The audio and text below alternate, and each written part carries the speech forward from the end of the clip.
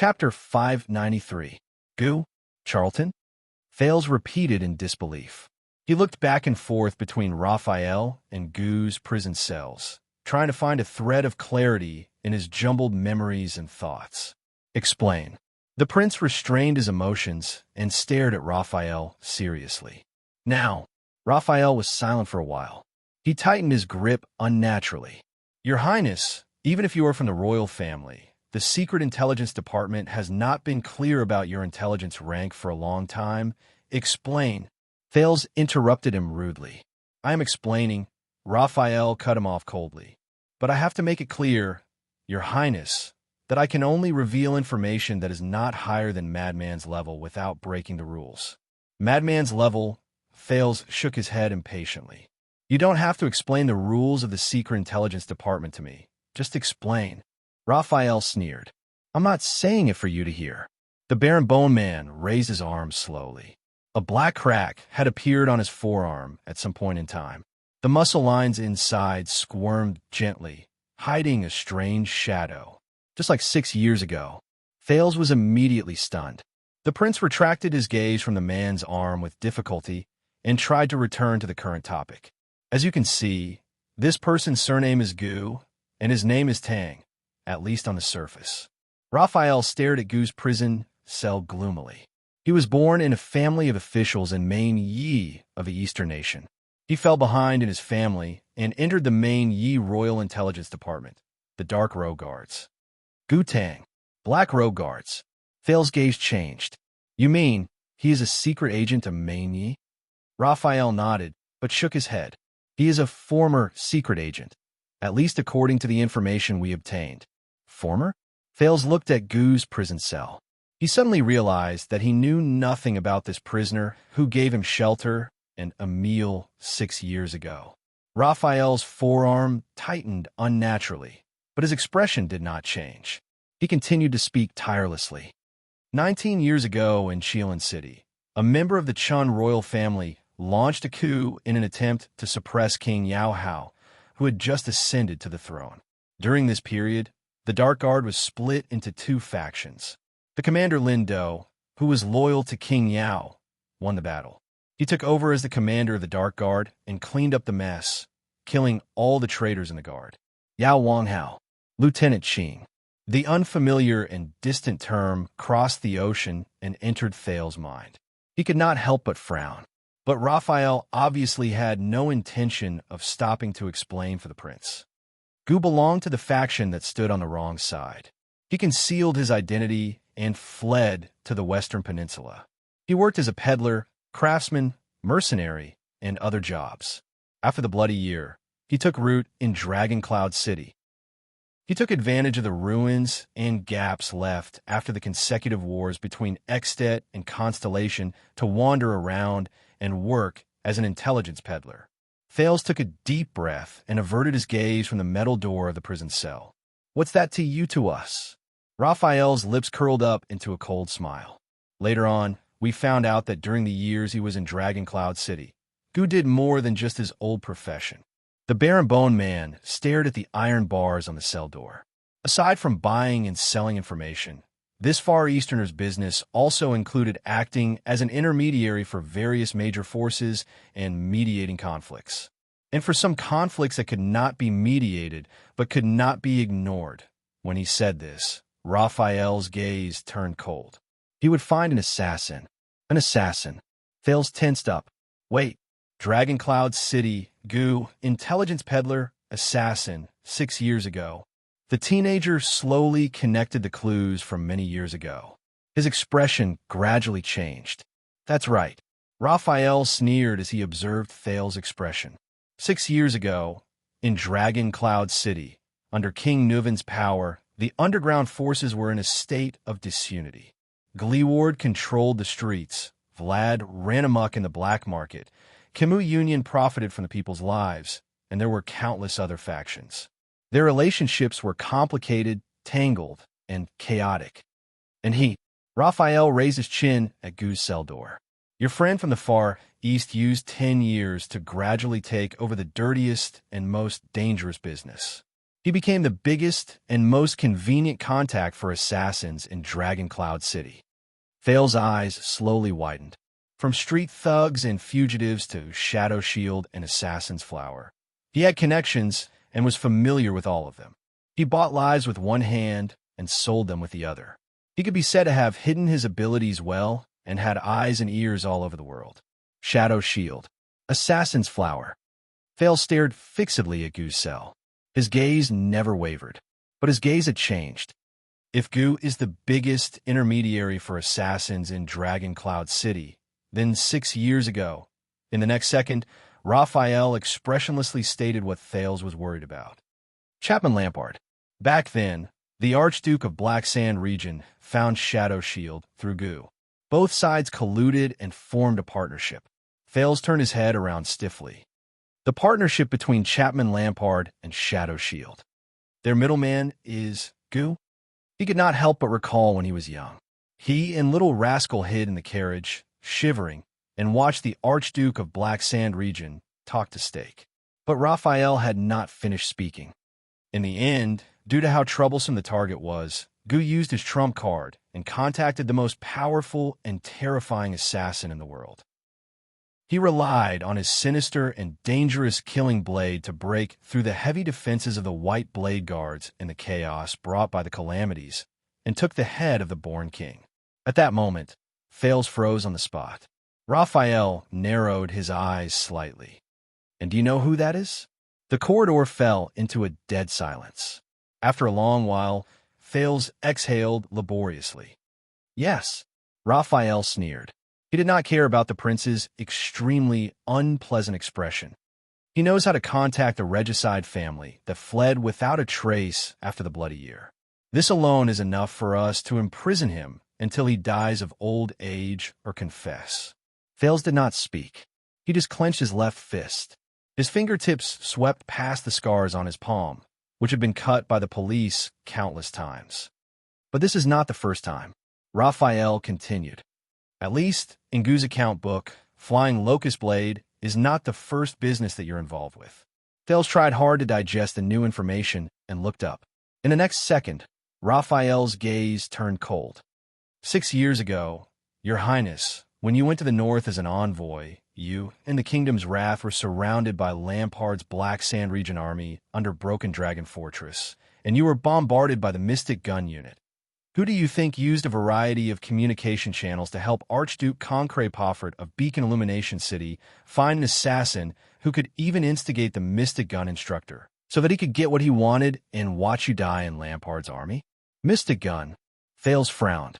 He felt as if he had returned to the time he was under the fortress 6 years ago, when he faced countless blades. His expression was solemn. Are you saying that it was Gu Jiuzhong who contacted them? Raphael snorted and swung his arms slightly. And you said that he helped you in Dragon Cloud City and saved your life? Thales subconsciously looked at Gu's prison cell. Then think carefully, Your Highness.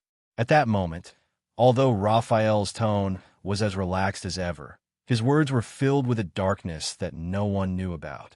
Do you think that ground shaker Castellan, who betrayed King Nuven, told you about the channel to contact Gu in the tavern because he found you pleasing to the eye, so that when you escaped from the siege of Dragon Cloud City, you could look for this seemingly mysterious and neutral underground figure? Castellan, $6.50. Thales' gaze was fixed on the cell's hatch, but he clenched his fists tighter and tighter. Do you think that there are so many kind Far Easterners in Dragon Cloud City that when a mysterious noble brat knocks on their door during martial law, they will always entertain him with good wine, good food, and a good bed, just because the kid is obedient, cute, smart, and kind? Far Easterners. Entertain. The prince gritted his teeth and tried hard to recall the scene of him and Little Rascal in Gu's butcher shop that morning. Do you think that things are really so coincidental that when all of Dragon Cloud City is in a mess, a shady intelligence peddler only needs to leave his house for 2 minutes to smoothly bring back the envoy of a country, the Marquis of Good Flow City, Shiles Bamra, who came alone so that he could turn around and give you to Chapman Lampard?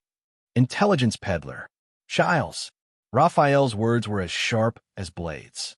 One after another, they pierced through the defenses in Thale's heart. All these suspicious points, these strange things, these things that seem reasonable but cannot be investigated, have you ever thought about them before you treated him as your savior? At that moment, Thales took a deep breath and suppressed the gradually boiling sin of Hell's River. If all these suspicious points Raphael mentioned are problematic, that means that the things he once thought. Yes, Gu. Raphael spoke coldly, not giving the prince any time to react. He never helped you. On the contrary, he was the one who betrayed you. Thales closed his eyes gently. 6.5. He never helped you. He betrayed you. At that moment, the cell that imprisoned Gu did not seem so eye-catching anymore. The corridor returned to silence. Raphael exhaled and looked at the cell door with a complicated gaze. And he also betrayed us. Thales spent a lot of energy to calm himself down. When he heard that, he slowly opened his eyes and tried to maintain the calmness in his tone. He and the kingdom's secret intelligence department worked together? Raphael nodded. Once, yes. The Baron Bone Man stared at Gu's cell door and snorted in disdain. Obviously, whether it's Extet, Constellation, Chemu Union, or even Shadow Shield and the Tower of Eradication, this self-proclaimed neutral intelligence peddler is used to working together with everyone. He receives money from many parties and goes around patting his chest. He is smooth and slick in changing hands. Then, he reaps the benefits while his clients kill each other. The only difference is that this time, he messed up. Thales' cheeks stiffened. What did he do? Raphael was silent for a few seconds.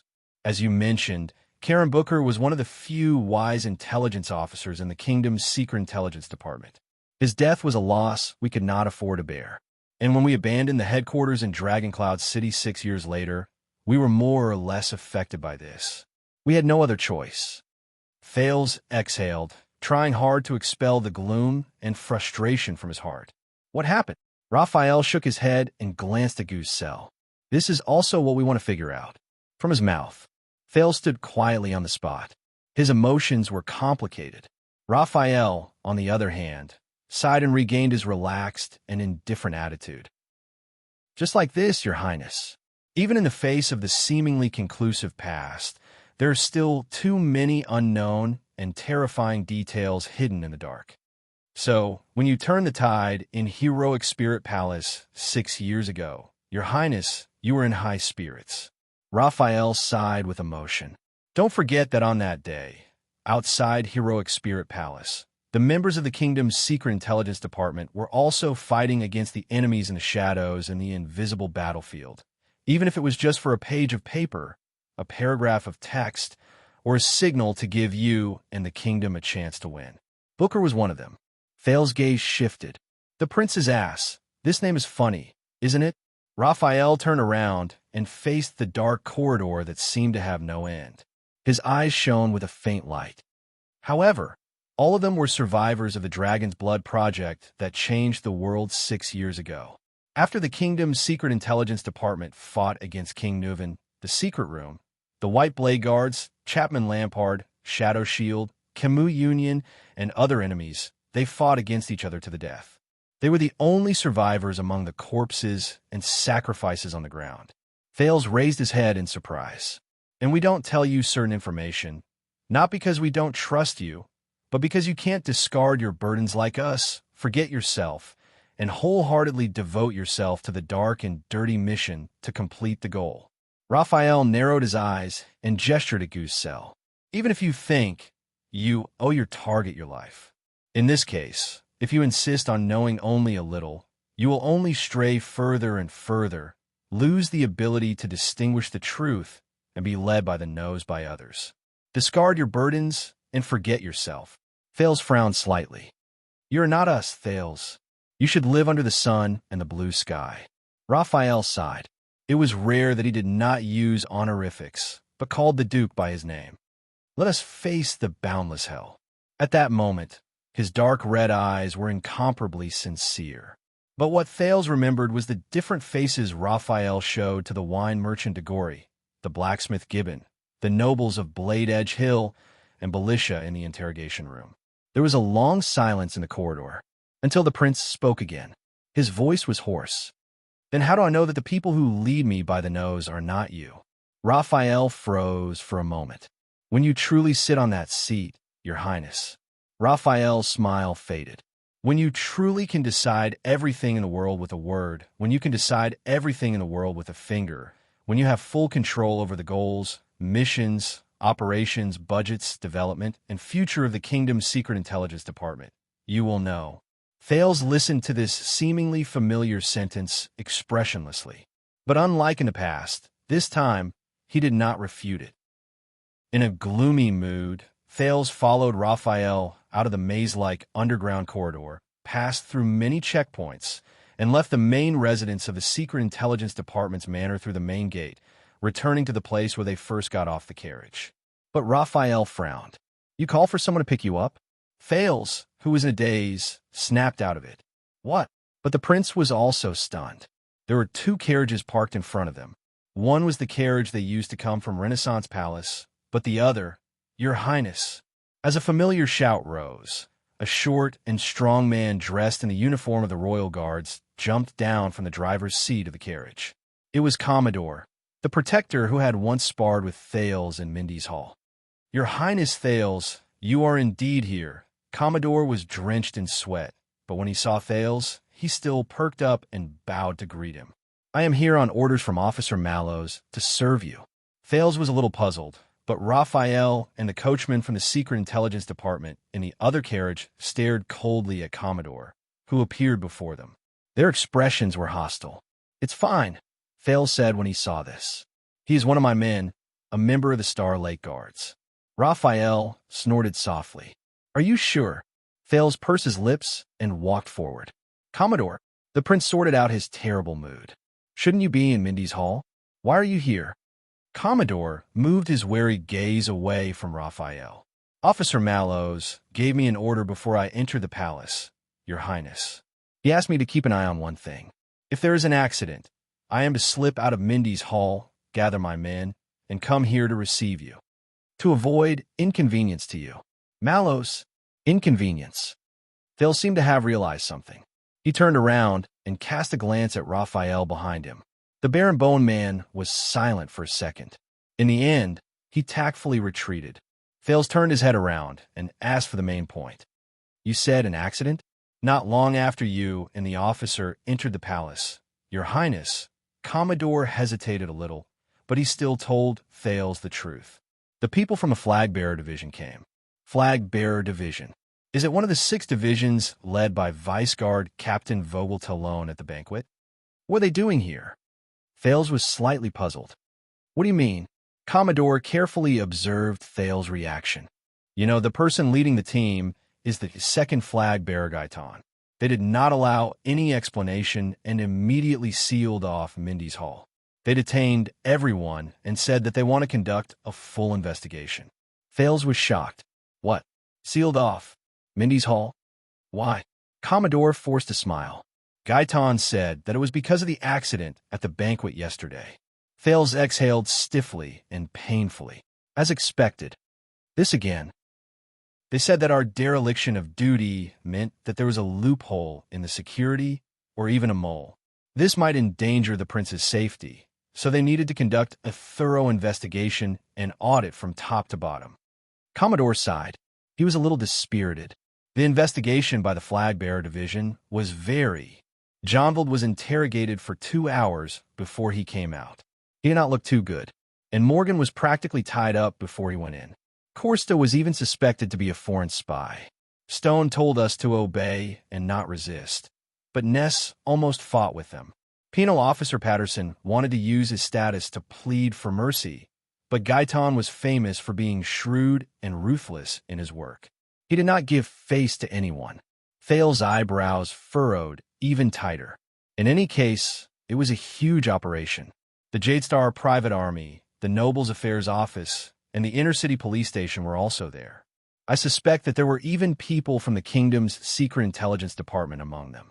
The team was mighty, and I reckon that many people saw it. As Thales listened to Commodore's narration, he slowly widened his eyes. What does he mean?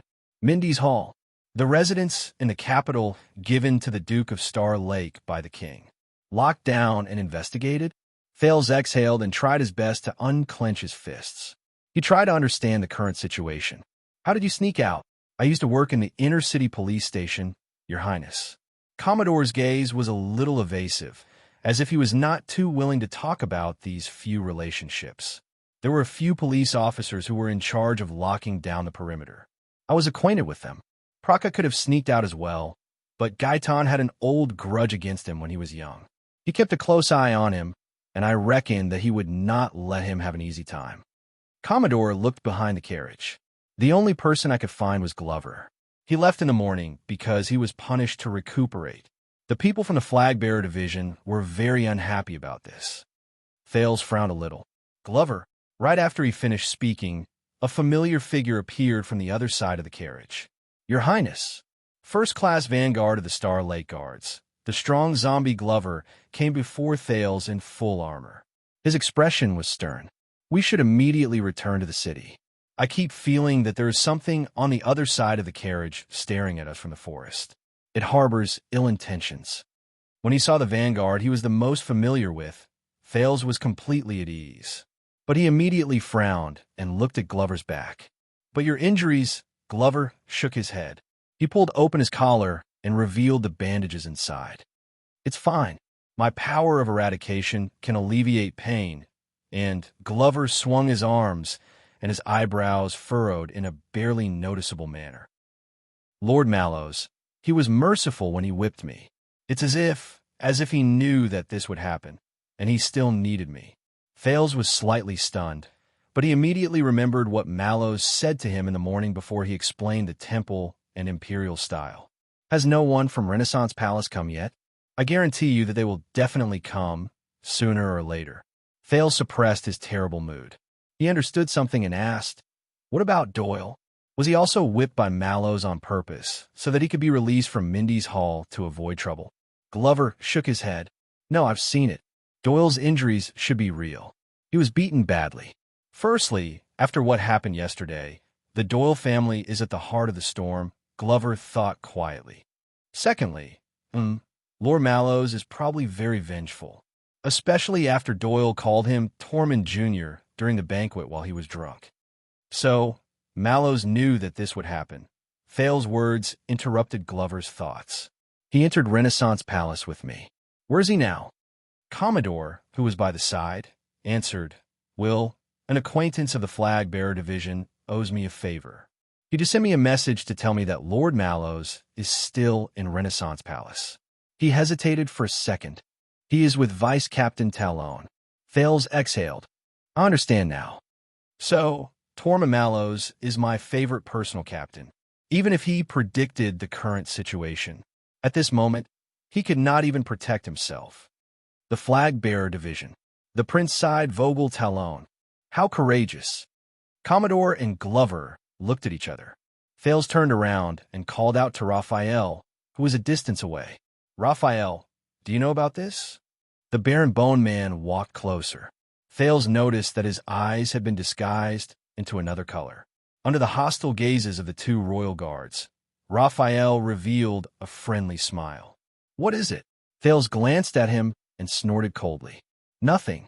If it is inconvenient for you, Your Highness. Raphael was obviously very good at reading people's expressions. He saw some clues from the trio's expressions. The Secret Intelligence Department welcomes you to stay for a few more hours. Thank you, but there's no need. Thales refused decisively. I think you don't mind if I go back with my personal guards? Raphael looked at Thales for a few seconds. Go ahead. The Baron Bone Man smiled widely and called out the other two people's names and backgrounds as if he was reciting his family's treasures. Caleb Glover from the Glover family and John Luca Commodore from the police station. They are famous members of the Royal Guards. Of course we can trust them. Glover and Commodore frowned at the same time, but Raphael had already bowed, turned around, and walked away. Glover watched Raphael's back as he left. Only then did he slowly loosen his grip on the hilt of his sword. The person who cleans up my mess, Thales said gloomily. The prince was about to board the carriage without any explanation. Now, let us return to Mindy's Hall and deal with the flag-bearer division. However, Glover shook his head firmly. No, Your Highness. Thale's expression changed slightly. Commodore took over the conversation, and his smile was a little stiff. What Commander Mallows means is, do not be in a hurry to return to Mindy's Hall. Thales looked puzzled. Commodore said carefully, those people from the Flag-Bearer Division, they have His Majesty's warrant. His Majesty's warrant. Thales was stunned. And the people from all the departments are, Commodore said awkwardly, if you show up rashly and the situation becomes ugly. He did not continue speaking. But Thales already understood. The prince stood in front of the carriage in a daze. So, Thales said absent-mindedly, I just entered Renaissance Palace, and right after that, my nest was raided. Now, I have a home, but I can't go back. Commodore looked ashamed. I am very sorry, Your Highness. We did not protect you well during the banquet, which led to such an accident. No. Thales forced himself to calm down and tried to sort out the messy things that happened throughout the day. No, trust me. After he understood what was going on, Thales suddenly felt like laughing. This is definitely not your reason. Ever since he returned to Constellation, he had always abided by the rules and did not dare to be presumptuous. Last night was the first time he made a decision of freedom after he returned to the kingdom, and it might also be a risky choice. Then he paid the price. Thales could not help but laugh, causing the two guards to look at each other a loss. As punishment, he had just sat in on an imperial conference while trembling with fear, then was mercilessly reprimanded by the king. After that, he was brought to the Secret Intelligence Department and enjoyed the company of the Black Prophet throughout the entire process. Even his Mindy's Hall and the Starlay Guards were severely punished. As for now, Glover interrupted in a low voice. In fact, Lord Mallows suggested that we return to Xing Palace. Return to Xing Palace? Thales sneered, and there was a hint of mockery in his voice that he did not even notice. Look for my father? No, look for Madame Gines. Commodore stared at Thales' expression carefully. The commander said that only she can protect you. Commodore kept the rest of his words in his heart. Thales fell silent. Look for Gines. Is that so? Then I'm back to 6 years ago, when I just arrived at Mindy's Hall. I faced countless known and unknown threats, but I could only drift along with the waves. I sought protection from others. 6 years ago, the prince held onto the carriage. His face was expressionless, and he did not move. A long time had passed. Finally, after Commodore gave Glover a signal with his eyes for the third time, the Duke of Starlake closed his eyes, sucked in a deep breath, and exhaled slowly. No, we're not returning to Xing Palace. We are not looking for Madame Gines either. Commodore and Glover frowned at the same time. Thales opened his eyes. We're going to Red Street Market in Western District. At that moment, the two guards were stunned. What? Thales held the carriage's axle tightly and gritted his teeth softly. There's a club called One Night's Romance over there. Commodore widened his eyes, while Glover's expression was solemn. Your Highness, why are we going there? Commodore asked tentatively. What are we doing? Of course. Thales let go of the wheel and cast him a glance. His tone was calm. We're going to look for women. Commodore first understood what Thales meant. Then he felt incredibly troubled. But Your Highness, your identity, Thales snorted. Who said that I am going there as a prince? The prince boarded the carriage and pointed at the duo. Lead the way, Commodore. We will go and change our attire first. Then you'll lead the way, Glover. The zombie shuddered. But Thales interrupted him rudely. Remember, Glover, after we reach there, your name will be... At that moment, Thales' smile disappeared, and his voice was incredibly cold. Raphael Lindbergh. Chapter 594. In the western district of Eternal Star City, a carriage that was simple and inconspicuous but had cost a fortune to build drove through the stone road. It turned into the next intersection on the bustling street. This is Linha Street. Red Street Market is just down the road. Look, it's right there. Commodore's voice came from the driver's seat through the small window in front of the carriage. However, Thales was not affected in the slightest. Your Highness, little rascal, Imperial Conference, Secret Intelligence Department, Anchor, Goo. In the bumpy carriage, the prince, who could not return to his home, pondered gloomily. He was not in the mood to admire the view of Eternal Star City's streets outside the window. Whether it was Renaissance Palace or the Secret Intelligence Department, whether it was the King or the Black Prophet, depression and unhappiness were his main themes today. But what concerned the youth the most was what Anchor Byral said before he fainted. "Hold on to your sword." Thales subconsciously clenched his fists, but he realized that he was unarmed and his palms were empty. He lowered his head and stared blankly at his left hand, but he could only see the scar on his palm. "Your Highness?" Thales only snapped out of his daze when he suddenly felt a weight on his shoulder. In the carriage, Glover nodded at him and let go of the prince's shoulders. "Are you sure we want to do this? Red Street Market?" Commodore turned his head around from the window outside the carriage.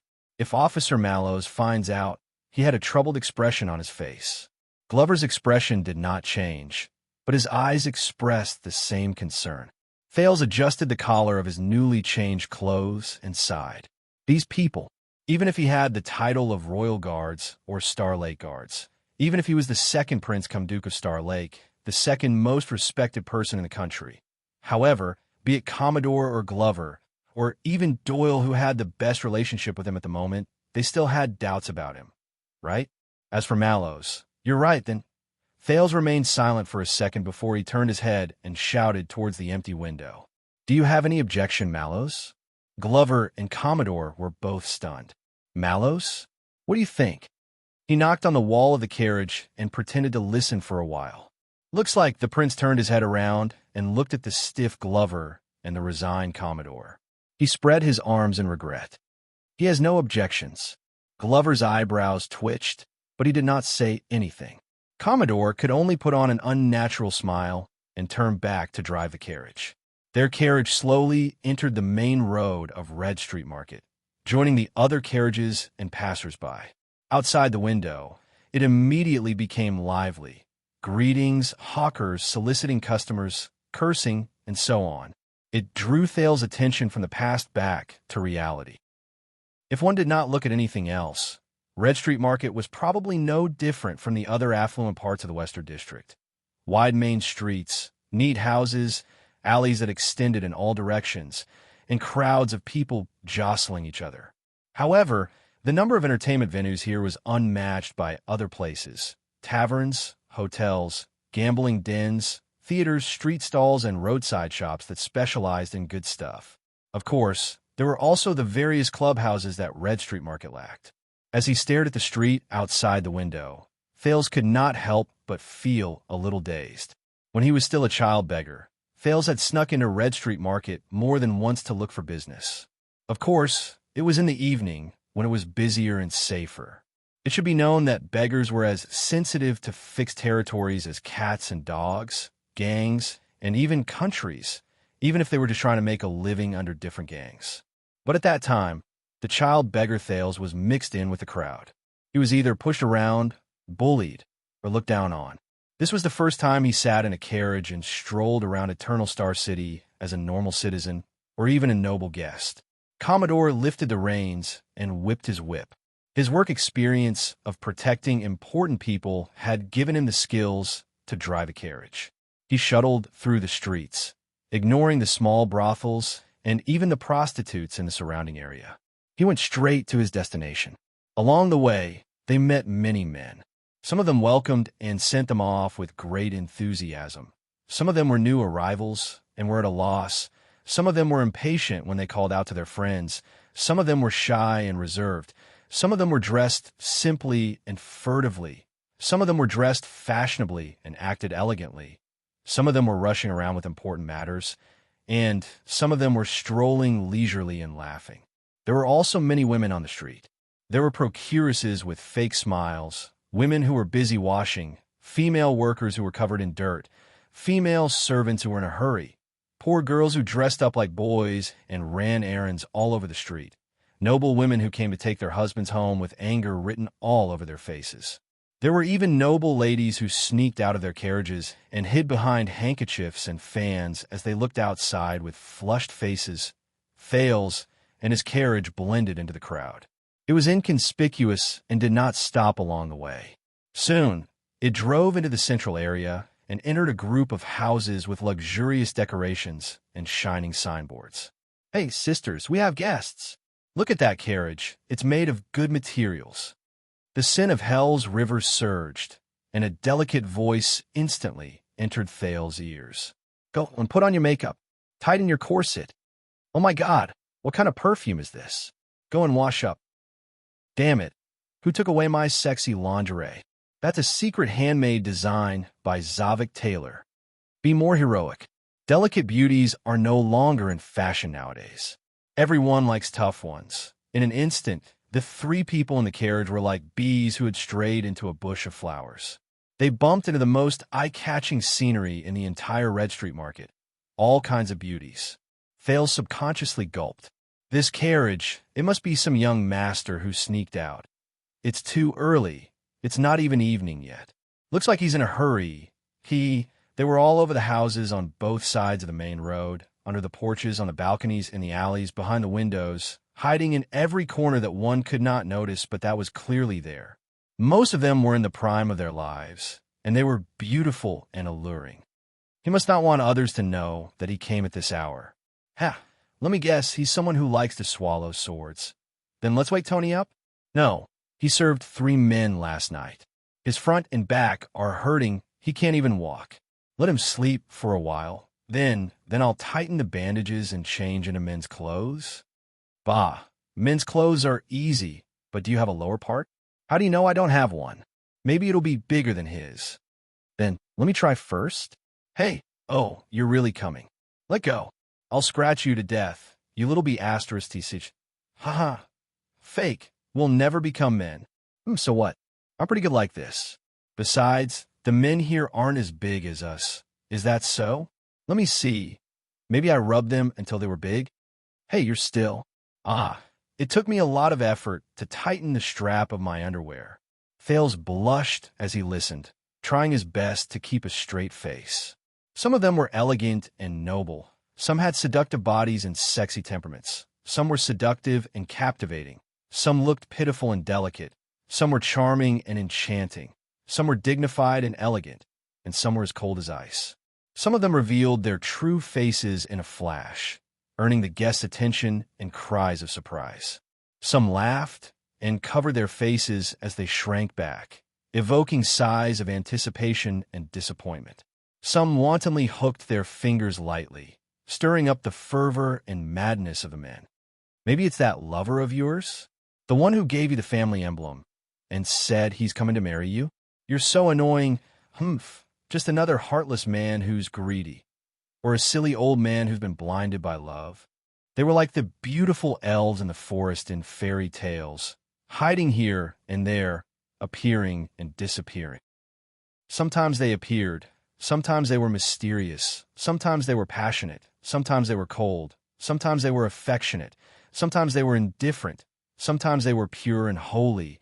And sometimes they were flirtatious, making the hearts of the spectators itch. It made people want to give up everything, follow them, get to the root of the matter, see their true faces, enter the room, and kiss them. Asterisk slap. Asterisk Glover extended his hand out of the driver's seat and slapped Commodore, who had his head raised in a daze and forgot about his business. It also shocked Thales, who had his horizons broadened. Sorry, ahem. Commodore touched the back of his head, which was in pain, and said awkwardly, I've been here a few times. Of course, it's because of official business. I've been here a few times. This is just the beginning in the afternoon. It'll be even livelier at night. Second-class Protector Commodore, Glover said coldly. He moved in front of the carriage window while he was at it and blocked a beautiful young lady who was winking at Thales gently from the second floor. His Highness still has matters to attend to. Of course, Commodore apologized sheepishly. He turned his head to look at the few locals who surrounded them once the carriage slowed down. No, we don't need a tour guide. We don't need introductions, and we don't need... Hey, don't tug on my reins. All right, take this money and stop bothering us. The Protector sent away the hospitable local escorts in exasperation. Obviously, Commodore did not lie about this. He was indeed not good at this kind of situation. The carriage continued to move forward for a while, took a few turns, and passed by a group of hot-blooded young nobles who were commenting on different ladies and beauties. Look at them. They're so confident, frivolous, and comfortable. Thales said to himself in silence. I'm not like myself. I'm still young, but there's already a heavy burden on my shoulders, and I'm bound by it. I'm really lethargic. The teenager laughed bitterly in a self-deprecating manner. They drove out of the lively area. Commodore then stopped the carriage by the side and pointed at the other end of the street. Look, that's the One Night's Romance. It's located at the front of the core area of Red Street Market. It's in a good location. Thales craned his head out. What appeared in his line of sight was a luxurious and grand house with people coming and going. The brokers outside the house fawned over him, and they were extremely passionate. The madams on the stairs waved their handkerchiefs and smiled delightfully. There was no need to even mention the beauties at the windows and balconies. They could be said to be charming, and they were as beautiful as flowers. That's the clubhouse that Felicia opened? One Night's Romance? But for some reason, the teenager felt that it was strangely familiar, but also a little unfamiliar. It's a little new. Glover frowned as he observed the exterior of the One Night's Romance building. He voiced his puzzlement. It doesn't fit in with its surroundings. Commodore sent away a broker who wanted to come forward and introduce some business to him. When he heard this, his eyes lit up. Of course, it was rebuilt on the ruins of an old chess room. The former police officer was in high spirits. 6 years ago, on a certain night, two gangs fought for the right to protect Red Street Market. They fought until their eyes were bloodshot. Those sons of Beatrice Cheese even brought out eternal oil. The sound of the explosion even alerted the chief garrison officer of the capital. Thales' heart skipped a beat when he heard this. He stared at the newly built clubhouse and compared it to the roads around it. He slowly confirmed his memories. No, 6 years ago, it was not the explosion caused by eternal oil that caused this building to be rebuilt. He supported himself against the wall of the carriage and told himself in his heart. No. Commodore noticed that the prince had an unusual expression on his face. He hesitantly opened his mouth to speak. He spoke hesitantly. Before we get down from the carriage, may I ask why we are here, Your Highness? We can't really be here to look for a woman, right? Glover sized up the situation around him warily, but his ears subconsciously turned towards Thales. It was obvious that he wanted to know the answer as well. Of course not. Thales smiled mysteriously. I just need to confirm something. Something that is not necessary to spread, even if it is to Mallows. Do you understand? The prince stared at Glover in the carriage and Commodore in the driver's seat seriously. Perhaps it was because of their statuses, or perhaps it was because of their aggressive gazes, but both of them looked at each other and nodded in the end. All right, you are the master. I have no right to comment. But if the fact that we came to Red Street Market is known by others... John, trust me, Thales said to Commodore in resignation. You're not the first person to be worried about this. And I have been lectured for an entire day because of this. Commodore hesitated for a long time. In the end, he still buried the words then, "Did you not learn your lesson?"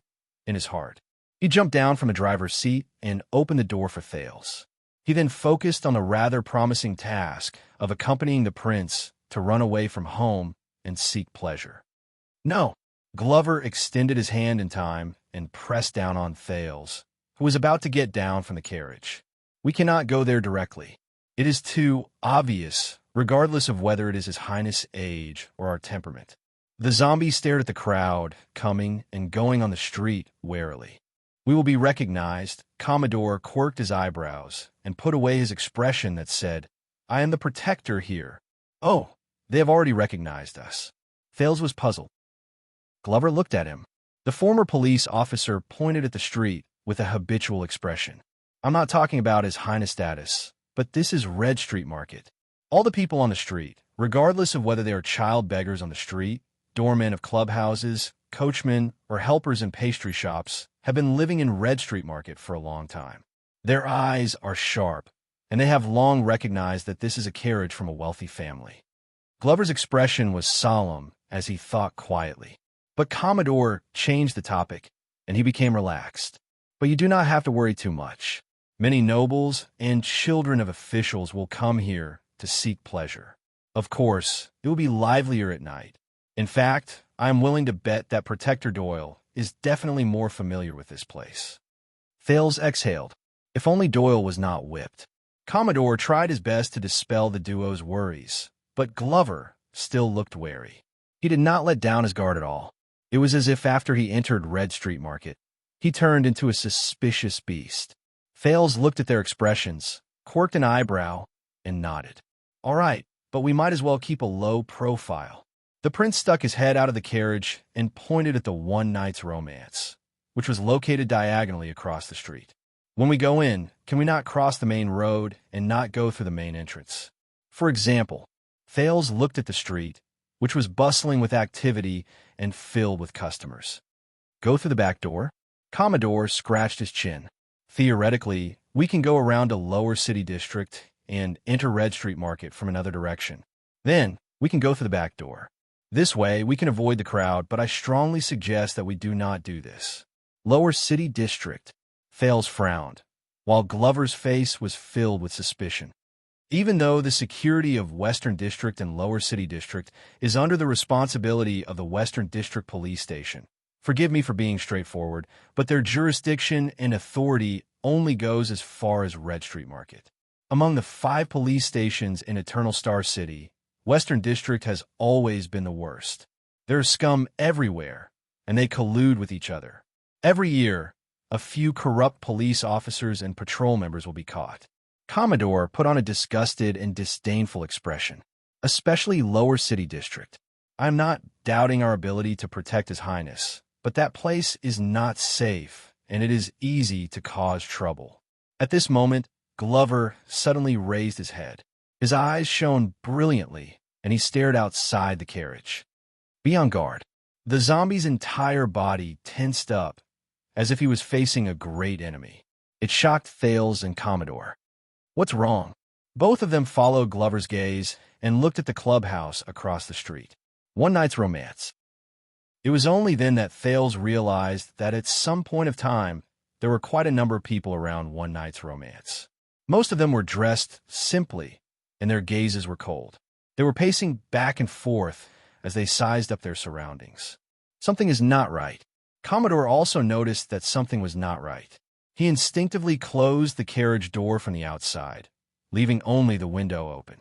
These people are not customers. Thales slowly gathered at the center of his brows. They are thugs. Glover's expression was dark, and he stated the truth in a concise and clear manner. There are people who specialize in violence in the gangs. Before Commodore could be surprised by his colleague's judgment, he heard the prince add in an equally serious tone, "They're Black Street Brotherhood. They're their thugs." A thug stopped the customer who wanted to enter the clubhouse. While the customer protested in dissatisfaction, the thug searched the person's entire body violently while he interrogated him in detail. Something happened.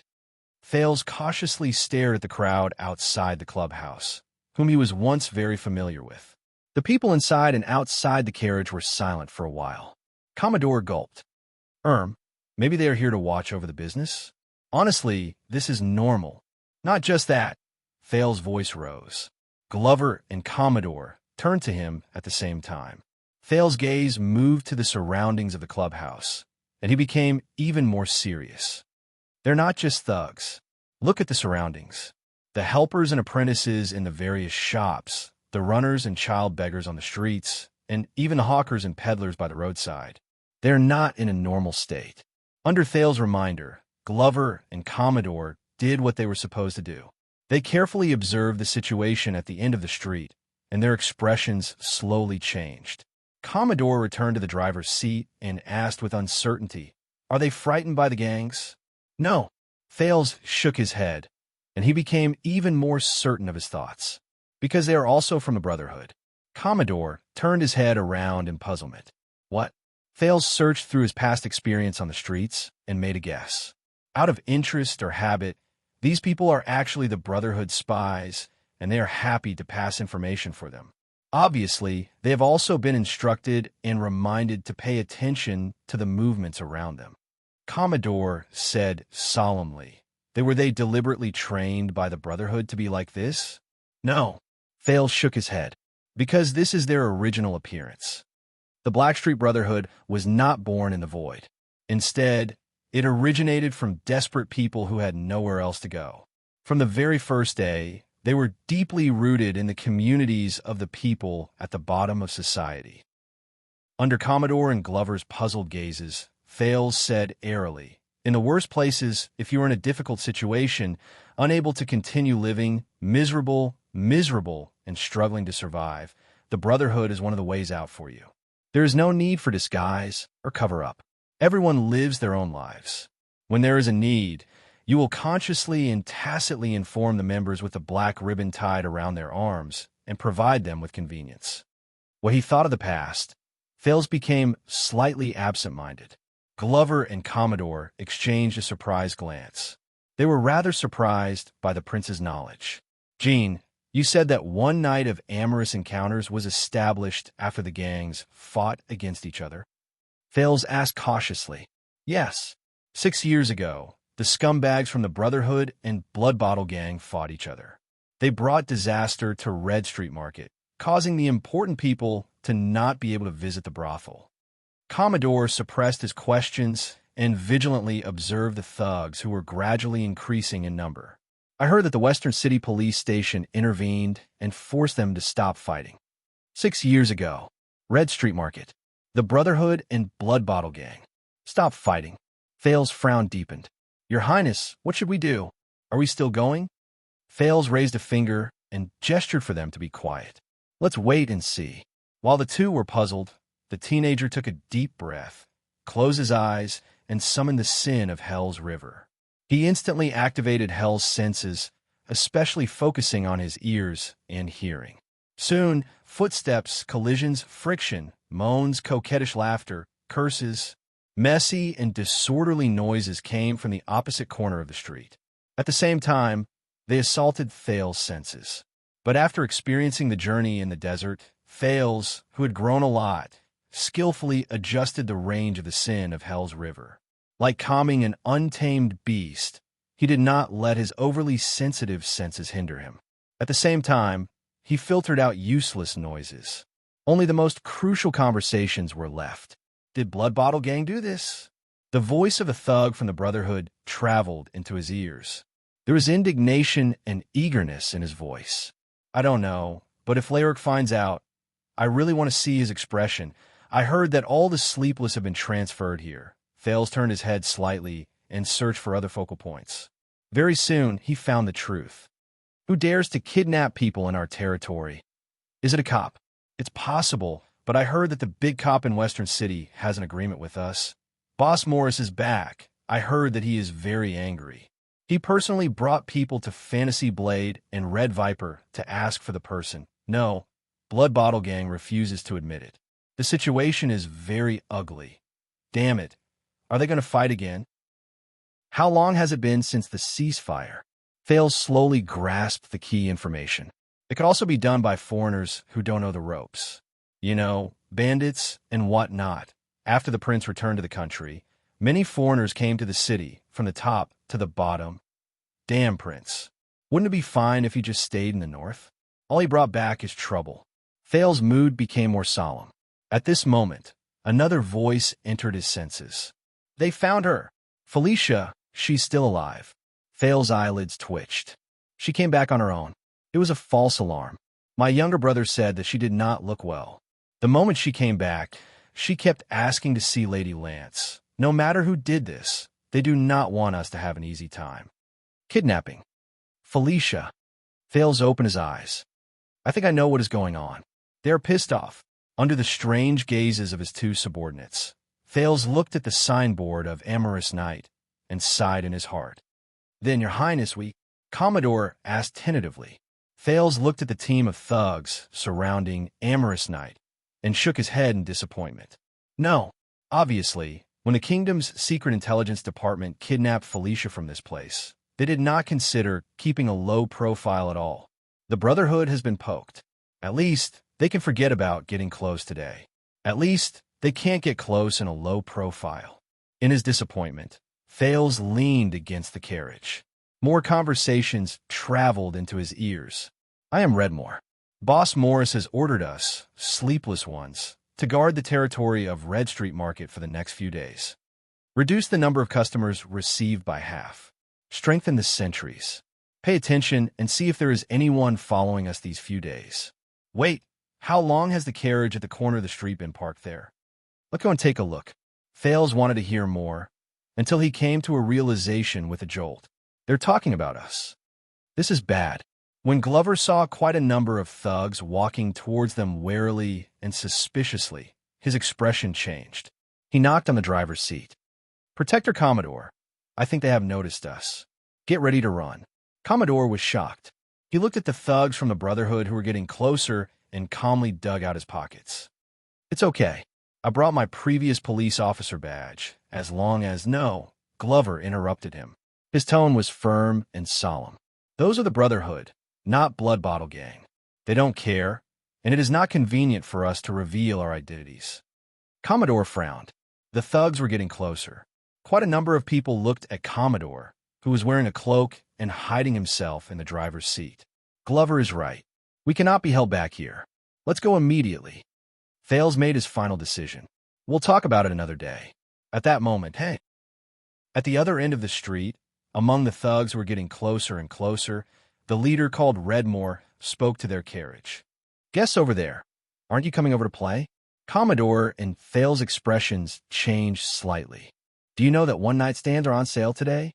As Redmore spoke, he made a gesture. The thugs around them quietly spread out and surrounded them. "This is bad," Thales mumbled. In the next second, Glover resolutely opened the door on the other side and climbed out of the carriage. He moved to the driver's seat without touching the ground and squeezed Commodore to the side. "Let me do it." Commodore was still hesitating. But Glover pulled the reins without warning and shouted angrily, "Sit tight." As the horses neighed, the carriage instantly started moving. Astor's thud, thud, thud. Astor's Thales did not have time to react. He staggered and crashed against the wall behind him. He quickly extended his hands to support himself. "Hey!" The thug's pursuit and Redmore's exasperated shouts came from outside the carriage. "Stop!" "Damn, I knew there was something wrong with it." Glover, who was driving the carriage, had a cold expression on his face. He hurriedly urged the horse, and the carriage sped out of the street and continued to accelerate. Vanguard Glover. "Ouch, my nose." "Slow down, His Highness is still in the carriage." Commodore's pained cry came from the driver's seat. It was obvious that he had hit his nose while he was speeding. The wheels rolled on the stone road and jolted back and forth. Thales trembled in the carriage and felt as if his soul was about to ascend to heaven. The scenery outside the window quickly receded, and the shocked faces of the passers-by were reflected like a trotting horse lantern. It was in the afternoon, and there were not many people on Red Street Market. However, their horse carriage was rampaging without any restraint, causing the passers-by to scream and retreat. Along the way, they even knocked over a hawker's stall, causing a wave of curses. "Stop it! Stop it! The Brotherhood will reward you handsomely." The voices of Redmore and a group of thugs came from behind, sounding more and more urgent. "Pa, get lost!" Glover shouted and whipped out his horse whip to chase the passers-by away. "What's the point of getting a bounty if you're dead?" Astor's clatter, clatter, clatter. Astor's the carriage sped up, and they did not care about where they were going. "No, no, no, watch the road." Commodore screamed in shock. The carriage could not avoid it and broke a clothes-drying pole. A few pieces of clothing flew into the carriage window. The unlucky Thales tried his best to maintain his balance. He could not dodge in time, and his face was covered by a woman's bra. "Damn it!" The prince pulled the bra off his face in exasperation. "Oh my God, this is the fastest and worst horse carriage I've ever sat in." The horse carriage sped forward, and the pursuers did not stop. The road in Red Street Market was a mess. Take a shortcut and stop them. Son of a B *TCH. Redmore shouted angrily and gave his orders. A group of people from the pursuing team immediately separated and disappeared into the alley. "Damn it, they're the local tyrants. They know the way." Commodore, who finally managed to stabilize himself in the driver's seat, said anxiously, Have you thought about where to go? Go back the same way we came? Glover's expression was calm, and he pretended that he did not hear anything. He only focused on urging the horse and drove the carriage faster. However, in the next second, the zombie's arm tightened its muscles and pulled back its arm fiercely. Asterisk thump. Asterisk amid the sorrowful cries of the horses and the sound of hooves being pulled back, the entire carriage came to an abrupt stop and turned around. One of the wheels was thrown into the air, and the carriage flew into the air. At that moment, it was as if time had slowed down. Thale's eyes slowly widened. In the carriage, his body also rose into the air. The scenery outside the carriage window moved up and revealed a lady who was drying her underwear on a balcony on the second floor. She also exchanged a glance with Thales in the carriage in surprise before she disappeared from his sight. Damn it, outside the carriage, before Commodore's sorrowful cry could finish, it was drowned out by the howling wind. In such a dangerous position, the carriage, which had half of its wheels empty, went along with the powerful inertia and crashed into an alley. Commodore was not the only one who was unlucky. Asterisk bang. Asterisk Thales spun 180 degrees in the air before he crashed into the carriage at the back. Giddy up, Glover shouted angrily again. Asterisk rumble. Asterisk the half of the wheels in the air landed on the ground again. It trembled and sped up again. Damn it. The carriage stabilized again. The prince crawled up from the sofa in the carriage in agony and cursed in his heart. Forget that this is not a carriage to the clubhouse, but he still wants to speed up to make the turn? Those who don't know might think that you're going to catch a thief. No, catch a prawn. Before Thale's soul could land, he discovered to his horror that the walls outside the window were getting closer and closer. Asterisk thud, thud, thud. Asterisk in the extreme tremors. The prince activated the sin of Hell's river and held onto the wall of the carriage tightly. He moved closer to the small window behind the driver's seat. Where are we going? Thale's words were strangled in his throat. Through Glover's shoulder, he saw in despair. In front of the carriage, there was only an alley that was getting narrower, dimmer, and darker. It seemed like there was no way out. It was a dead end. Over there. Follow closely. Even though he could not see them, the shouts of his pursuers became more urgent, as if they were right beside him. As he stared at the alley that was as narrow as a grain of rice, Thales felt a chill in his heart. They can't get through. The horses whined helplessly. The walls on both sides were getting closer and closer. Thales gulped. Should I ask Glover to stop the carriage? The Brotherhood is not easy to deal with. But if I reveal my identity, they might not dare to do anything. The news of the Duke of Star Lake wreaking havoc in Red Street Market with a carriage full of underwear might spread throughout the kingdom. When he recalled the king's expression and the Black Prophet's smile, Thales felt a headache coming on. But reality always exceeded his expectations. Hold on tight. Glover did not intend to slow down at all. Instead, he whipped the horse even more fiercely and violently, forcing it to increase its speed and charge forward into the dim and narrow alley. Seeing that the carriage was about to be destroyed, Thales was shocked. He was about to shout for them to stop. No, zombie, it's too narrow, we can't get through. Commodore's panicked voice rose again. He even blurted out Glover's nickname. Trust me. But Glover pressed his companion down and shouted angrily. I know the dimensions of this place. We can get in. In the next second, the carriage charged into the narrow alley without stopping. The tarpaulin above them blocked the sunlight, and the surroundings were instantly dark. Trust me, Glover's voice was a little distorted. The windows on both sides dimmed at the same time. Asterisk swoosh. Asterisk, a terrifying grinding sound rose beside his ears. Thales tried his best to sit in the middle. He closed his eyes and stretched his legs to block the carriage. He swore, if he survived, he would definitely give an order. For the rest of his life, Glover could forget about touching the carriage's reins again. However, asterisk thump, thump, thump, asterisk after a series of uneasy bumps, the prince realized to his surprise that the carriage gradually steadied. In the next second, his eyes lit up. Sunlight appeared outside the window again. The horse panted and pulled the carriage out of the alley in pain. It then drove into the main road. It gave a plaintive cry to its surly master, but could only receive another merciless whipping. "All right, we are safe." Glover's tone became steady. Commodore, who was beside him, was still panting. As he stared at the street outside the window that became clearer, Thales exhaled. He had just calmed down from the shock. The carriage began to slow down, but behind them, the sound of footsteps that were chasing after them approached them rapidly, but they disappeared in an instant. Damn it, Redmore cursed, but he was soon gone with the wind. The sound of pursuit became softer and further away. Commodore held onto the carriage and looked behind him in puzzlement. Why are they not chasing us anymore? This is Blood Bottle Gang's jurisdiction. Glover did not even turn his head. He only held the reins calmly. As you said, the Brotherhood has an agreement with them to divide Red Street Market. No one dares to cross the boundary easily. The carriage regained its normal speed and traveled steadily for a while. The passers-by no longer looked at them in surprise and bewilderment. A few minutes later, they were finally certain that they had broken away from the pursuit. Glover sized up the rear warily for the last time before he returned the reins to Commodore. With different emotions, the three of them exhaled at the same time.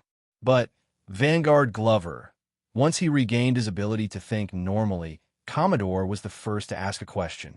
I remember D. saying that every time he brought people to Red Street Market to play, you always refused. The former police officer drove the carriage carefully. At the same time, he looked at Glover in puzzlement. But how do you know this place so well? You even travel through the alleys with ease? Just like going home.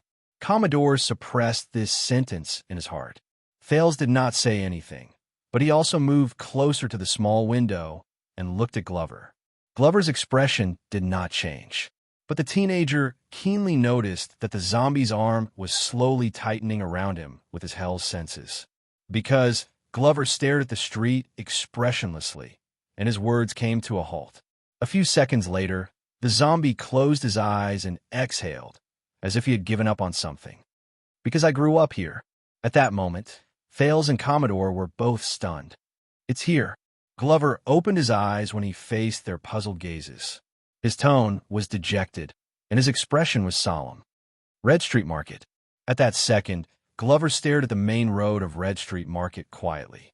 His gaze was subtle, and the meaning behind it was difficult for others to understand. The sound of horse hooves continued, and the wheels of the carriage did not stop. Thales and Commodore spent a few seconds before they recovered from this news. They didn't tell me. Commodore coughed. He felt a little awkward. Because no one knows. When I joined the guards, my file was partially sealed.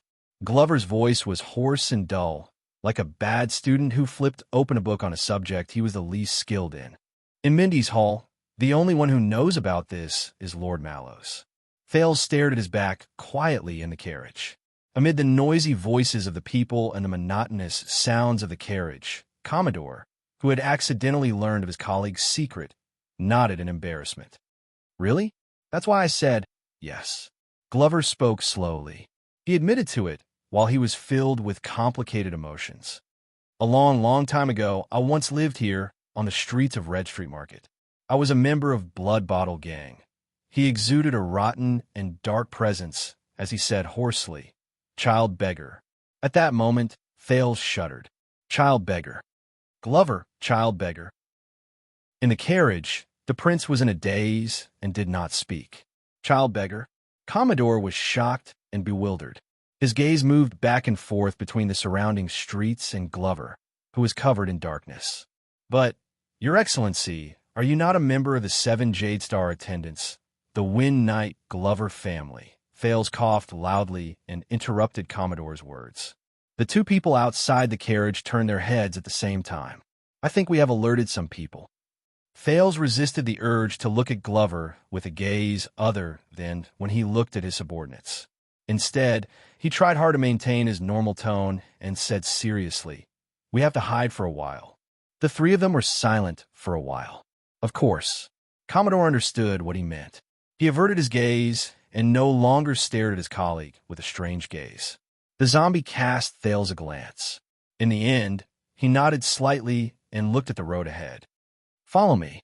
First-class vanguard Caleb Glover, who was born with a noble background, sneered softly.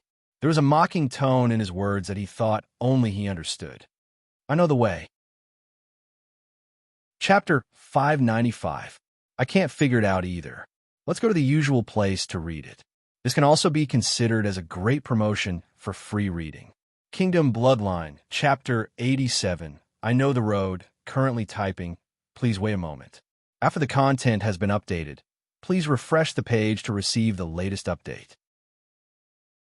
Chapter 596. In a deserted alley, Thales stepped down from the carriage while wearing a cloak. He was sandwiched between Commodore and Glover, who were dressed similarly.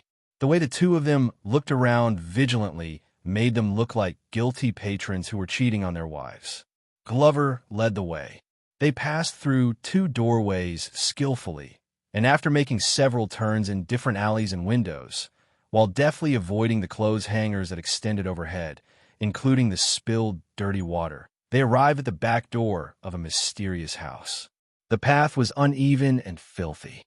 Along the way, he even met a few child beggars with wary gazes. It made Thales absent-minded, and he felt like he was dreaming of his childhood.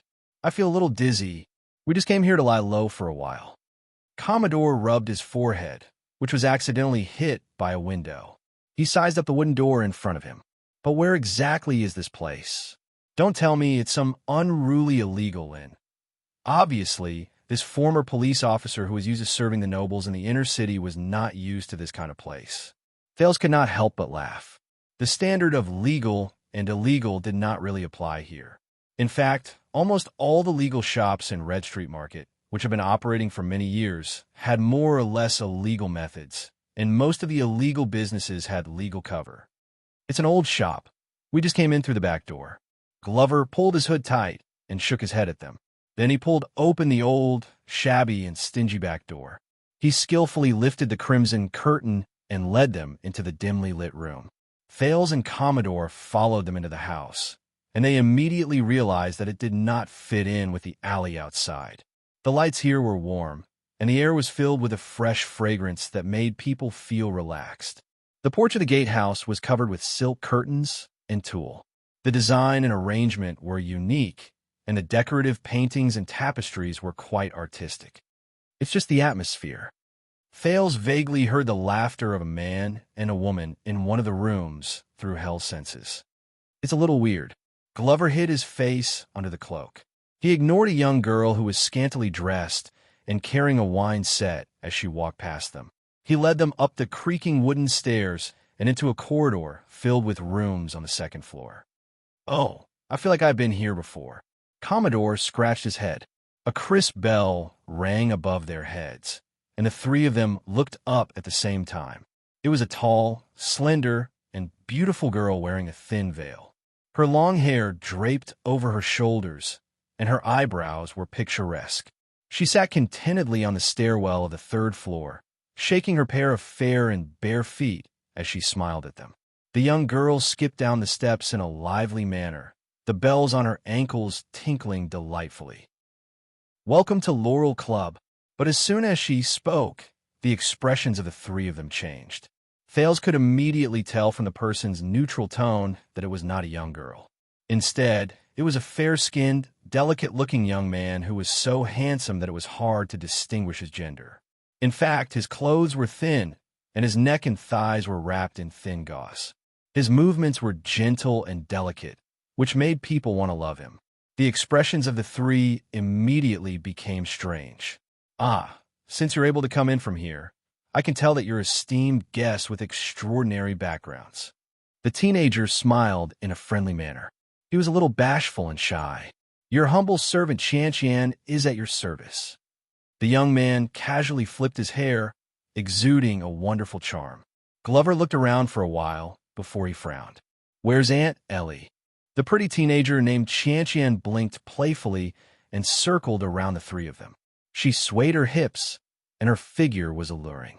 "Unfortunately, she passed away a few weeks ago. Don't worry, it's definitely not syphilis. We are a legitimate club, and we have strict and regular medical checks." Glover's expression became gloomy. Commodore cast a glance at the prince and his colleagues. He knew that he had to be the one to negotiate with them, so he coughed and moved forward. We want to keep a low profile. He habitually took out a few copper coins and stuffed them into Xianxian's hands. Xianxian beamed. He flipped his palm, and the copper coins instantly disappeared without a trace. Understood. My 3 bosses, you went through the back door, so there won't be any problems. Thales noticed that there was a strange sense of exquisiteness in his voice. Not only was there no deliberate fake voice, it sounded natural and at ease. In addition, the teenager's every movement was charming, and in an instant, his gender was somewhat blurred. So how many of you are there? What services do you want? Xianxian stopped circling them. He curled his fingers and started to play with a corner of the thin veil. His gaze landed on Thales, who appeared to be the most low-profile and delicate among them. We are a famous and time-honored club. We have role-playing, plot reenactments, bondage abuse, group sports. We have everything. By the way, the Northern style is very popular in the capital recently. We happen to have a new girl or boy. Commodore gulped and looked at Thales with a troubled expression. Actually, we just need a place to rest. Glover pushed Commodore away. His face was expressionless, and his tone was cold. We want Lillian's services. The zombie moved his feet and blocked Thales. 3 of you? You want Sister Lillian? The delicate and gentle teenager furrowed his eyebrows slightly. While he pondered, he poked his cheeks. There was a different kind of cuteness to him. He stood on tiptoe and looked at the short and sturdy Commodore and Thales, who had his head lowered. When Glover saw this, he blocked the prince again. He tugged at the scarf around his neck. Perhaps we need a few more young ladies or young men. When he said this, Xianxian blushed slightly and blinked shyly. You know, I can also... No. Glover stiffly interrupted Xianxian, who was intentionally or unintentionally revealing his fair neck. As long as it's Lillian. When she saw that the other party was not interested in her, Xianxian looked disappointed. Hey, Lady Lillian is our top hostess. A thought appeared in his head. He twisted his body and squeezed in front of Thales. We are very busy right now. Why don't I introduce Olivia and Cosette to you? But Glover pressed down on Xianxian's shoulder as she moved closer to Thales. Xianxian let out a soft He pressed against Glover's iron wrist, and his gaze was resentful. The zombie's expression froze. He subconsciously let go of Xianxian and said coldly, I may not have been here for a long time, but I know the rules. Bring us to Lillian, or just call Grandmother Laurel. Let's see what she has to say. Xianxian looked aggrieved. All right. Lillian it is. She's so fierce. She keeps mentioning Grandmother Laurel. How should I address her? It's none of your business. Glover was about to refuse, but Thales nudged his waist gently. Thales coughed under his cloak and walked in front of Glover. Raphael. His name is Raphael Lindbergh. Commodore and Glover looked at each other. Xianxian quirked an eyebrow. He looked at Thales, who only revealed the lower half of his face. He suddenly moved closer to Thales and smiled mischievously. What about you? Who is this young man? Xianxian's fragrance wafted into his nose. Thales was shocked and took a step back. Wuxia. My name is Wuxia. Xianxian's gaze wandered about. She repeated the name a few times softly with a contemplative expression. You just talked to me. Glover cut in between them stiffly. My brother is still young. Stay away from him. He stared warily at the beautiful teenager who welcomed the guests. Xianxian puffed up her cheeks and stared at the big man who blocked Thales' way. It's okay, Raphael. Thales smiled gently and gestured for the unsociable zombie to step back. Relax, be friendly. The prince flashed a friendly smile at Xianxian. Don't mind him. That's how my brother is. When he saw Thales' actions, the beautiful teenager beamed with joy again. It's okay, Wuxia. Xianxian smiled happily at Thales. I'm doing this for your sake. When Glover was not paying attention, the teenager, whose gender was indistinguishable, made a playful bow sound at Thales with his lips. He then turned around and left while the clear bell rang. You want to see Big Sister Lillian, right? All right, come with me. Thales used his gaze to signal at the 2 people, who looked rather uneasy, and followed after her. The three of them followed Xianxia. They moved through the curtains and entered the corridor with an ambiguous atmosphere. Damn it! Thales stared at Xianxian's graceful figure in front of him. He heard Commodore mumble behind him. "This boy is prettier than a girl." "That's not a boy," Glover replied softly. He was still wary. "He's a eunuch." Commodore was shocked. "What?" Glover held Commodore tightly and whispered, "They go through strict selection and training. They go through strict selection and training. They are castrated when they are very young. Their male organs are removed to prevent them from having Adam's apple, vigorous hair, developed muscles, broad bones, and other masculine features. They enter the palace and serve the nobles." Thales was equally shocked. He stared at Xianxian's slender and delicate back and frowned. Commodore's shock had yet to fade.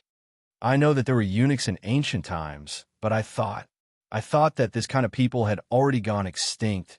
They have indeed gone extinct here. They have been out of fashion since the age of the Empire." Glover's tone was still stiff. "The ones you see now are basically transported by sea from the Eastern Peninsula or the outer islands in the West." Commodore's curiosity did not diminish. He continued to ask in a whisper, "Eunuchs?" Thales lowered his head and pondered. At this moment, a pleasant fragrance entered his nose. "How old are you?" Thales was shocked. It was only then that he realized that Xianxian had already come to his side without him noticing. She was pressing against his arm. "What?" Xianxian covered her mouth and laughed. She touched Thales' shoulder. "I've seen irresponsible older brothers bringing their younger brothers to have a taste." Thales twitched his eyebrows awkwardly. "But at this age, your older sisters will not take you seriously. They will either laugh at you and tease you, or they will drain you dry, whether it be your wallet or your body." Xianxian hugged Thales' arm and leaned her head against his shoulder, whether intentionally or not. "Why don't I bring you out for a drink and a walk? When your older brothers are done with their business, you can go back with them." As he felt the softness of her body and the fresh fragrance, Thales' body stiffened. He resisted the urge to shake her off. "I can't. Let me tell you a secret." Xianxian gently lifted the hood beside Thales' ear. Her hot breath tickled his ear. "Actually, things between a man and a woman are not fun at all." "What?" Thales turned his head stiffly. Xianxian blinked and smiled brightly. "Really?" Her voice was sweet and gentle. "When men come to Red Street Market." Xianxian glanced behind her in disdain and tightened her grip on Thales' arm. "It's not because it's comfortable, and it's not because they want to do it." Xianxian snorted softly and pouted. "They come here to do it because they can't find anyone else to do it, or they want to prove something by doing it. They want to create an atmosphere or achieve something, just like your brother brought you here." Thales blinked. "So?" Xianxian stared into his eyes in a serious manner. "That's not fun. What's more, you have to be with two other men, even if they are your older brothers." Thales' expression became more and more awkward. Looking at the other party's embarrassed look, the beautiful teenager burst into laughter. "How do you know about things between a man and a woman?" Thales tried hard to think of a way to escape, and retorted casually, "You're not." Xianxian's face turned pale.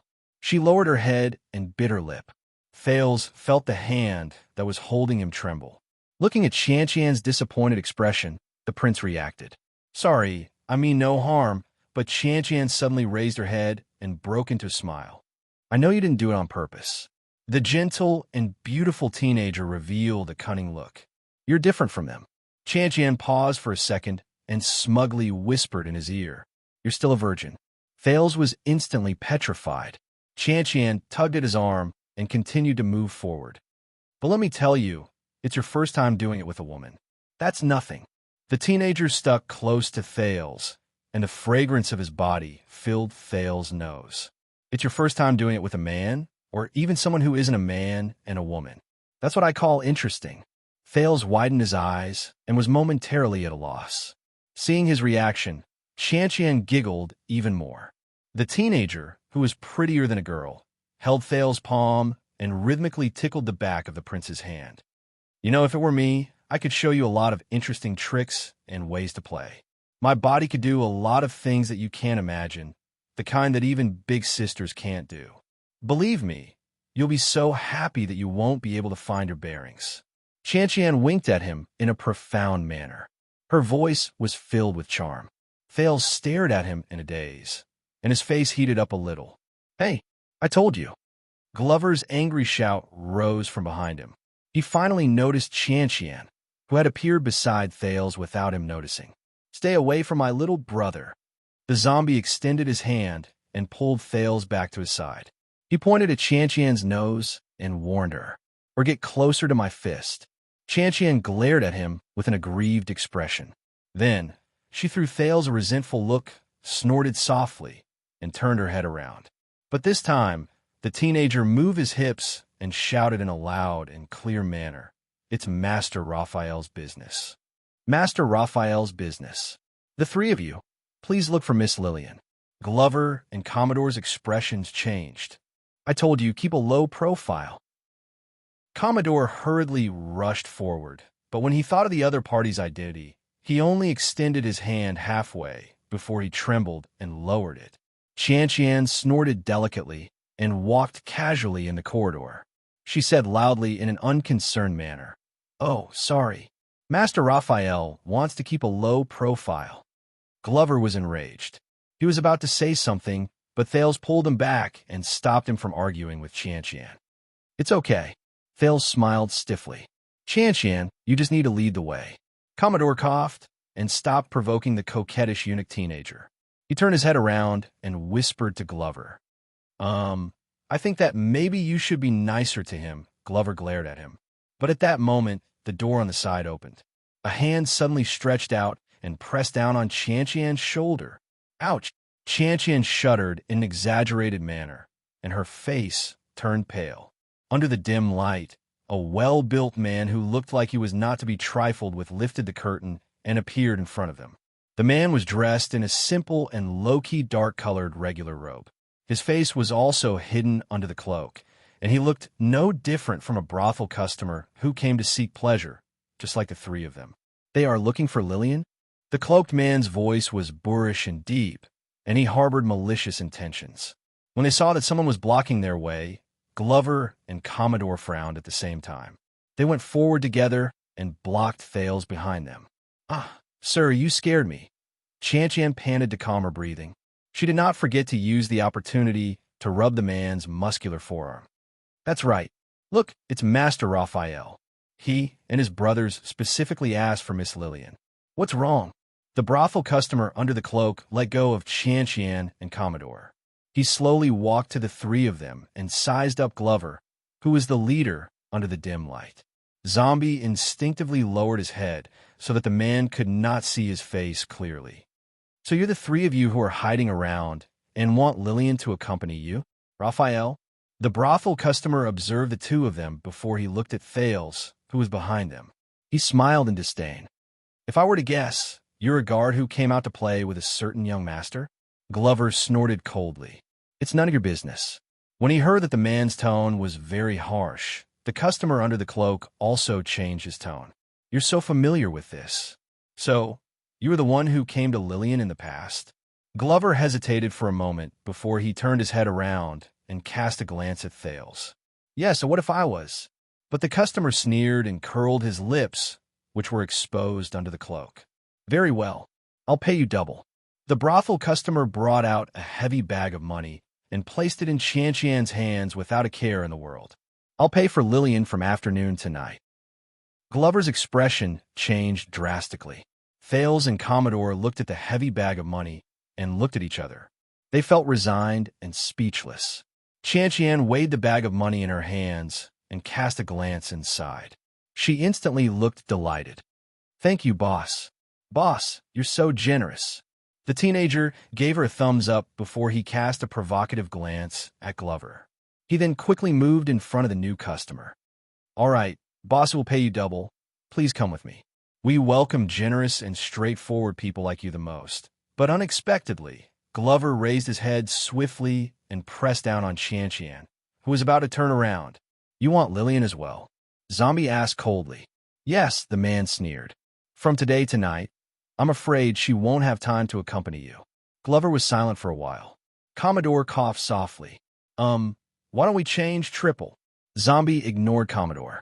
He suppressed his anger, pulled out his bag of money, and threw it to Xianxia. We'll pay you triple. You can get lost now. This time, it was Thales and Commodore's turn to be stunned. Raphael. Commodore hesitantly patted Glover's shoulder. It's best if we don't. Generous. Generous. Boss, you're even more generous. Xianxia weighed the 2 bags of money in her hands and blinked happily. She immediately stood beside the trio again. She turned her head around and cast a glance at the cloaked brothel customer before she spread her hands in resignation. Then, customer, since Sir Raphael said so, I can't do anything about it. Triple? The brothel customer sneered under the cloak and took a step forward. What? So what if you're rich? Glover clenched his fists and snorted angrily. The man arrived in front of Glover. He was not any weaker than Glover. Do you know who I am? Do you know that I can make you stay in the jail from tonight until next week with a flick of my finger? I don't have asterisk king care who you are. Glover did not take a single step back. His expression was as cold as ice. Lillian is mine. There's no room for discussion. Glover and the other party exchanged a tit-for-tat glance in the dark. Very well. The brothel customer clicked his tongue and said. He suppressed his boorish voice and took out another banknote. Then I'll pay you quadruple. If it's not enough, I'll add more.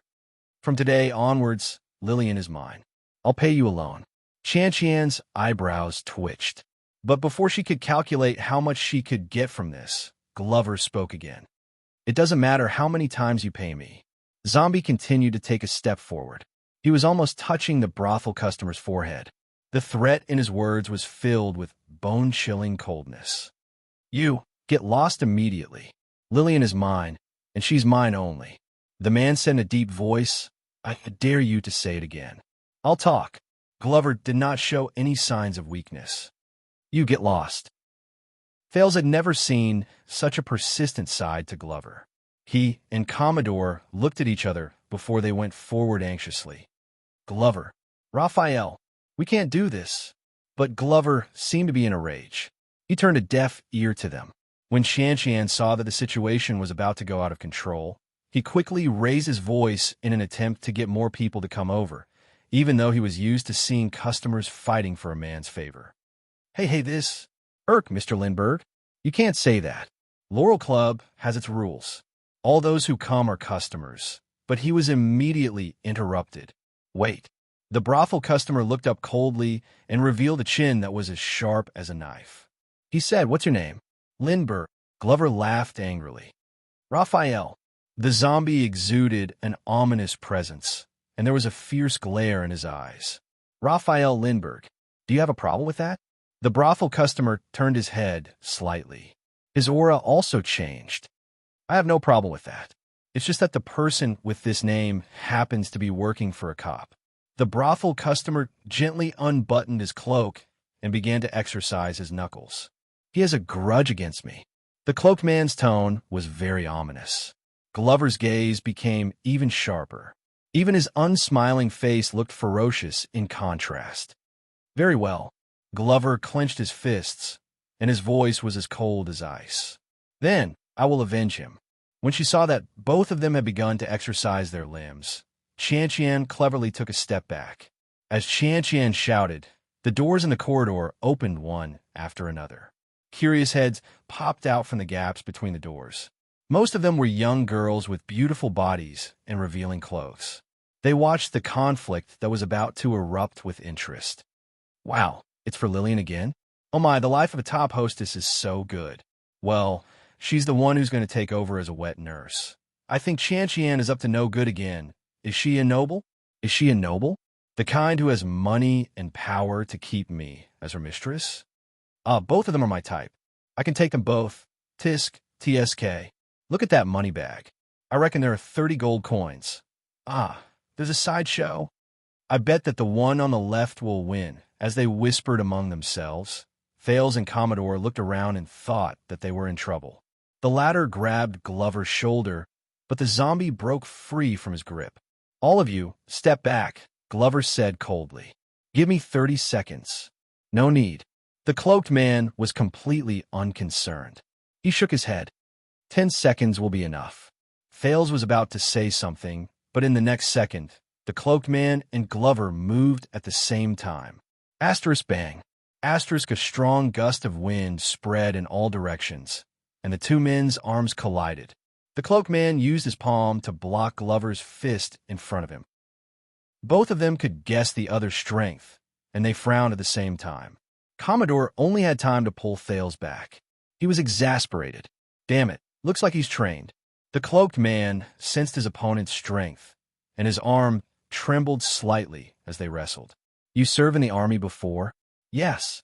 Glover, who had attacked, had a ferocious look on his face. His gaze was fierce. He gritted his teeth and said, "On your mother's bed." The cloaked man's gaze changed. Both fists retreated at the same time before they collided. Asterisk thud. Asterisk, this was the first time Thales saw Glover use force. The Vanguard's fists and kicks advocated offense. They were ruthless, direct, and shockingly powerful. His fists were imbued with the power of eradication, and wherever they went, a strong gust of wind would blow, causing people's expressions to change. But his opponent was obviously not a weakling either. The cloaked man faced the fierce punches, but he did not avoid them. He fought with his fists, and he did not seem to be at a disadvantage at all. Both of them attacked without holding back. They did not care about the fists that landed on their bodies either. They seemed to have made up their minds to attack each other until the end. Oh no, this is also a superclass fighter, and his power eradication is the type that leans towards offense. Commodore protected Thales, and he was extremely anxious. How are we going to end this? Thales also had a headache. They were only here to avoid the Brotherhood's search, but they did not expect to run into Glover, who was known to be taciturn and unsociable, fighting with someone over a girl. The two brawny men made quite a commotion when they fought. The spectators behind the doors on both sides of the corridor watched with great interest, and they occasionally commented, "Oh my, they're fighting again. Come and see. Where's Blood Bottle Gang? Are they just going to ignore us after receiving protection fees? Tinker, where are you, Tinker? Manage the order. Grandmother Laurel is going to have a headache again. Ah, don't, that's my favorite curtain. Asterisk thud." Asterisk, the fist hit the man, and a dull thud rose. Lillian is mine. Glover grabbed the man's arm and slammed him against the wall. He gritted his teeth. You stay away from her. Asterisk bang. Asterisk, the cloaked man charged back and pushed Glover to the other side of the corridor. Are you one of those rich nobles who came to look for Lillian? Bah, are you even worthy? Asterisk thud. Asterisk, a loud sound rose. Glover threw a hook at the man, and he staggered backwards. He roared in anger. You cannot. Come and look for her again. The man coughed up a few drops of blood. He turned around and pushed Glover to the ground. Asterisk crash. Asterisk, I should be the one saying that. Both of them fell to the ground. The man tried his best to grab Glover's neck, but the latter tried his best not to let him lock his neck. Lillian is free. She can follow whoever she wants. Glover flipped over and counterattacked. He pinned his opponent under his body. Nonsense. Are you going to get lost or not? Within a few minutes, both of them were truly enraged, and they completely forgot about themselves. They fought with their fists and kicks to the fight on the ground, and they used their skills to lock hands to wrestle with each other. Thales frowned secretly as he watched. Commodore slapped his thigh while he watched by the side. Damn it, this is not over. He turned around and looked at Thales, who was frowning. Your Highness, stay where you are. I have to handle this. Thales watched the two people who were locked in a stalemate with their fists flying everywhere. He asked in puzzlement, Are you sure? Commodore removed his cloak and smiled in a relaxed manner. It's nothing. When I was still in the police station in the inner city, I had to protect those rich nobles when they went out, and I have seen a lot of this kind of jealousy. Thales still had doubts, but Commodore exercised his fists, and his face was full of confidence. As long as we separate them and let both of them have a way out. Thales wanted to say something, but Commodore had already rushed into the fight. Are you done? The guard displayed the close-quarters combat skills he displayed when he sparred with Thales. He threw a punch here and a jab there, and he separated Glover and his opponent perfectly. He pushed both of them against the wall. Both of them gasped for breath and got up from the ground. Commodore showed Thales a smile that said, "Everything is under my control," and extended his hand to stop the two people who were still fighting. His tone was filled with the awe-inspiring and solemn tone he had when he was in the police station. "Listen to me. There is no need for us to be here for a woman." But in the next moment, Thales' expression changed. He saw Glover get up, roar, and throw a punch forward. F*CKU. The cloaked man supported himself against the wall and turned his head around. With a savage expression, he turned around and delivered an elbow strike. Go! Bang! Thud! Commodore stood in the middle and acted as the mediator. Before his smile disappeared, he was caught off guard. He suffered two merciless blows, and he trembled violently. Thales could feel it, and he covered his face in pain. In the next second, Commodore's eyes rolled back, and he fell backward with his back straight. Chapter 597. When they saw that it was a third person who was fighting, the two people who were fighting came back to their senses and were stunned. F*CK. Didn't I tell you to step back? This was the exasperated Glover. You don't look like much. This was the cloaked patron who was gloating. Their gazes met again, and anger rose in their hearts. Without waiting for Thales to speak, Glover pounced on him again. F*CKU. The cloaked patron did not want to be outdone. He returned the favor with a punch. F*CKU too. With a thud, the two men's figures collided again. They separated and reunited, and they fought to their heart's content. Listen up, if you dare to touch Lillian with your filthy hands. Hiss. Does it hurt? Hee, if you harass her again, this is... Arg. I have never lost a fight since I was young. Irk. I have never fought before, because no one dares to fight me. Ouch. I have killed more people than the girls you have slept with. Wah. The girls I have slept with are... F*CK no. Ouch. Thales looked at Commodore, who was unconscious on the ground, and the two people who were happily fighting with each other. He rubbed his face, feeling a headache coming on. He did not know what to do. Even louder discussions came from the cracks in the doors on both sides of the corridor. At this moment, a loud and stern female voice came from afar. Enough. This is Laurel Club. For some reason, when they heard this voice, the two people who were wrestling on the ground shuddered at the same time. Thales turned his head around. A beautiful woman came with a lamp. She had a nice figure, and her eyes were gentle. Behind her was a listless and sickly man, and the obedient and innocent Sissy. When this beauty appeared, not only did Glover and his opponent stop fighting, even the whispers on both sides of the corridor became softer. The beauty's steps were light, and her waist was slender. At that moment, her face was as cold as ice. She walked to Thales' side. The prince quickly lowered his head and watched the two people who were fighting. You get up. The beauty spoke harshly and glared at the man under the cloak. But her every frown and smile was charming. Even her anger was enchanting. The man looked up and said awkwardly, Miss Lillian. The beautiful woman named Lillian frowned and said angrily, Move. The burly man quickly let go of Glover and scrambled to get up in a sorry state. So, this is the star of Laurel Club, Miss Lillian? Thales muttered. Glover panted and stared at Lillian blankly. You. Lillian stared at Glover for a long time before she said coldly, Step back. Glover's expression was complicated. At that moment, he seemed to be excited and ashamed. Lillian widened her eyes. Back off. Glover seemed to have heard a military order. He quickly got up and retreated. Thales suspected that he did not even carry out Mallow's orders so well. Lillian turned around and looked at the gaps in the doors that were opened all around the corridor. Do you have nothing to do? Lillian looked around and shouted loudly, Go. Then go find a man to fuck. If it really doesn't work, then I'll use women. Without waiting for her to speak again, the girls behind the door began to move, and the sound of the door closing rose and fell. The dim and ambiguous corridor became solemn and silent again. Glover and the client hid their bruised and swollen faces under their cloaks again. They stood on both sides of the corridor with their hands behind their backs, like two children who had done something wrong. Lillian raised the lamp and shone it on Commodore, who was groaning in pain on the floor. She frowned. She turned around and ordered the listless man behind her. "Tinker, help him up." The man sighed and went forward to help Commodore up. "Pull yourself together, bro. No one could die in a club." Glover also went forward and helped the man hold Commodore up. At the same time, he called out the man's name. "Hey, Tinker."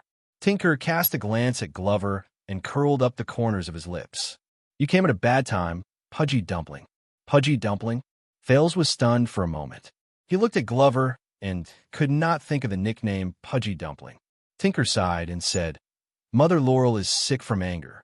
Mother Laurel is sick from anger. The black ribbons just left." Glover frowned and said, "Black silk robes. You mean the Brotherhood? Are they here to cause trouble?" Tinker shook his head and did not want to say more. He stared at Glover with a distant and complicated gaze. After she dealt with the few people, Lillian turned around and looked at the third person who stood with her head lowered, Xianxia. "Was it fun?" the beautiful woman asked coldly. "Huh?" Xianxia raised her head. She looked surprised and innocent. "I was just trying my best to attract customers. You know the sales. What the hell are you talking about?" Lillian's emotions flared up. She shouted angrily, "I shouldn't have asked a spineless person like you to welcome customers." Xianxian trembled violently. She looked like she was about to cry. "Sister Lillian, When Lillian saw Xianxian's pitiful look, her heart softened. She sighed and waved her hand. "Forget it. Hurry up and do what you need to do." Xianxian instantly smiled through her tears. Sister," Lillian frowned. "Hurry up and get lost. If you continue to hide, the wet nurse will sell you to the desert sooner or later. You will be sold to the barren bone people as food." Xianxian did not dare to delay any longer. She quickly turned around and went downstairs. When she left, she did not forget to make a cute face at Thales. Thales watched the development of the situation and thought, "The situation is complicated. I can't expose my identity yet. It's best for me to keep a low profile and keep quiet." Glover and Tinker helped Commodore to Thales' side and let him lean against the wall to rest. Then they walked towards Lillian. Glover took a deep breath and said hesitantly, "Lillian, But in the next moment, Lillian gave him a backhand slap. Slap. Get out. Get out." Lillian pointed at the stairs and said sternly. Her voice was a little distorted. "You are not welcome here." Thales was shocked. Tinker looked at Glover, who was slapped. He wanted to say something, but he still shut his mouth. Glover touched the side of his face that was slapped. He looked at Lillian in a daze, but he did not get angry. Glover did not dare to look at Lillian. He took a deep breath and shifted his focus to the hooded customer. "This guy, is he here?" Lillian scowled, and she was very angry. "He's my man."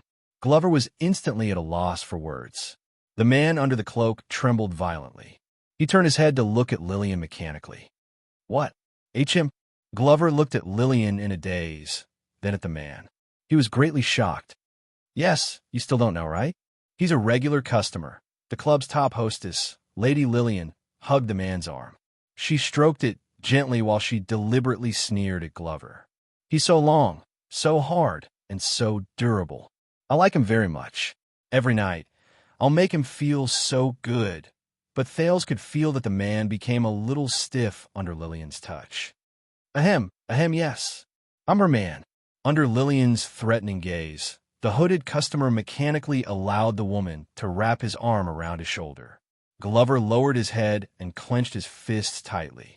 It trembled slightly under the cloak. He took a deep breath.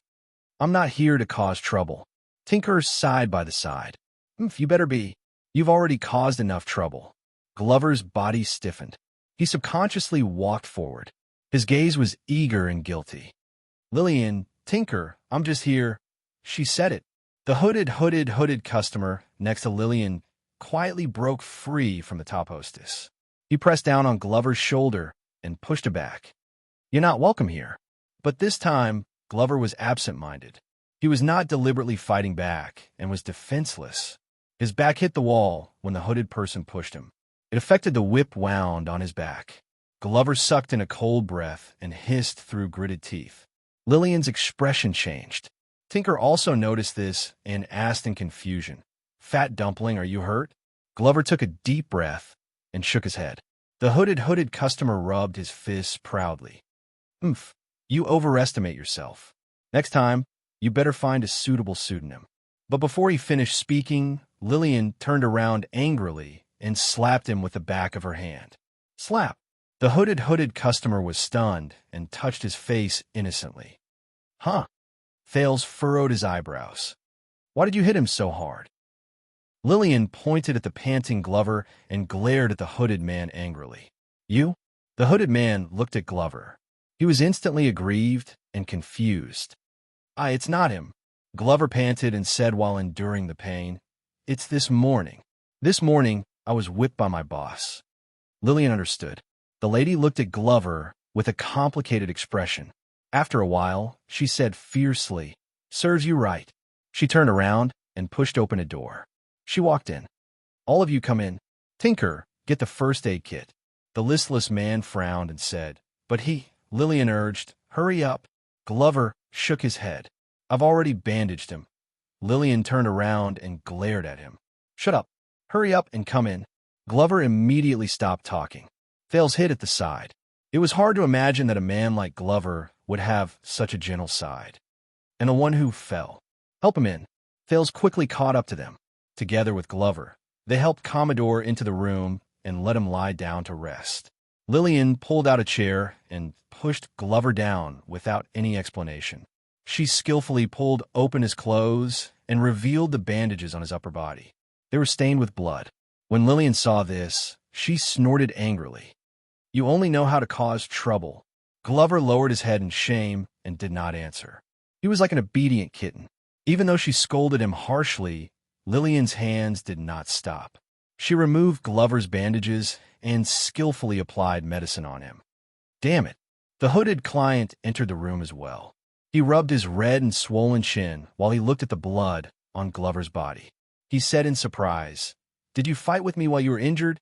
That's not important." When Glover saw that it was the hooded client, he snorted angrily and refused to show weakness. "Even if my head is chopped off, I can still beat you up." The hooded client snorted softly. "I'd like to see how stubborn you can be until... Are you done with your nonsense?" Both of them shut up at the same time. "As for you..." Lillian turned around and glanced at the hooded client. "What are you still doing here? Do you really want to do business with me?" Glover raised his head warily. The customer under the cloak shuddered. No. He shook his head and chuckled. All right, I'll leave now." The hooded client tiptoed out of the room and closed the door behind him. How unlucky. He shook his head and thought. He inadvertently touched the bruise on his face, and he grimaced in pain. At this moment, "Hey, wait." The hooded client lowered his head and found that the shortest guy had slipped out at some point in time and was standing beside him. Fales frowned and scrutinized the man in the cloak. The man immediately put on a stern expression, and the pain on his face disappeared. "Why, Brad, do you want to help your brother get back at him?" He raised his fist and said fiercely. Fales glanced sideways at the man's cloak and crossed his arms. "If so," the man snickered, "don't even think about it. With your physique, you won't be able to do it even if you train for another 10 years. The cloaked man waved his hand in disdain and turned to leave. Fales' expression did not change. He stared at the man's back and said airily, "Cohen." In the next second, Fales was satisfied to see the man in the cloak tremble. The man froze for a second, then straightened his back as if nothing had happened and continued to walk forward. But Fales' voice rose again. "Cohen, Caribbean?" As expected, Fales saw the man in front of him trip and hold onto the wall so that he would not fall flat on his face. After a full 3 seconds, the hooded client, the first-class police officer of Western City Police Station, Cohen, the big blockhead Caribbean, turned his head around while trembling. How? How did you know?" "I couldn't tell." Fales looked at him in disdain. "I just thought you looked familiar. I was just asking." "Then you confessed." Cohen was stunned for a few seconds. He pulled back his hood, put on a fierce expression, and walked towards him. "You, which noble's brat are you?" Fales took a step back and hid his face in the shadows. "You don't need to know who I am. You only need to know. But before he could finish, Thales' sin of Hell's River sensed danger and surged. Asterisk bang. Asterisk Cohen's arm came at him like a volcanic eruption. Thales could only raise his hand to block the attack. Yo, the police officer snorted. Your reaction is pretty fast. But in the next second, Cohen's attack came in a continuous stream. His fists and elbows intersected. Wait, before Thales could finish his words, he had to keep up with the rhythm and defend against the police officer's merciless attacks. Fists, elbows, legs, muscles collided, and the suffocating wind generated by the punches. Thales could be considered to have experienced what Glover felt just now. Cohen's attacks were like a surging tide, and each wave was stronger than the last.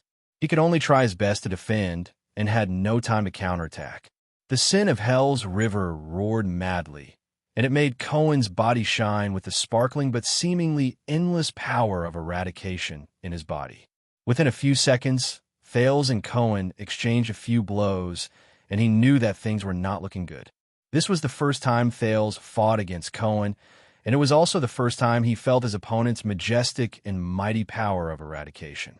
It was endless and endless. It was hard and forceful, swift and rapid, and difficult to defend against. It was so overwhelming that Thales could not breathe. Humph. You think you can threaten me just because you know who I am? Threaten the kingdom's police officer? Cohen sneered. You think too much. Thales could not stop his defense at all. He was practically suffocating. Even though he looked stupid and dazed, Cohen's movements were skillful and his strength was astonishing. He suppressed Thales to the point where he could not fight back, and could only moan in pain after each exchange. If it was before he entered the Great Desert, he would probably have been defeated in 1 or 2 rounds. Strange, Thales thought as he defended painfully. According to Wuxia, wasn't this blockhead always very weak in Extet, and the one who was beaten up badly by everyone he met? Why is it not like that at all when we fight? Wuxia, you lied to me. Let me tell you. Cohen watched Thales struggle miserably under his hands. He could not help but say smugly, when I was commanding the Northland and beating up the Northland barbarians, who knows where you were? After receiving a straight punch without any fancy moves, Thales finally could not take it anymore. He lost his footing and crashed into the wall. Coming to a place like this at such a young age? I knew it. You good-for-nothings, your brains are full of women. Cohen stretched out his arm and pinned Thales down. If I were your father, I would spank your little butt. Cohen snorted coldly and lifted Thales' hood. At that moment, the air became quiet. Their gazes met. Cohen's eyes widened. The teenager looked embarrassed. A few seconds passed. Cohen. Thales took a deep breath. Listen to me, but, kid, you can... Cohen's tone was at first dazed, then puzzled. You look familiar? It was Thales' turn to be stunned. But he immediately realized that the light in the corridor was too dim, and Cohen did not recognize him. Great. Thales broke free from Cohen's hand and prepared to put on his cloak again. But at that moment, the door to the room opened with a bang, revealing sunlight and illuminating the 2 people in the corridor. The moment he saw the teenager's face, Cohen's eyes widened. Hey, I need to go to the toilet. Pudgy Dumpling wants you to go in. Tinker's head appeared at the door. But when he saw the posture of the 2 people hugging each other, he raised his eyebrows and immediately changed his words. Oh, sorry for the interruption. You guys continue. Tinker seemed to be used to this kind of thing. He skillfully apologized and slammed the door shut. The 2 people who were hugging each other against the wall and looking at each other were once again left in the dim and ambiguous corridor. You are. With the help of the light just now, Cohen finally recognized the teenager in front of him. He could not believe it. Your Highness.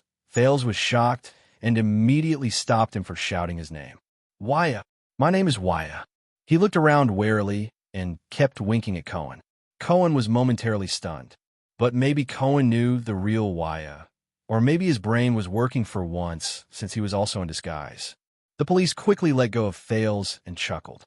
Oh, Wuxia. So it's you, big brother Wuxia. Cohen patted Thales' shoulder as if they were close brothers. After breaking free, Thales heaved a sigh of relief. He looked at the countless doors in the corridor and also put on a fake smile. Haha, yes. What a coincidence, Cohen Lorbeck. Cohen quickly said, also stopping the prince from shouting his name. I'm Lorbeck, Lorbeck Dara. The police smiled sheepishly and pointed at himself. Fales thought of something and chuckled as well. Oh, Big Brother Lorbeck. He thumped Cohen's chest, and the two of them looked around warily. To outsiders, it looked like two good friends who had not seen each other for a long time were both excited. Damn it. Why did I have to meet this blockhead? Damn it. Why did I have to meet this troublemaker? As they exchanged glances, the two of them patted each other's shoulders and chests passionately, with a hint of competition in the dark. With a bang, the door opened again and light spilled out to illuminate the corridor.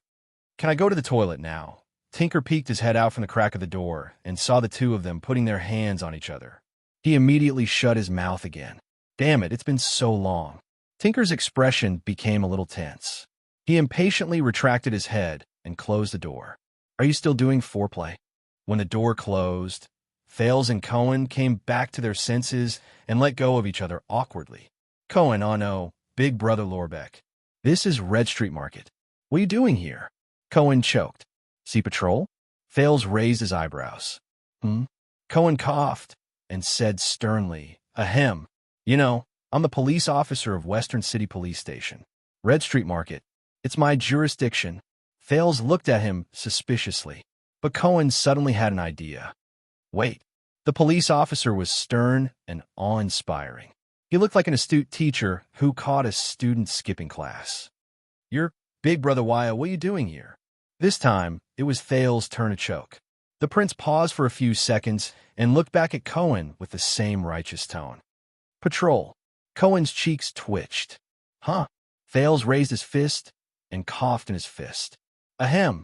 You know, I'm his second prince of Constellation. The entire capital. Fales looked up and said sternly, It's my jurisdiction. Cohen was stunned for a second.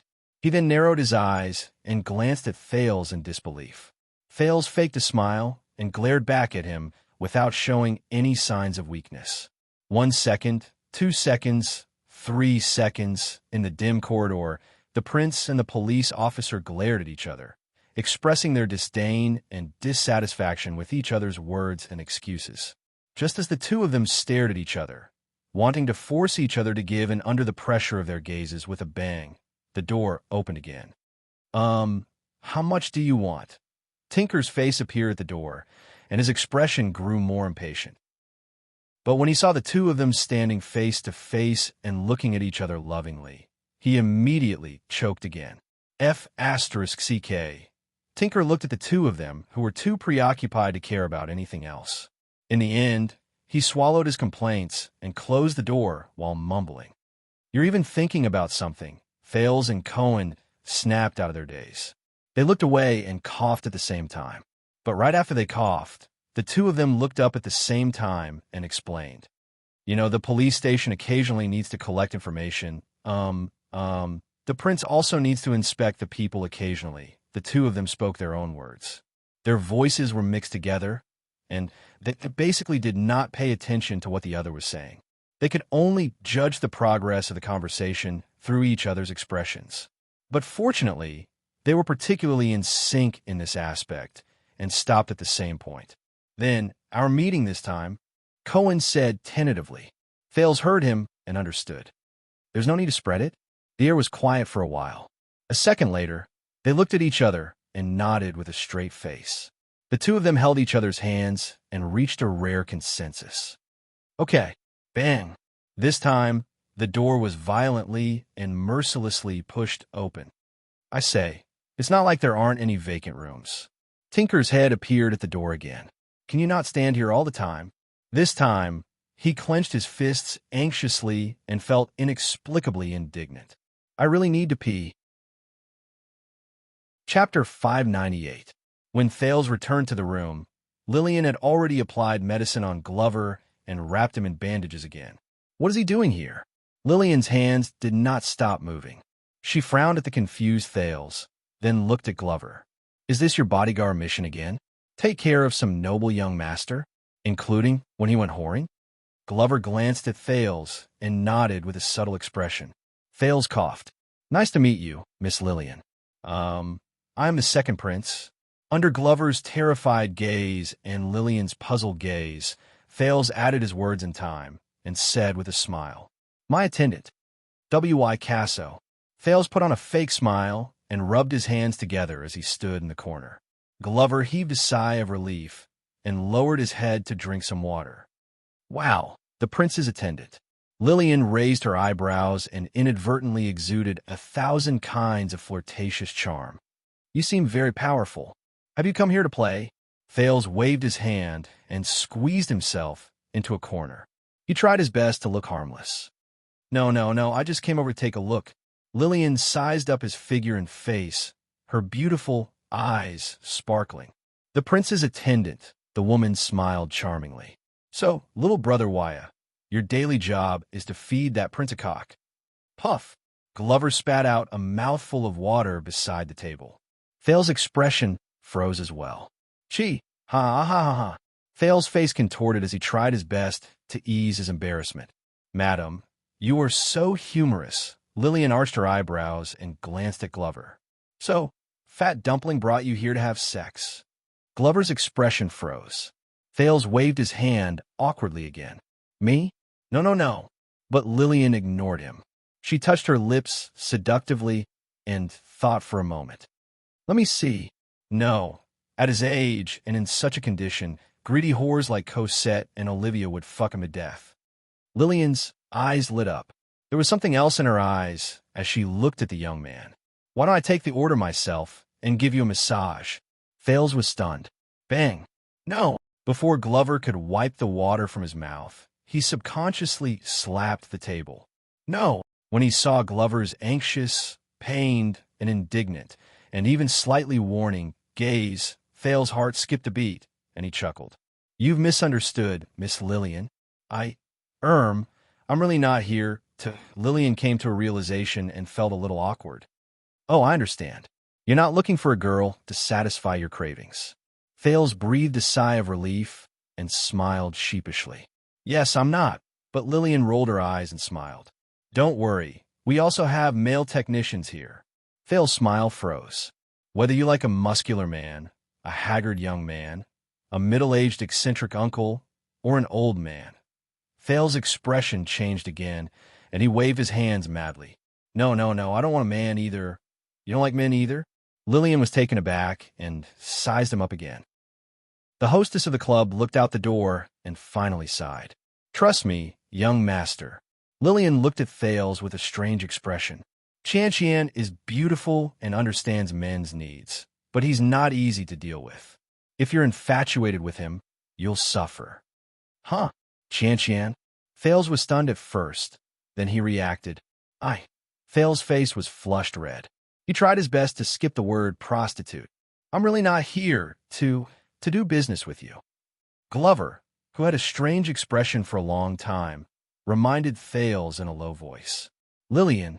A few seconds later, the hostess of Laurel Clubhouse giggled when she saw Thales' embarrassment. I know. Lillian crossed her arms. Her upper body swayed in a seductive arc, but she exuded a capable and experienced air. I just wanted to see if you really don't know the ropes, or if you're just shy. Thales froze again and stared at her in a daze. Lillian sized him up again, clicked her tongue, and shook her head. Both. She covered her mouth and laughed. Haha, a fledgling. Thales' face darkened. He really wanted to explain that he really wasn't. But after Lillian was done teasing him, her expression turned cold. Now, if you're done, you can get lost. When Glover heard this, he hesitated. Lillian, I didn't mean to, yes. You didn't mean to. Lillian interrupted him harshly. Once again, she showed her uncompromising manner. You said the same thing last time. Glover's voice froze, and he immediately became listless. Thales gulped. He subconsciously shrank further into the corner to avoid this lover's quarrel. But Lillian was not done yet. Anger and pain appeared in her eyes. But the burns, cuts, and whip marks on my body, the humiliation, and the marks are still there. Just as they were talking, this gentle and fierce girl actually didn't care about the taboo and lifted up her thin shirt, She exposed her beautiful upper body in front of the two of them. Fales and Glover were so frightened that they turned their heads away and closed their eyes. Do you want to see? Look, Lillian's tone changed a little. She stared at Glover, who had his eyes closed and did not dare to raise his head. She was sad and miserable, but also aggressive. Your achievements? The things you gave me. Although it was just an unintentional glance, Fales could see that even though her form was beautiful, Lillian's upper body, from her neck to her chest, and from her waist to her abdomen, was full of scars. It was a heart-wrenching sight. He could not help but be shocked. What kind of grudge did Glover and his soulmate accumulate for them to have such a strange relationship? The sound of clothes being put on could be heard in the air. Open your eyes, Lillian said coldly. I'm done putting on my clothes. I'm sorry, Lillian. But Glover did not open his eyes. He spoke in pain, and his voice trembled. I really want to. Lillian cut him off. Yes, I'm sorry. Apologize? Lillian's words were filled with hatred and heartache. It was complicated and subtle. This is the only thing you can say in the past and in the future. She put on her clothes, sneered, and looked elsewhere. She was like a lover whose heart had died a long time ago. Every F***king time. When she said that, Glover's face instantly turned pale. He swayed violently, as though he had suffered a heavy blow. Fales stood quietly in the corner. He did not dare to say a word. This was not his battlefield. A few seconds later, facing the heartless Lillian, Glover stood up dejectedly. I understand. He pressed the table with difficulty and turned to the door. He even ignored Fales. I'm leaving now. At that moment, wait. Lillian's cold voice traveled into his ears again. Glover's body froze on the spot. Leave after your blood dries up. Lillian stared at the bandages on his body with a complicated expression. They will scare away the guests. Lillian's footsteps rang in the air. She walked towards the door. Glover did not move. He did not even dare to turn his head to look at her, let alone speak. What are you looking at? Lillian noticed Fales watching from the side. Her gaze became fierce, and she pretended to tear open her clothes. My asterisk? Fales was shocked and quickly lowered his head. Lillian stared at him for a second before she giggled. She pushed the door open and left in a charming manner. Fledgling. The sound of the door closing was heard. In a room with ambiguous decorations, Fales and Glover breathed a sigh of relief at the same time. The former leaned against the wall, while the latter swayed and sat down on the chair. One of them was deep in thought, while the other was dejected. Glover? Fales asked tentatively. Yes, Your Highness Wuxia? The dejected Glover only realized that there was no one else in the room when he was halfway through his reply. He switched back to using the honorific title. The conversation stopped there. Both of them were silent for a while. It seemed like Lillian's influence had not disappeared. In the end, Fales sighed and broke the silence. How is Commodore? Glover snapped out of his daze and said absent-mindedly. Tinker moved him to another room. He has to rest for a while. It's not easy for me and young Master Caribbean to take punches. Fales furrowed his eyebrows. So, Cohen, you recognize him? Glover nodded. His emotions were still at rock bottom, and he was absent-minded. When we stopped, both of them sank into silence again. Fales finally could not help but speak about what happened just now. With a click, the door opened again. Fales and Glover instinctively shut their mouths and averted their gazes. Ah, this is such a long soak of urine. It feels so good. Tinker sighed in comfort as he walked in with his pants in his hands. Hey, I saw Lillian go out. He looked at the dejected Glover in a room and automatically ignored the teenager, Fales, who was much shorter than him, who was curled up in the corner. Tinker sat down in front of Glover and sighed. You have to understand her, pudgy dumpling. When he heard this title, Glover shuddered a little. I understand. The zombie slowly came back to his senses. He looked at the man in front of him with gratitude and a sense of closeness. Thank you, Tinker. Brother. Tinker's eyebrows twitched. He wanted to say something, but in the end, he did not. Tinker hesitantly extended his hand as if he wanted to pat Glover's shoulder, but he stopped when he saw the bandages on Glover's body. So, Tinker's expression was complicated. You were whipped by your superior again? Like last time? Glover's expression was dark as he shook his head. It's different. Tinker snorted softly. Will I be as unlucky as last time? You know you were locked up, and for a few months. No. Glover shook his head and denied it. He subconsciously looked at the corner. I changed my superior. He has a good temper. Fales quickly lowered his head and gave an I don't know you attitude. That's good. Perhaps because he was not in the context, Tinker did not notice these small interactions. Instead, he sighed with emotion. Lillian almost went crazy during those days. When he heard this name, Glover was touched, and he shuddered again. The two men sat opposite each other in silence. I don't understand. A few seconds later, Glover, who seemed to have regained some of his composure, remembered something and became indignant. That cop outside. Glover stopped talking and glanced at Thales. He changed to a formal title. I mean police officer. Tinker shook his head nonchalantly. Uh-huh. Glover retracted his doubtful gaze. He's not Lillian's man? No. Tinker chuckled and shook his head. Lillian said that he's a good man, too good. So good that he can't be her man. Glover was silent for a while in the face of these profound words. Not her man. That means you're just working with the cop? Tinker sneered. Working together? That stupid cop? With that little bit of brain of his? Beside him, Thales raised his eyebrows. He felt sorry for Cohen's reputation for a second. It's because he thinks we're working with him. It makes him feel a sense of accomplishment, so he will protect us. Tinker said sarcastically, Lillian has known him for a long time. I have to say, that guy is quite useful at times. He glanced at Glover for a second. At least it's better than relying on some noble's illegitimate son who has a lot of enemies to protect us, right? When he heard this, Glover was stunned again. As if he had expected Glover's reaction, Tinker waved his hand impatiently. All right, I'm just joking. He exhaled and gestured towards the door with his mouth. That greenhorn, cost something young, came here a few years ago. He's a hothead, just like all the other greenhorns who have just arrived. He's straightforward, inflexible, and has great ideals of fairness and justice. Ever since the one-night war, from Black Street to Underground Street, from Red Street Market to Riverside Street, from the Brotherhood to the Iron Bat Society, he has been jumping up and down. At one point, he caused chaos in Lower City District and the Western District. Everyone hates him. I heard that even in the nests of the Greenskins, many people find him an eyesore. Thales thought about it and digested Cohen's activities over the years. It's fine if he's strong and sturdy. After all, it's not like we've never met a cop like him before. Tinker crossed his arms and smiled sarcastically. But I heard that he's not from an ordinary background. He even served in the Western Front Line. The big shots in the gang are unwilling to go against him. Otherwise, with his level, how could he still be alive and kicking until now?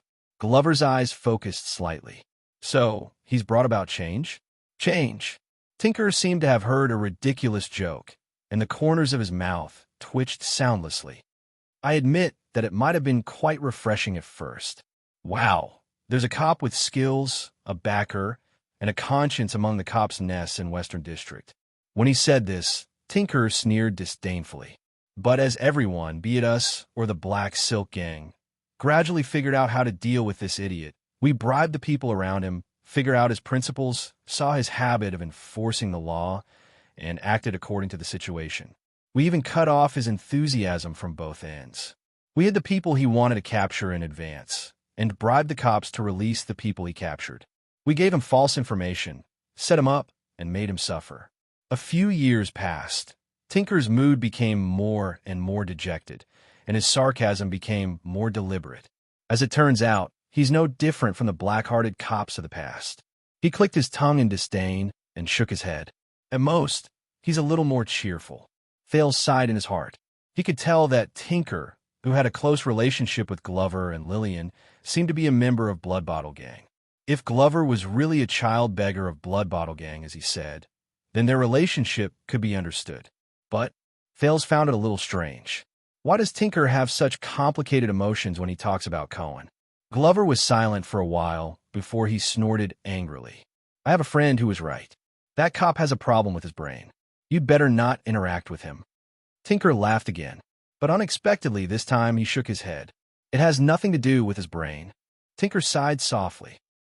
Red Street Market, Black Street, the Underground Street, the Grand Bazaar, the sewers, and even Star Plaza and Renaissance Palace. Every brick, every wall, every blade of grass, and every tree in Eternal Star City has been exposed to the sun and rain for hundreds of years. Nothing has changed. It will not change either. Glover frowned and looked at him. It's as if someone used invisible glue to glue everything in Eternal Star City together. It's strong and sticky, Tinker said absent-mindedly. No matter how the wind and rain batter it, whether it's exposed to the sun or the rain, it will not move. When he heard this, Thales was momentarily stunned. And a guy who only has ideals and morals, even if he's the smartest scholar, the strongest warrior, or the most powerful king in the world, much less a silly cop, Tinker looked desolate and helpless. He smiled indifferently. It's the same. Nothing can change. Thales was dazed for a moment. Only has ideals and morals. Nothing can change. Just like this damn world we live in. Tinker leaned against the table. His mood was downcast. It never changes. It won't. Chapter 599. Glover quietly listened to Tinker's complaints. He was preoccupied and did not speak. Anyway, today's situation is special. Tinker snapped out of his daze. Lillian specifically found a green-skinned man to scare off the Black Silk Gang. Glover frowned and looked up. Black Street Brotherhood? What happened? Don't you know? At the mention of this, Tinker sighed in annoyance. The head whore of the Brotherhood, a whore called Felicia, has disappeared. She was kidnapped in Red Street Market. Thales became alert when he heard the interesting content. Felicia had been kidnapped in Red Street Market, and he knew who did it. Glover frowned. What does that have to do with you? Tinker shrugged. Aren't the girls from the North popular these days? A few days ago, Felicia fought over a few new Northland girls and became enemies with Lillian. So, the Black Silk Gang thinks that we did it. They brought a bunch of people over to put pressure on them. All the shops were taken care of, especially here. You know, that damn whore and her one-night encounter. Even if she didn't kidnap the Northland girls, she has been trying to make things difficult for us all these years. Tinker sighed. Because of this, Red Street Market has been in chaos for the whole day. The atmosphere is tense. There was even a blind carriage that ran amok in Red Street Market at this time. By the way, did you see that carriage? A carriage that ran amok. Glover was stunned. Under Thales' gaze, he shook his head woodenly. So, did you do it? Thales quickly took over the conversation and diverted Tinker's attention. Kidnapped the Brotherhood? Tinker glanced at Thales and cast a puzzled look at Glover. The latter signaled that it was fine. Of course not. Tinker denied it first, but after hesitating for a while, his tone softened. All right, I'm not sure either. He thought for a while. Boss Catherine probably did not do it, but I can't say for sure that Red Viper, Wanderer, or the other people in the gang did not do it. This is a huge matter. How could the big shots and Blood Bottle gang not know about it? Glover was a little puzzled. Tinker sneered. You've been gone for too long, Pudgy. The situation is different now. 6 years ago, in the one-night battle at Red Street Market, we were utterly defeated. Our vitality was greatly damaged, and we could not have kept this place. All kinds of brothels would have become money trees for Black Silk. Thales pricked up his ears. Tinker was a little emotional and helpless. It was Boss Catherine who came forward and used her background as a big shot to persuade the Greenskins, especially the chief garrison officer, to intervene and force the Black Silk Gang to sit down and negotiate. In any case, they were forced to agree to a truce and spit out half of the newly occupied territory. Tinker sighed, but Blood Bottle Gang has not been the same since then. The strongest 12 with potential are either dead or scattered. Almost none of them are left, and the big shot mystic behind the scenes that the gang has always claimed to have never been seen. Boss Catherine is the most popular and has inherited most of the territory.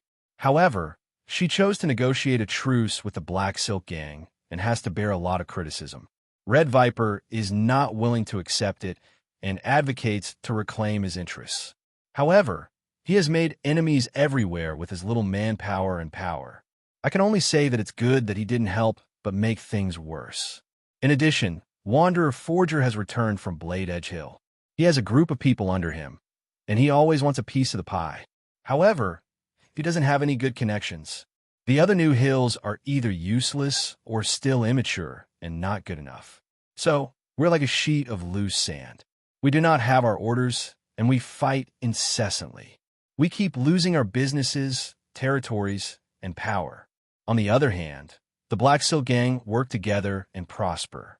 Hardfist Senza, Ironheart Rhoda, Alance, Alpha Wolf Fiso, Ripper Anton, Fatty Morris.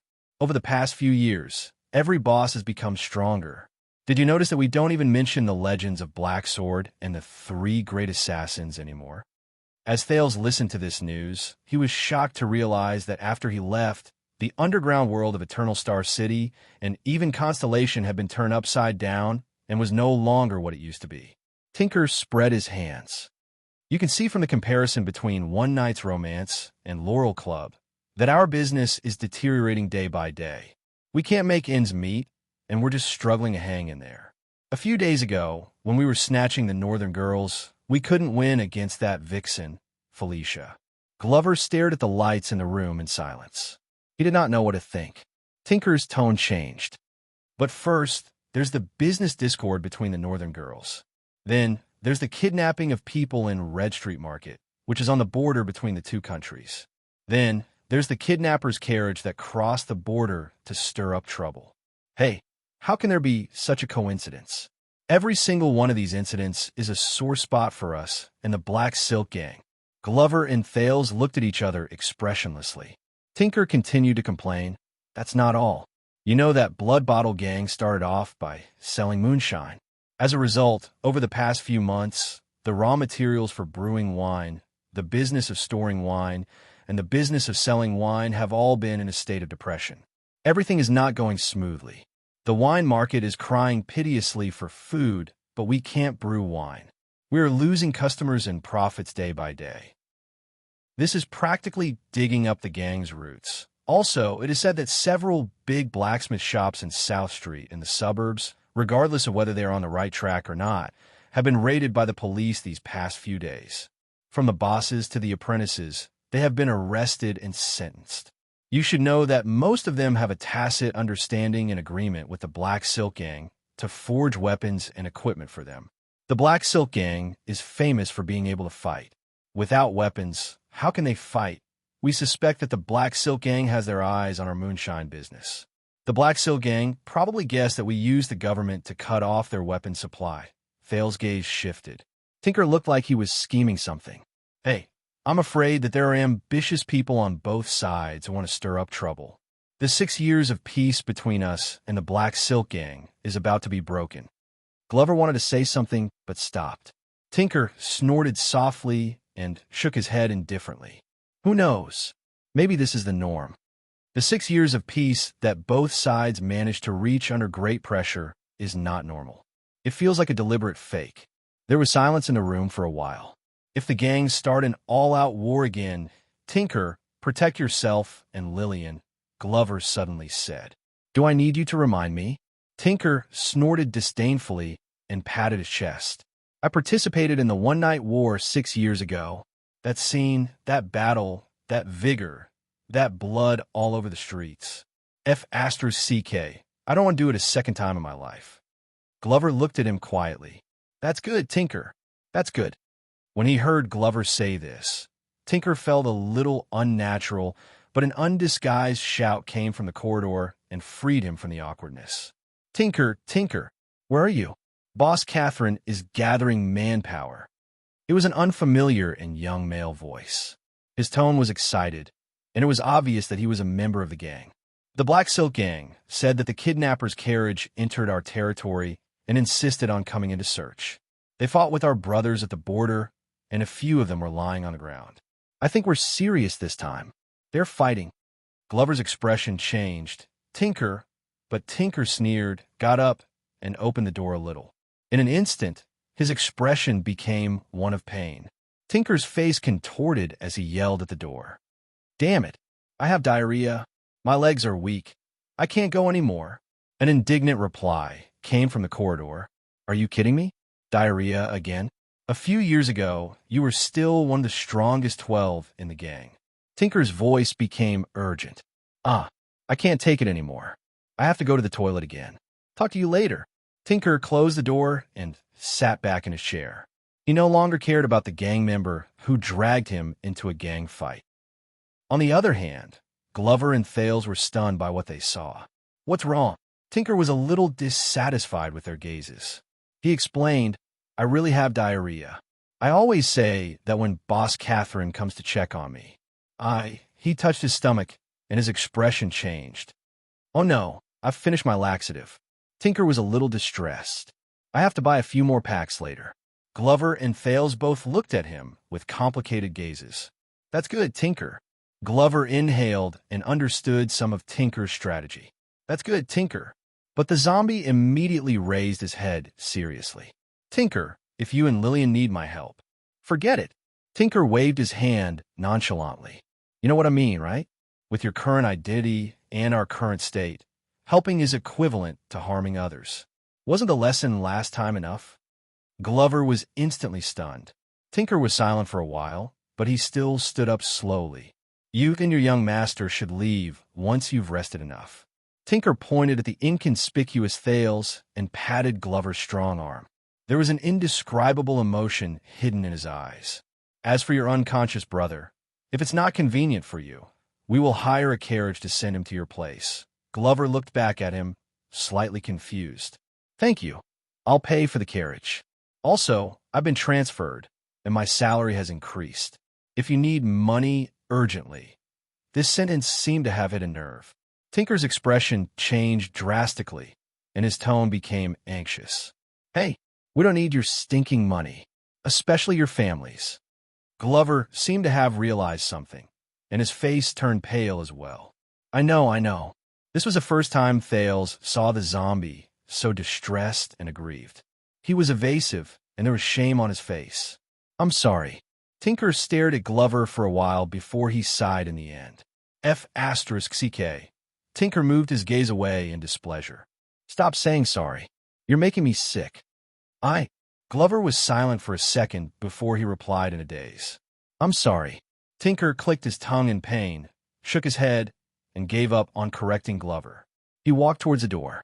Also, Tinker's back was facing them. He pressed his palm against the doorknob, and his tone was hesitant. You better not come here anymore. Glover's breathing froze. Tinker's mood was equally gloomy. He seemed to have made up his mind about something.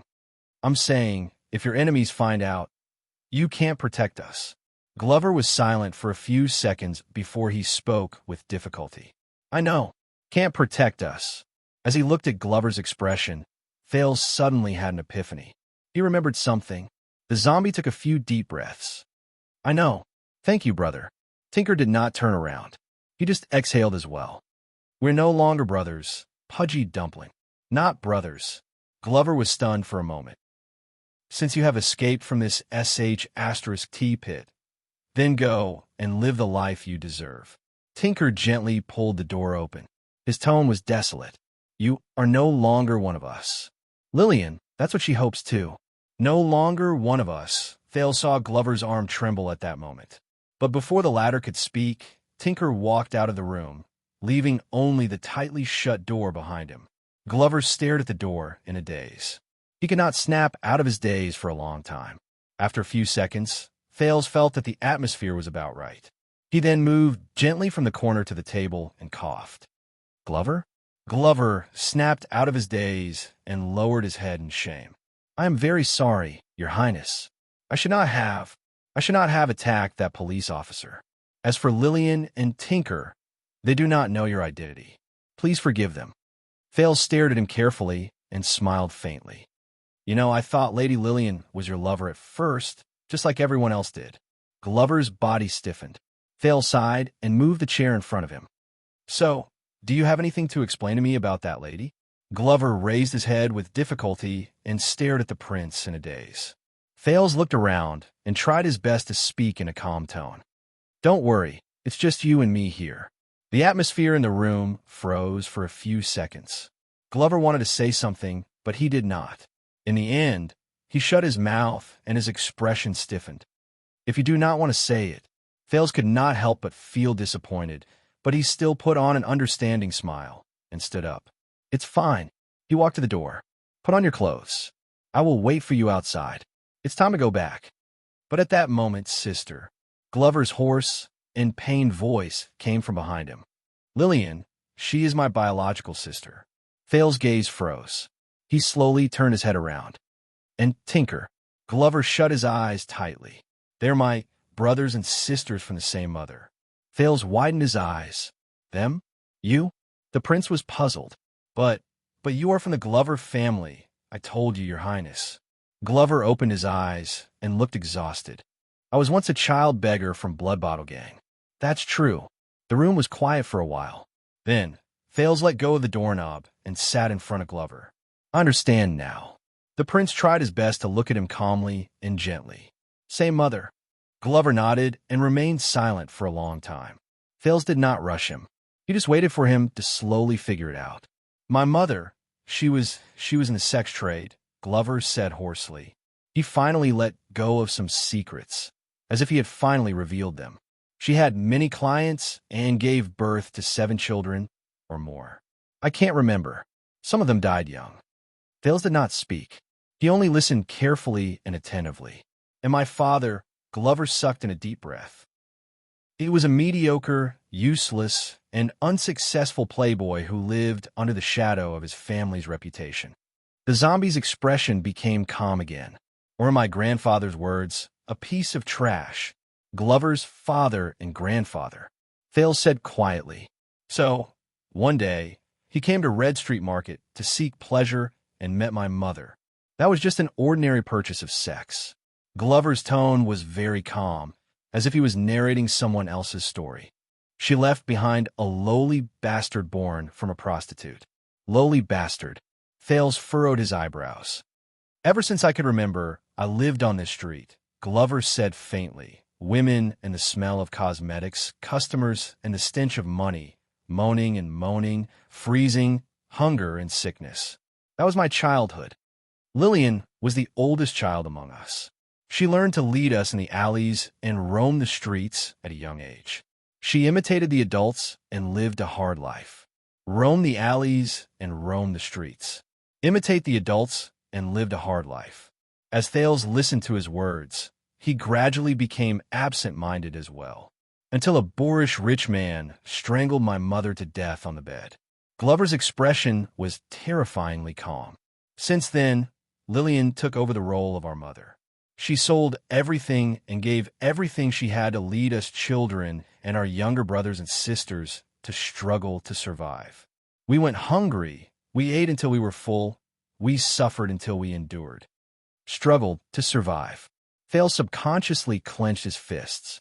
Lillian told us that when we were all of us, we are connected by blood. We should help each other. When she wandered the streets, she was taken away by different men again and again. Then, she came back with pitiful copper coins and food. Sometimes, she was even in pain. Glover's eyes showed pain, and the bandages on his body turned red again. We are brothers and sisters. That is the most important thing, she always said. She laughed and cried. Fales stared at the lamp on the table without any expression on his face. Those days were not easy.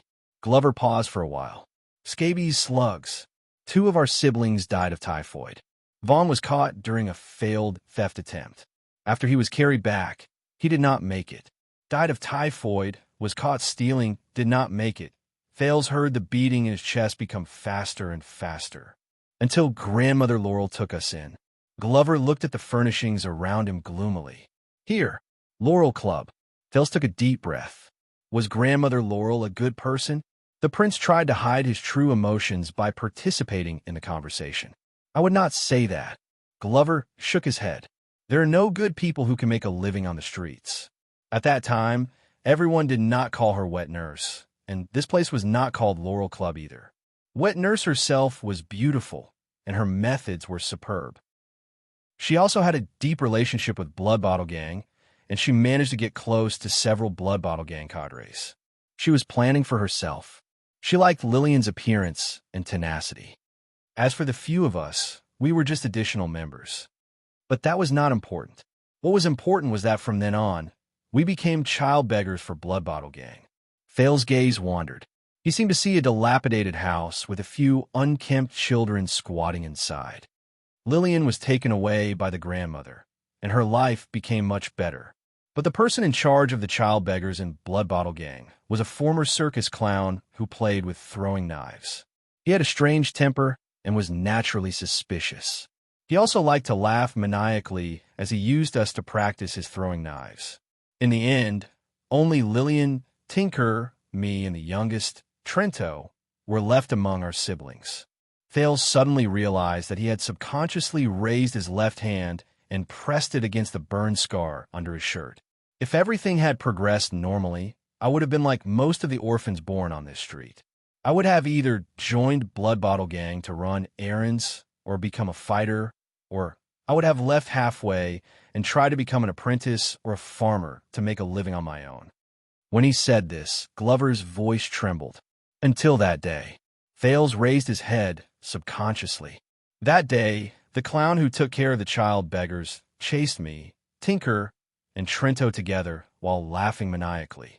He handed us over to some people who were dressed neatly but did not smile. Lillian was also sent over after that. We were brought to Sunset Temple, and each of us had a blood sample taken. Thales trembled slightly. He seemed to have seen his own day. Dawn, blood, and lights. Glover said absent-mindedly, "They sent us to the most beautiful house I have ever seen in my life, and we ate the most delicious food we have ever eaten." The most beautiful house. The most delicious food. Thales' gaze gradually became unfocused.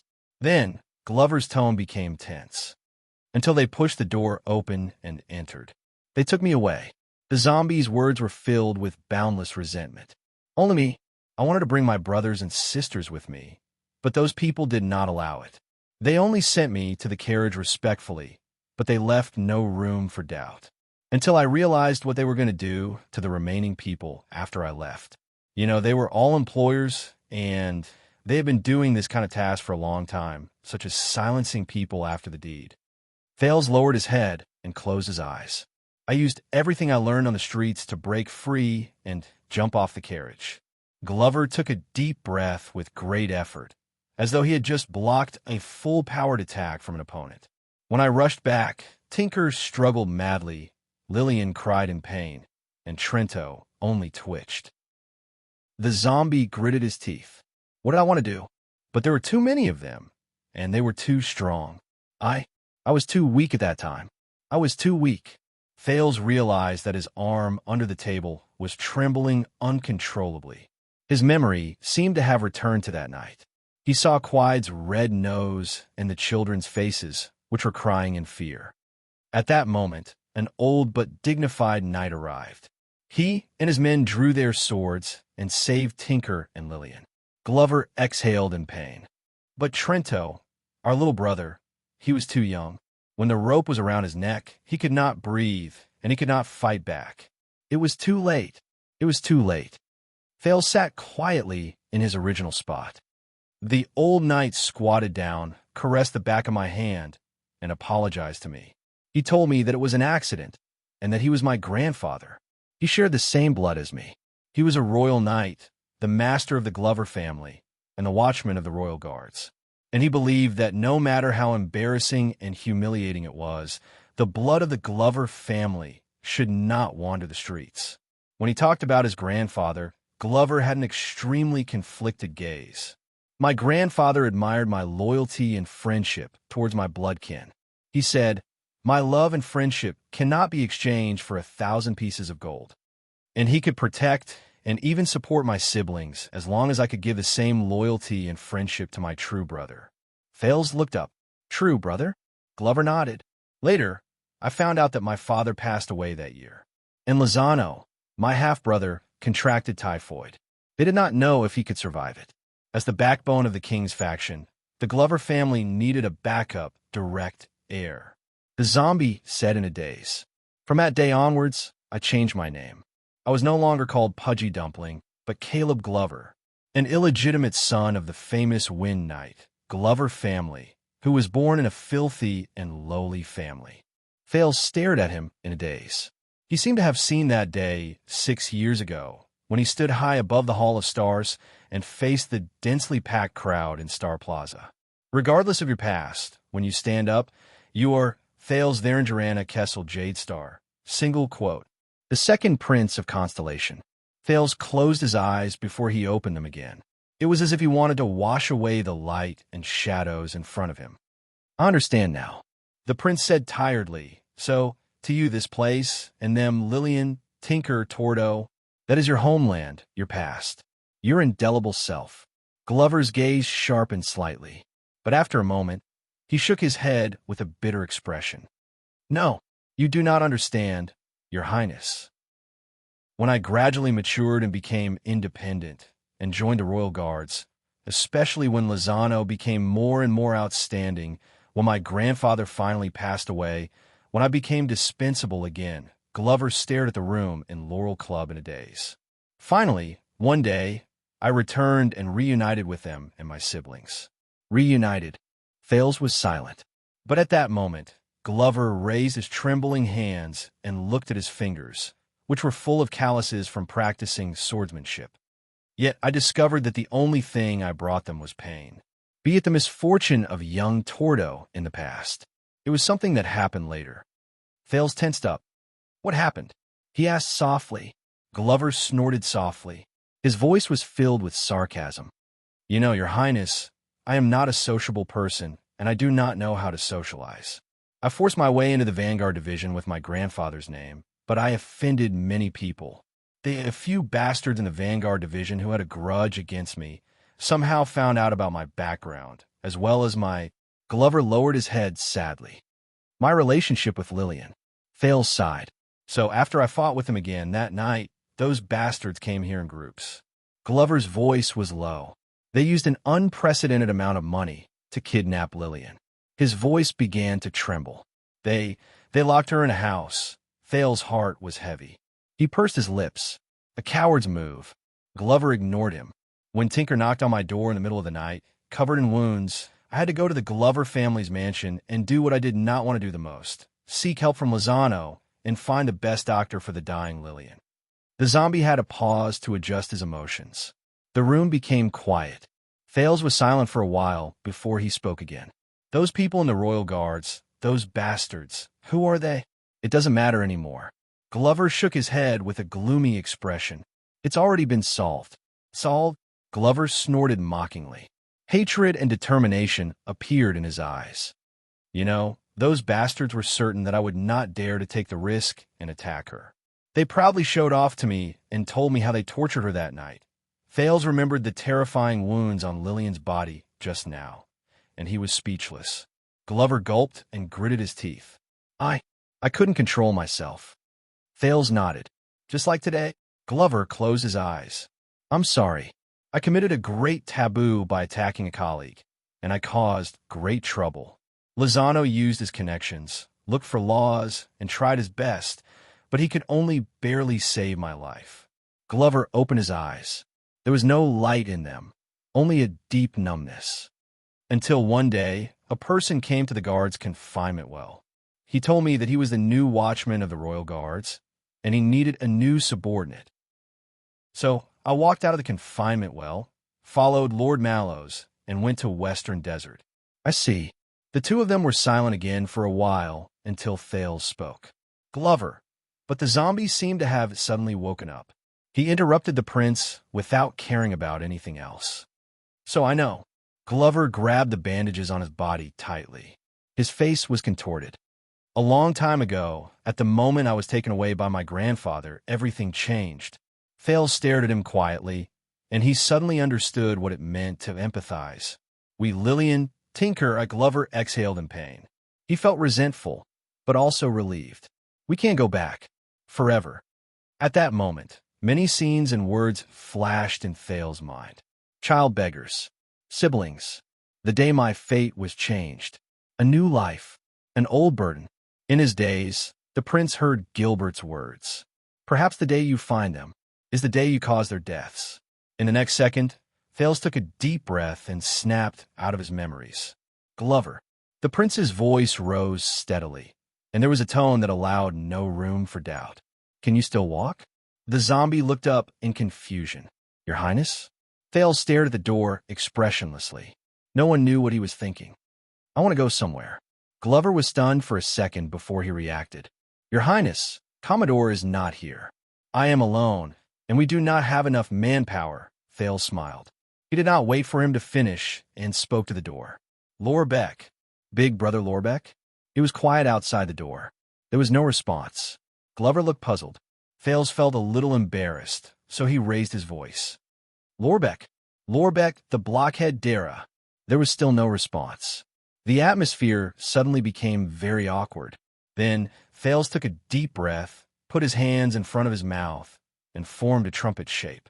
He shouted angrily, Cohen Nema Caribbean.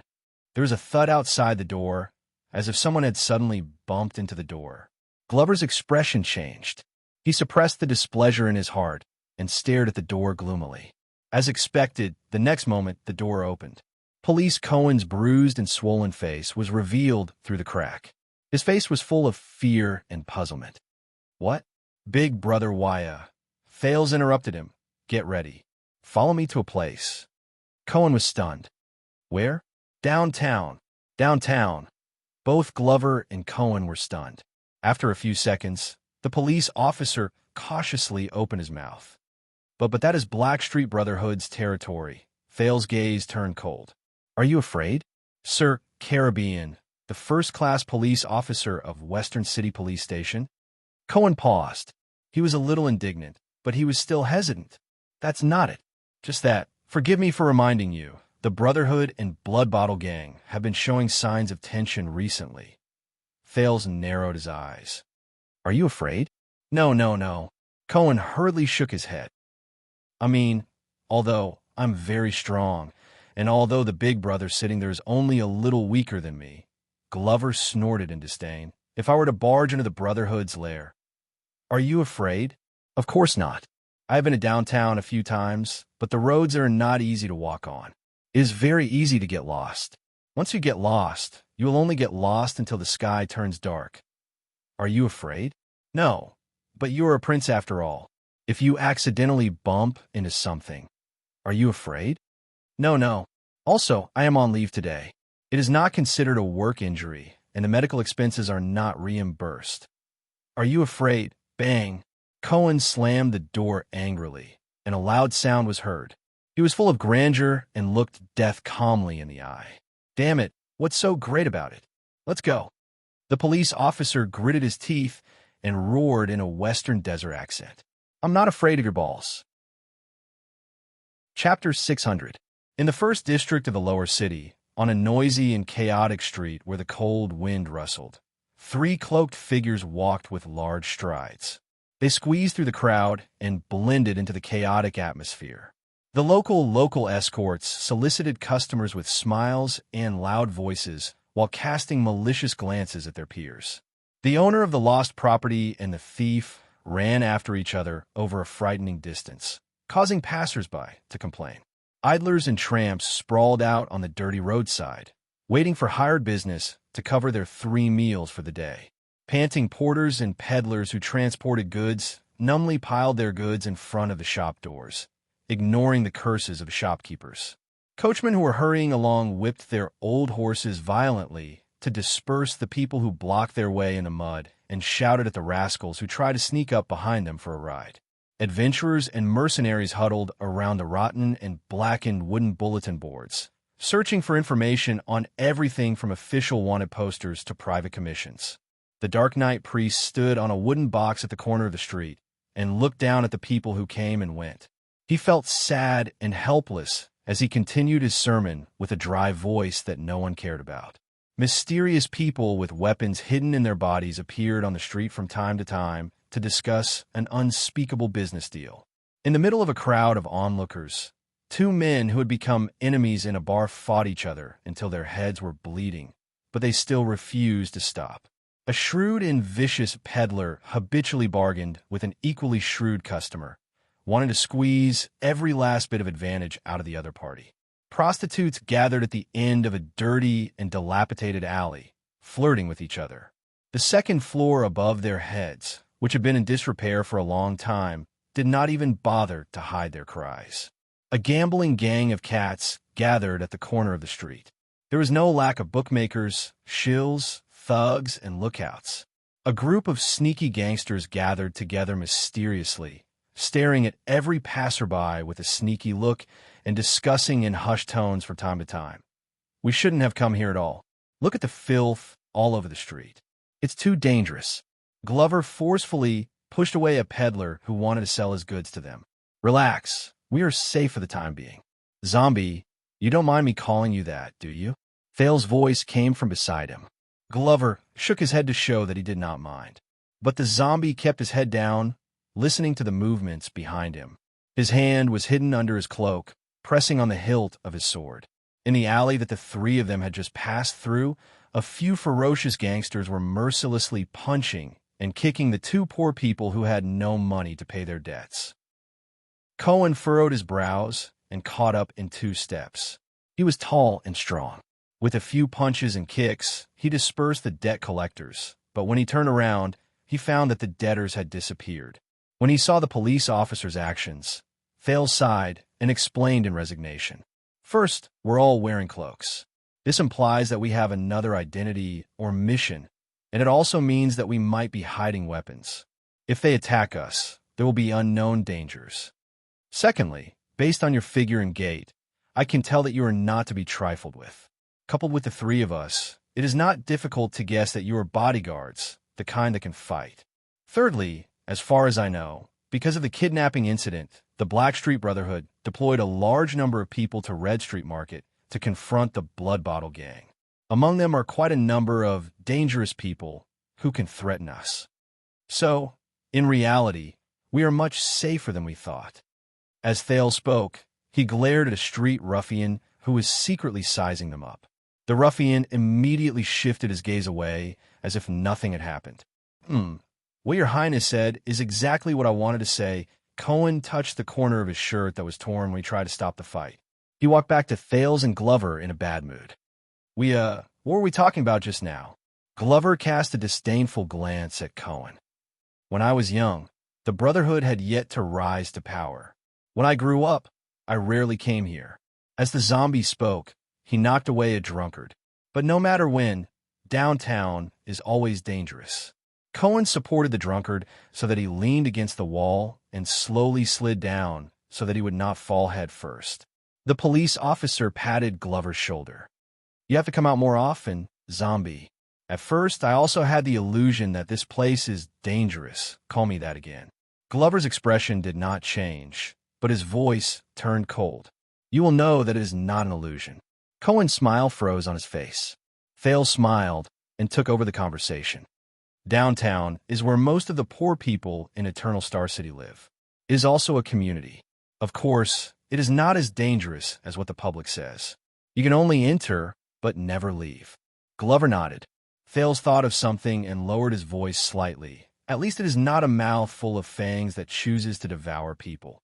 But at that moment, slap. Thales suddenly extended his hand and pressed down on a dirty little girl who passed by him. Cohen and Glover were both shocked. The little girl looked at the teenager in panic and tried hard to break free from Thales' grip on her wrist. I thought you could tell, Thales said softly to the thin and weak girl who was no more than 7 or 8 years old. I have no money on me. Thales gestured at the strong police officer and vanguard with his chin. The money is on them.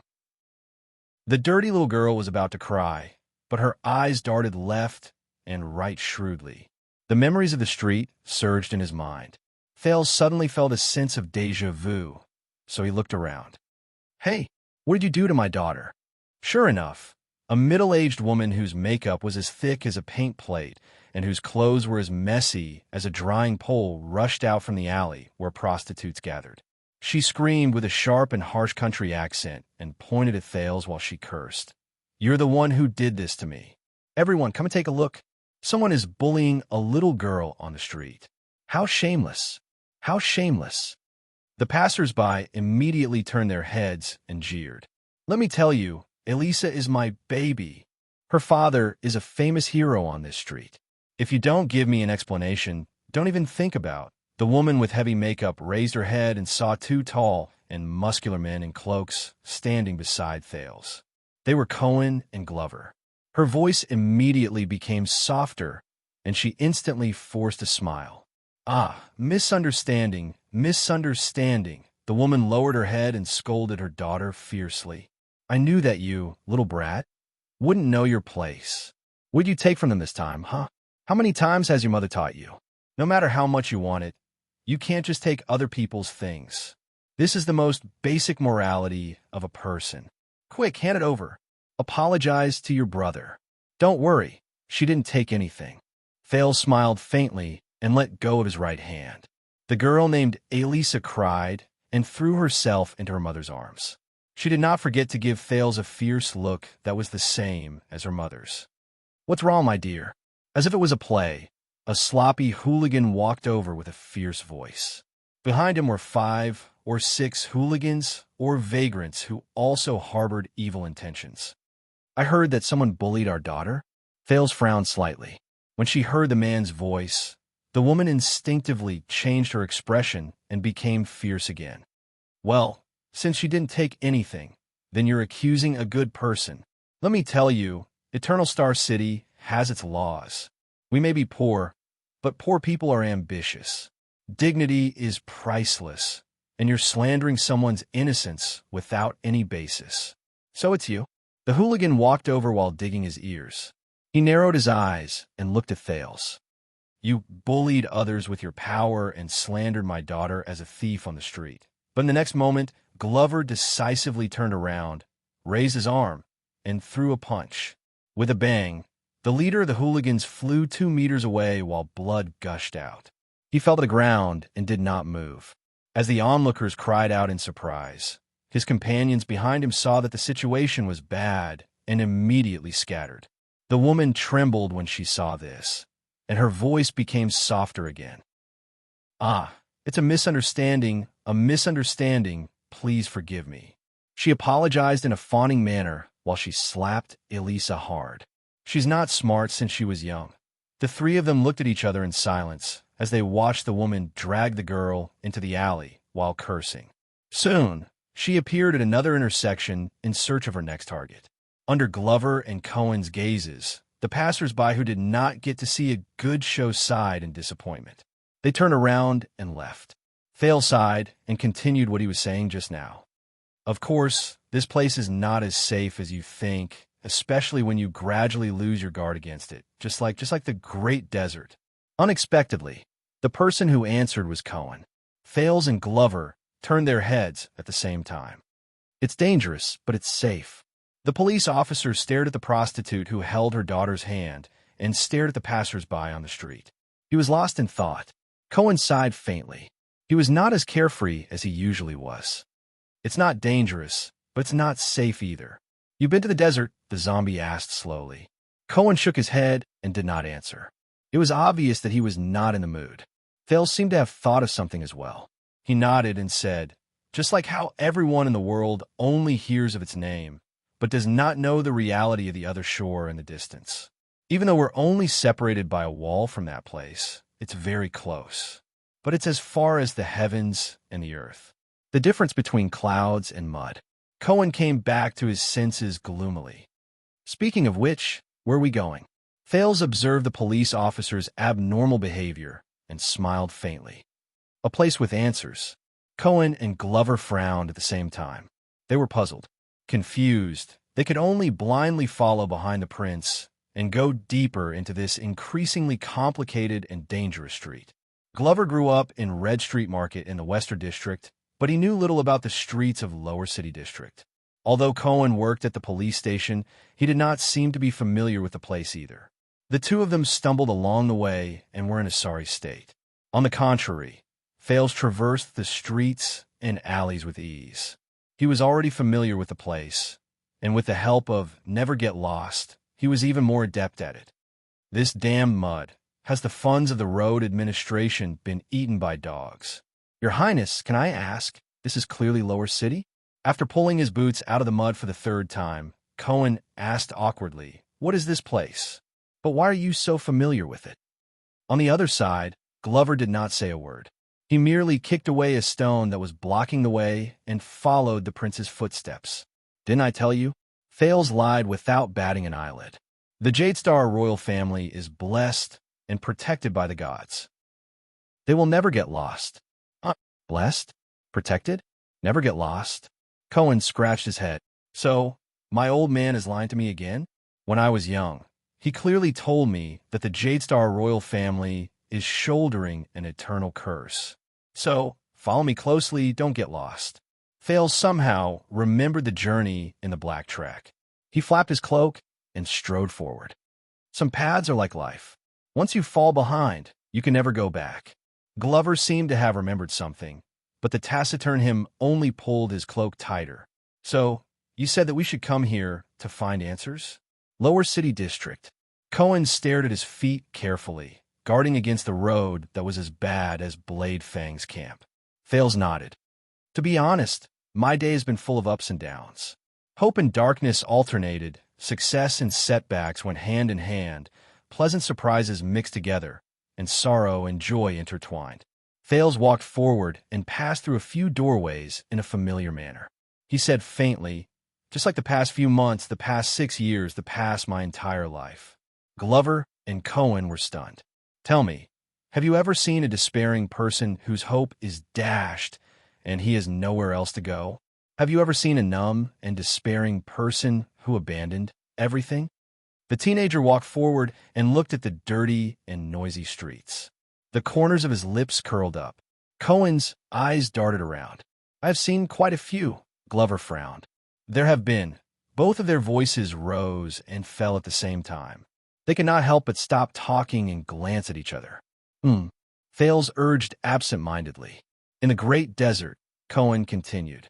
"The Western Front," Glover said at the same time. Cohen and Glover looked at each other again. Both of them were filled with indignation, as if they were saying, "How dare you interrupt me? I was in the Purge campaign during the Desert War." The two of them, who were already at odds with each other, stopped again and glared at each other fiercely. Hey, have you had enough? Don't interrupt me again, both of you." Thales finally could not take it anymore. "Do you need me to get a room so that both of you can continue to be lovey-dovey?" The police and Vanguard finally stopped talking. They snorted coldly and turned away. Humph. As expected of Doyle's follower. This was Cohen, who felt good about himself. As expected of Doyle's relative. This was Glover, who was disdainful. In the Doyle mansion in Eastern City District, Doyle, who was lying on the bed eating fruits, flipping through pornographic albums, and recuperating from his injuries, sneezed loudly. Baron Doyle and his wife, who were outside the door, were so shocked that they rushed into the room again. "My poor son, where was I?" Thales exhaled and said unhappily. "Despairing people," Glover and Cohen said at the same time again. The two of them frowned and looked at each other. Thales nodded and looked at the chaos on the street. He seemed to be deep in thought.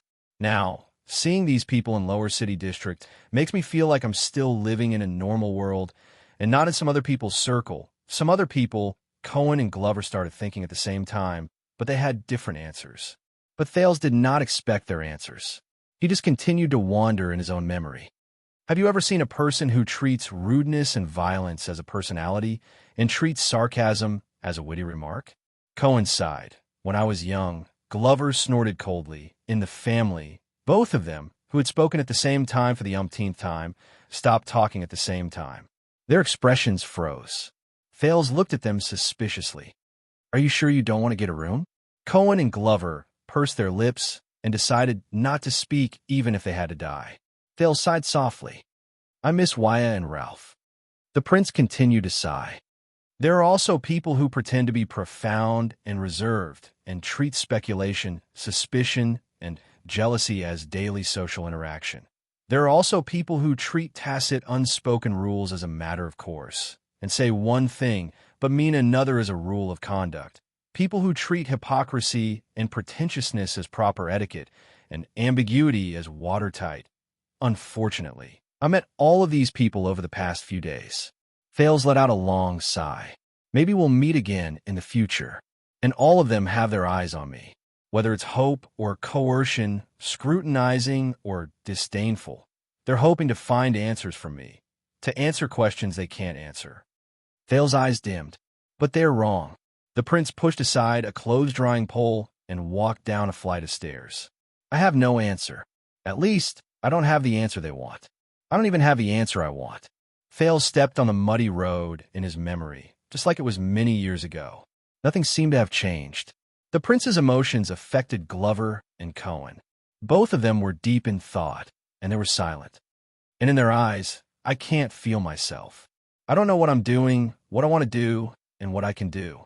Thales brought them out of the alley and arrived at another street.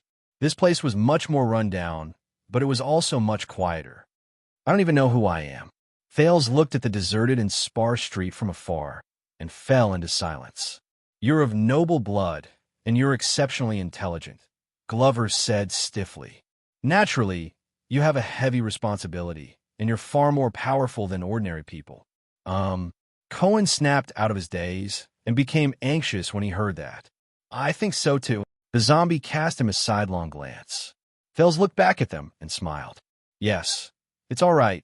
Fate will prepare everything for you. That's what my father once said.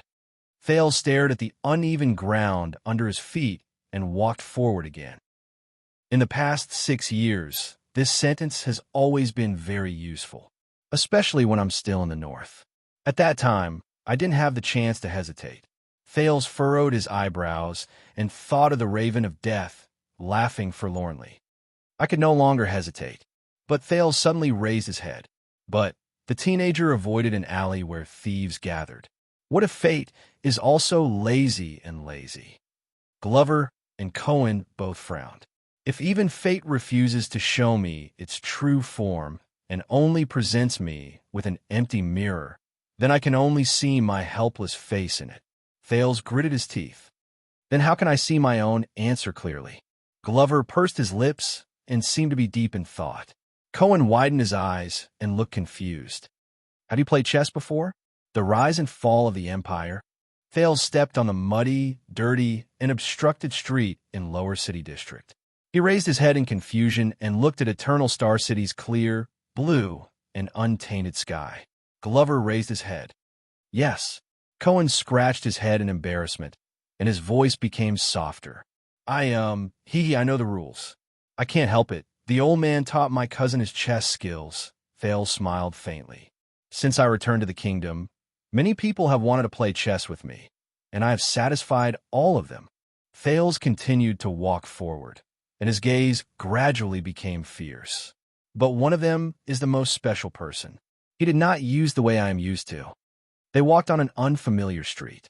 The houses and alleys here were stacked together, and they could still vaguely tell that the place was orderly when it was first planned. But it was still filled with beggars and gangsters, and it was difficult to escape the chaos brought by man-made disasters. Most people play chess, and what they see are chess pieces and chess games. Thales moved sideways to avoid a carriage that was splashing mud. But he is not. The prince's gaze became solemn. Whether it was 6 years ago or 6 years later, he is a maverick and different. Not only does he disdain to play chess, he never glances at the chessboard, and he doesn't even care about the situation of the game or the outcome of the game. Glover's frown deepened, and Cohen's gaze became more and more confused. But Thales' words carried an invisible force that made the two of them subconsciously tense up. Because in his eyes, there are only chess players, big or small, and there is no distinction between superiority and inferiority. They're all solitary, contemplative, and do whatever they want. Thales clenched his fists. He knows, or rather, he is certain, the prince gritted his teeth. The one who makes choices on the chessboard is always the chess player. The legendary Wing, Anchor Byril, Zayn Covendier, and even the shadow on the throne in Renaissance Palace all flashed across Thales' mind at this moment. Every chess player who makes different choices and becomes who they are is always traceable. Thales took a deep breath, and he grasped all of these. He only looks at the chess player and only treats the chess player as chess pieces. He probably believes that as long as he captures the chess player, he can play any game he wants. Just like how a king is not respected by his bloodline. Thales gently pressed his hand on his chest. But the bloodline is honored by the king. Glover and Cohen were silent. One was solemn, and the other was confused. Thales gradually sorted out his thoughts, and his tone was fearful. He is an opponent I have never seen before. His playing style can't even be described and evaluated as brilliant or inferior.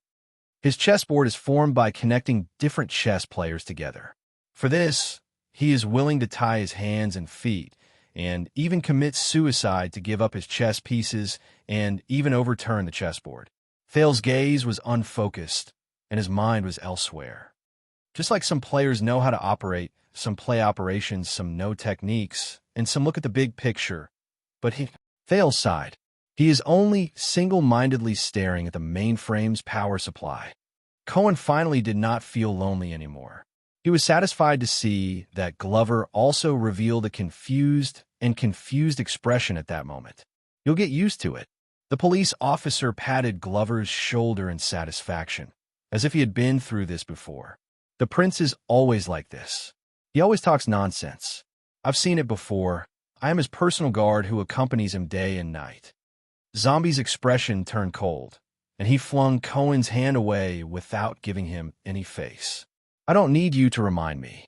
But Thales did not care about these small details. He was fully immersed in his own thoughts. He chose, or rather, he believed that he chose the king and the chess player, not his bloodline and the chessboard. The prince took a deep breath, but for a moment, he felt a little dazed and hesitant. But how can he be so certain? Thales said slowly. If he is respected because of his bloodline, will he definitely be honored because of his bloodline? Will the chess pieces in the chessboard definitely become the chess player? Thales turned around. What do you think? Glover and Cohen, who were competing with each other with their gazes, were shocked. Both of them snapped out of their daze. I can't give you an answer, Glover said cautiously. I still don't understand.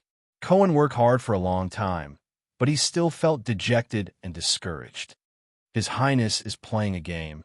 Glover coldly reminded this companion of his who had an ambiguous relationship with his sister, with an opponent that we cannot see in the distance, an important person who is difficult to deal with. Glover's gaze became fierce. Or, there's more than one. Thales nodded in approval. The police officer blinked and shook his head. No, you guys are involved in politics. Why do you have to beat around the bush? But without waiting for Cohen to answer, Thales moved forward again, leaving Cohen, who was trying hard to express his opinion, behind, feeling wronged. So, he is forcing me into the game. Thales remembered the past, and his expression was as cold as ice. Or, he knows that a chess player like me, once I enter the game, I will become the chess player he wants me to be. Thales subconsciously tightened his muscles. Because of this, he gave me his sword. The prince's gaze went straight ahead, piercing through the streets, as if he saw something. Because he knows, or he believes, no matter where the blade is pointed, no matter what I draw the sword for, block or attack, slash or stab, once I pick up the sword, Thales said faintly, I will never be able to put it down again. Glover felt the Duke of Star Lake's struggle and hesitation, but he did not speak. But Cohen tried hard to blink. Where are you going? What are you doing? Sword, Cohen's gaze was profound at first, then lost. I'm sorry, I still don't quite understand. It's okay, Cohen. Thales snapped out of his daze and exhaled. It's a good thing that you don't understand. The prince looked at him with a complicated expression. It means that you are very happy. Don't worry. But unexpectedly, the police officer shook his head decisively. No, Your Highness.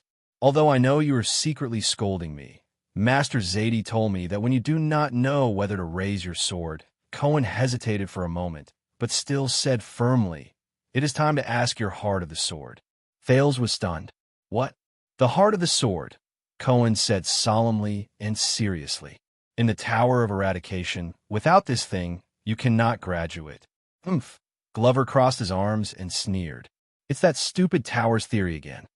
Cohen glared at Glover in dissatisfaction, but in the end, he did not clash with Glover. Instead, he turned around and asked Thales, "This is the Tower of Eradication's general view on the power of eradication. The power of eradication is not a tool, but a self. Its training is not the practice of skills, nor is it the repetitive repetition, but the training of the heart. It is the questioning of one's self, strength and body, appearance and spirit, skills and personality, actions and beliefs. The sword is external, the heart is internal, the moves and skills are external, and the power of eradication is internal. Only when the internal and external elements complement each other can one reach the pinnacle of the power of eradication." Thales was deep in thought. Cohen showed a nostalgic look. For this reason, as a training method, every swordsman and every fighter in the Tower of Eradication has to embark on a journey to find their own unique heart of the sword. There is no strong or weak, only whether it is suitable or not. The heart of the sword is connected internally and externally so that one can achieve greatness. Your sword must be parallel to your heart, and their ideals are interlinked. Otherwise, at some point, your heart will always be disconnected from your sword. Your martial arts skills will only yield half the results with twice the effort, and your power of eradication will be sluggish and difficult to execute. Just like how you cannot force a meticulous and thoughtful swordsman to wield his sword freely, you cannot force a straightforward and rough fighter to be meticulous. Parallel, and their ideals are interlinked. Thales was slightly lost in thought. He remembered Ricky's explanation of the power of eradication in the Prison of Bones. Glover snorted in disdain. It sounds extravagant, but when it comes to fighting, Cohen ignored Glover, but looked at Thales instead. "What about you? Where is your heart of the sword, Your Highness?" Thales was silent. At that moment, he suddenly remembered Fakenhaz's words. "Hold on to your sword. Don't lose it." But at that moment, Thales suddenly felt his heart skip a beat. "You've crossed the line, young masters." Almost at the same time, Cohen and Glover's expressions changed. Vigilantly and solemnly, they bent their knees and placed their hands on their swords, entering a fighting stance. It was only then that Thales noticed that at some point in time, the streets around them were already empty. It was eerily quiet, and right in front of them, a man with a resolute face and sturdy muscles crossed his arms. He stared at them with a burning gaze. His left arm was tied with a piece of black silk cloth, and it swayed gently. Looks like the scumbags along the way did not lie. The man watched Cohen and Glover's movements, and his gaze changed. They're indeed tough. They are worthy of his cloak. No wonder they dare to come to our street business. Thales stared at the black silk cloth and was lost in thought. Superclass. Glover fixed his gaze on the resolute man. "He makes me uncomfortable." Cohen took a deep breath. "I know this guy. He's on the list of ex-convicts in the police station." The police officer was eager to take action. Thunder Axe Oskow. He served in the army before, on a warship in Eastern Sea Hill. "Perfect, we can take this opportunity to," but right at this moment, Oskow whistled softly. Soon, the sound of footsteps rose from all directions. It went from scattered to deafening. In a few seconds, countless figures with black silk cloth tied around their arms appeared from the surrounding streets and alleys. They blocked the three of them so tightly that not even a drop of water could pass through. Glover and Cohen counted the number of people, and their expressions changed at the same time. This is also, Cohen's expression twitched a little. "There are too many." "This number is extraordinary," Glover concluded solemnly. Thales furrowed his brows. Cohen exhaled. "Damn it, I remember that gloomy-looking guy at the back on the left. Silent killer Leork. His background is still unknown." Thales turned his head to the left, and, as expected, he saw a familiar face. Leork leaned against the wall with his head lowered. None of the dozen thugs around him dared to approach him. And on the right, that's Steel All Adrianza. He's definitely one of the Northlanders who bullies the market and collects debts. He's a reckless Northlander. That's strange. These desperado subordinates are different. They usually don't gather together, Cohen pondered. Glover did not speak. He just moved his arm to confirm the extent of the whip injury affecting his movements. Welcome to the underground street. I wonder where you came from, young masters. Oskow took the axe handed to him by his subordinate. He took a step forward and flashed the blade with a smile. Black Street Brotherhood greets you. Underground Street. Thales sniffed instinctively. As expected, he smelled the faintly discernible moldy smell from his memory. It was a place he was familiar with. Thales was confused. There's only one. Come to this place to play? Thunder Axe clicked his tongue and shook his head. There's an entrance fee. Oskow waved his hand gently. The thugs around him, with ill intentions, slowly approached the three of them. I have a flare to request assistance from Western City Police Station. That means the director will definitely nag after this and deduct my... Cohen touched the back of his waist in annoyance. I have one too. The Royal Guards, but the Flag Bearer Division. Glover said gloomily. But at this moment, Thales boldly took a step forward without hesitation. Is that so? Entrance fee? The teenager under the cloak ignored the dense crowd of people from the Brotherhood and looked straight at Oskow. You have to know, I quite like this place. The feeling every time I come here. With complicated and subtle emotions, Thales sized up the seemingly familiar streets around him. He sighed with emotion. It's like going home. Chapter 601. Go home. When he heard Thales' words and sized up his figure, Oskow sneered without hesitation. Not many people have the right to settle down here, boy. Behind him, the Brotherhood's thugs, who were tied with black silk, also sneered. Their gazes were fierce, and they stared at the three people who were trapped at the fork of the alley with malicious intent. You don't know this. Thales curled his lips into a smile. He did not panic. As if he did not see Oskow, he looked behind him. Where is your leader? I want to talk to him. Thunder Axe's smile faded. You're... Wuxia? Glover looked worried. What does this prince want to do? Huh. Oh, right. Wuxia? Cohen was confused for a moment before he reacted. He was puzzled at first, then he looked excited. Why, what do you want to do? Save the world again, just like in Northland? Thales turned around and grinned. Visiting a friend. Don't use the distress flare.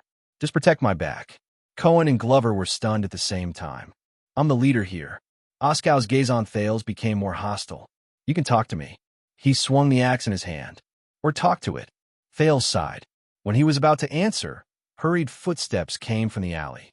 It's them. A few figures squeezed through the group of thugs and came to the side of the leader, Oskow. Thales recognized them. They were the Brotherhood's Sleepless, the one who had chased them all the way to Laurel Club, Redmore, whom Thales had met at Red Street Market. I remember them. Redmore panted and pointed at the three people, especially the big guy with the stiff face. Glover exhaled in displeasure. Cohen turned around in confusion and asked Thales and Glover, do we know him? Also, do I look stiff? Glover's expression became even worse. Are you sure it's them? Oskow was a little unhappy with Redmore, who suddenly cut into the group and interrupted him. There are so many of us. We're going to fight the Red Turbans. Don't waste our time for a few small fries. However, in the Brotherhood's team, Leork spoke faintly. Redmore is a Sleepless. He wouldn't be wrong. Oskow shot a displeased glance at Leork. That's right, it's them. Redmore panted, straightened his back, and gritted his teeth. When they were in Red Street Market, they sneakily hid outside the one night's romance to watch. Then, they escaped into Blood Bottle Gang's territory. Now they are here. There is definitely something wrong with them. Holy sh**T. Cohen blinked. He lowered his voice and was slightly surprised. How do you know we came from Red Street Market? Glover sneered and replied in a gruff voice, Don't worry, because you look like a prostitute. Cohen looked confused at first, then indignant. Thales shifted his gaze and observed almost everyone in the field. We're still very busy, so you three. Oskow waved his axe and said in a clear voice, Are you going to surrender and confess? Or are you going to wait for us? I told you. Thales suddenly spoke so that everyone in the room could hear him clearly. Your rank is not high enough. Let the leader talk to me. Oskow's gaze turned cold when he was interrupted. He first glanced around. The Brotherhood's thugs, who were whispering to each other, quietened down again. Every year, there are always noble young masters who are used to being bossed around. They can't stay still and think highly of themselves. They want to learn from stage plays, disguise themselves, and visit this magical place. Oskok stared coldly at Thales, who looked the youngest but was obviously the leader of the trio.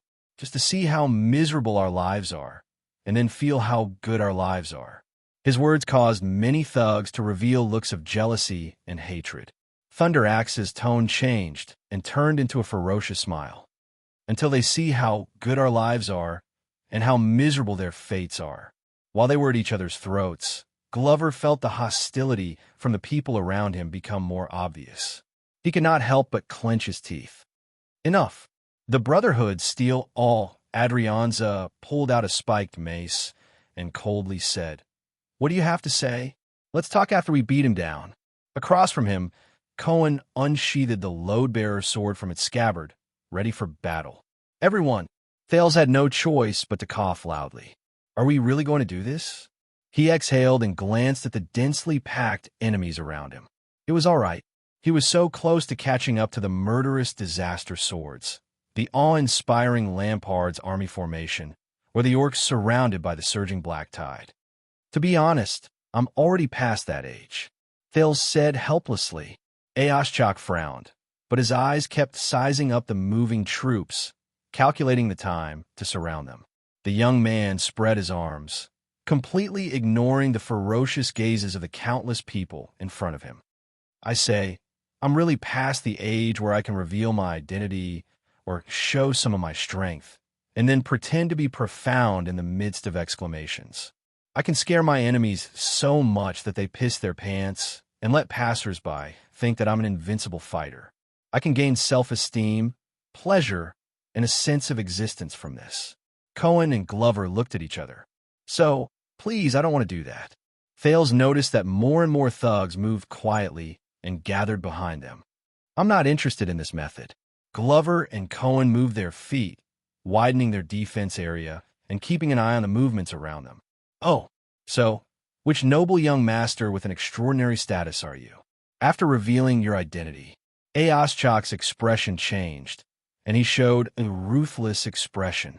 Can you let us ask for more ransom? But the young man smiled faintly and did not care. In fact, I doubt whether my father will pay for my ransom. Based on past experience, he would probably rather that I be killed. At this moment, another cold voice rang out. How do you know? Aoshchak, who was interrupted again, saw the speaker clearly and said in dissatisfaction, Leorc. But Thales chuckled softly and looked at the familiar face that he had seen countless times on the streets when he was young. His old friend, the quiet killer, Leorc. At that time, this man always lowered his head and put his hands in his pockets. He walked leisurely with his shoulders swaying. He slowly strolled into the Brotherhood's territory like an ordinary local hooligan. But even Quide, who was used to being arrogant and despotic, did not dare to say anything when he saw him. And all the child beggars knew that they should not look him in the eyes. Thales dispersed the memories of the past and chuckled. Because I know my father. But the quiet killer shook his head. No, what I want to ask is, how can you be sure that the person who will lead us is Morris? Thales narrowed his eyes. Seeing that his authority was being questioned again, Aoshchak angrily warned, Leorc. But the quiet killer did not even look at Aoshchak. He only stared at Thales quietly. Thales looked at the familiar face that had experienced many vicissitudes of life. He suddenly recalled the time when he was young, when he listened to the entanglement between him and Felicia. This guy, Thales pointed at Aoshchak. He rose to prominence during the era of the 13 generals. He has been Rhoda's blade. Aoshchak's expression changed. Steel Cone is Senza's fighter. Leorc, your business is mediated by Morris. Thales nodded one by one, as if he was familiar with them. He even seemed a little lazy. As for the sleepless over there, he is Lance's man. Leorc, Adrianza, and Reedmore frowned at the same time. Glover was puzzled. Even though he was a child beggar from the Blood Bottle gang, he did not know much about the Brotherhood's internal information. How did the Prince Cohen look calm? After all, the Jade Stars knew everything. The Brotherhood has such a big operation and lineup, but all of you do not belong to each other. You are divided among the 4 leaders. This means that the leader is someone else. As for the one closest to this place, I can only think of Fatty Morris. Thales looked around and said loudly, "Why is he not out yet?" But no one answered Thales's voice in the alley. It could only arouse the doubts of the Brotherhood members. Thales frowned and could not help but start to mutter. Did I guess wrong? Xianxia, who was in the crowd, snorted coldly. This kid has a sharp tongue, but I don't know. Before he finished speaking, his figure suddenly moved. He launched a surprise attack. He went straight for Thales. Something unexpected happened. Oscu and Thales' expressions changed slightly. But a figure also flashed behind the teenager and faced Xianxia head-on. In a flash, the air surged. Clang! Clang! Shing! The alley was narrow. The sound of weapons clashing was ear-piercing. Those who heard it all frowned. After the 3 rounds, Xianxia gritted his teeth and retreated. He looked at the wound on his right arm. He was shocked and angry at the same time. In front of him, Glover, who was blocking Thales, sheathed his sword coldly and shook off the blood on the blade. There was a small commotion in the Brotherhood's team. Xianxia's expression also changed. That steel cone, Senza's subordinate, who is famous for his fighting ability. Today's idea is indeed a little tough. F***CK, Cohen's eyes were filled with surprise. He could not help but look at Glover in a different light. Although this guy can't beat me, he's still pretty cool with a sword. Glover exhaled through his nose as a disdainful response. I've seen this sword technique and footwork before. Xianxia tore the black silk cloth off his arm and bound the wound tightly. He stared at Glover, and his expression was full of wariness. You serve in the regular army before? Very close. Glover snorted coldly. He swung his sword again and stopped the other 2 thugs from the Brotherhood. Guess again? Xianxia frowned. Xianxia could not take it anymore. He shouted angrily, "Mother ****, let's go together and take them down." As soon as he finished speaking, the 2 thugs closest to them roared and rushed forward on the other side. The figures on the periphery surged. They were obviously eager to fight as well. Thales sighed. In the end, we still have to do this? Sure enough, he did not need to speak. Another strong figure passed the teenager and went forward. Shing! Swoosh! With 2 terrifying, muffled sounds, the 2 thugs at the front fell to the ground at the same time. Blood flowed out, and they cried out in pain. Drag them back to disinfect and bandage them. They might still be saved. Cohen swung his sword with his flashy load-bearer. He looked at the enemies in front of him and snorted disdainfully. Who else? The thugs in his direction froze. They stared at Cohen's blade, which was still dripping with blood. No one rushed forward again. On the other side, Glover also drew his sword without batting an eyelid. After he knocked down a person, he pushed him back into the enemy's group, causing chaos among the enemies. Their swift movements and powerful attacks were extraordinary. The thugs from the Brotherhood looked at each other and did not move forward for a while. Cohen breathed a sigh of relief. Fortunately, fighting on the streets is different from a battlefield where orders are strictly obeyed. As long as I knock down the one who seems to be the most ruthless and fearless, it will serve as a deterrent. Thales was the only one who rubbed his face with a headache. Damn it. Xianxia watched his subordinates drag away the thugs who had fallen to the ground. He was furious when he saw how cautious they were. The opponent's strength is troublesome. Let's not talk about it for now, but have the thugs from the Brotherhood in the capital not fought a tough battle for a long time? As long as there's someone who is ruthless and fearless, they will delay their attack. Damn it. When did Blood Bottle Gang get these 2 tough foes? Then Xianxia looked at Cohen and Glover.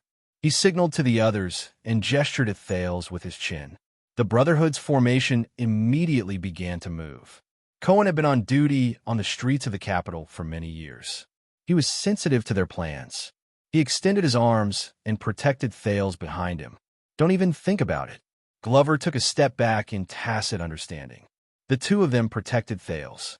But Thales sighed helplessly. All right, I'm serious. Thales ignored the expressions of the 2 people beside him. He pushed their arms away and pointed at Xianxia and Leork with a sullen expression. You guys go and tell Morris that I can help him with the problem he encountered. I said, I'm the leader here. Xianxia extended his finger. He was extremely dissatisfied. And I'm not. Forget it. Thales could not be bothered to listen to his harsh words, which were meant to distract them and take the opportunity to launch a sneak attack. From the looks of it, even if I say I'm a prince, they will not stop and sit down and talk. I have to bring out the real deal. Xianxia thunder axe, right? Thales raised his voice. Since you work for Rhoda, I think you must know the blacksmiths on South Street. For example, Karachi? Xiaxia's arm froze in the air.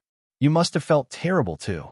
After his shop and the other shops that had dealings with you were raided for no good reason, your underground arms business, especially the processes such as the tempering of old goods, became full of obstacles all of a sudden, wasn't it? Thales sneered. And I'm afraid this is not the only thing that makes you feel terrible. Thales was satisfied to see that not only Xianxia, but many of the thugs from the Brotherhood, including Xianxia, Leorc, and Redmore, changed their expressions. Glover was puzzled again. You even know this? He does know something. It seems like it's not small fish. Xianxia, another Northlander, said coldly. Take him down regardless of casualties. The people behind him immediately stepped forward, but Thales turned his head at the right time. Xianxia, the teenager said loudly. You are Sinza's #1 right-hand man. You have been running business with him in the Northern Territory and the Land of Cliffs. To be precise, you're fighting for territory with Blood Bottle Gang. Xianxia snorted coldly. Over the past few years, especially after the alarm at Broken Dragon Fortress was lifted and peace returned to the Northern Territory's borders, you have been smooth sailing and forced Blood Bottle Gang to retreat. But you were sent back by Senza.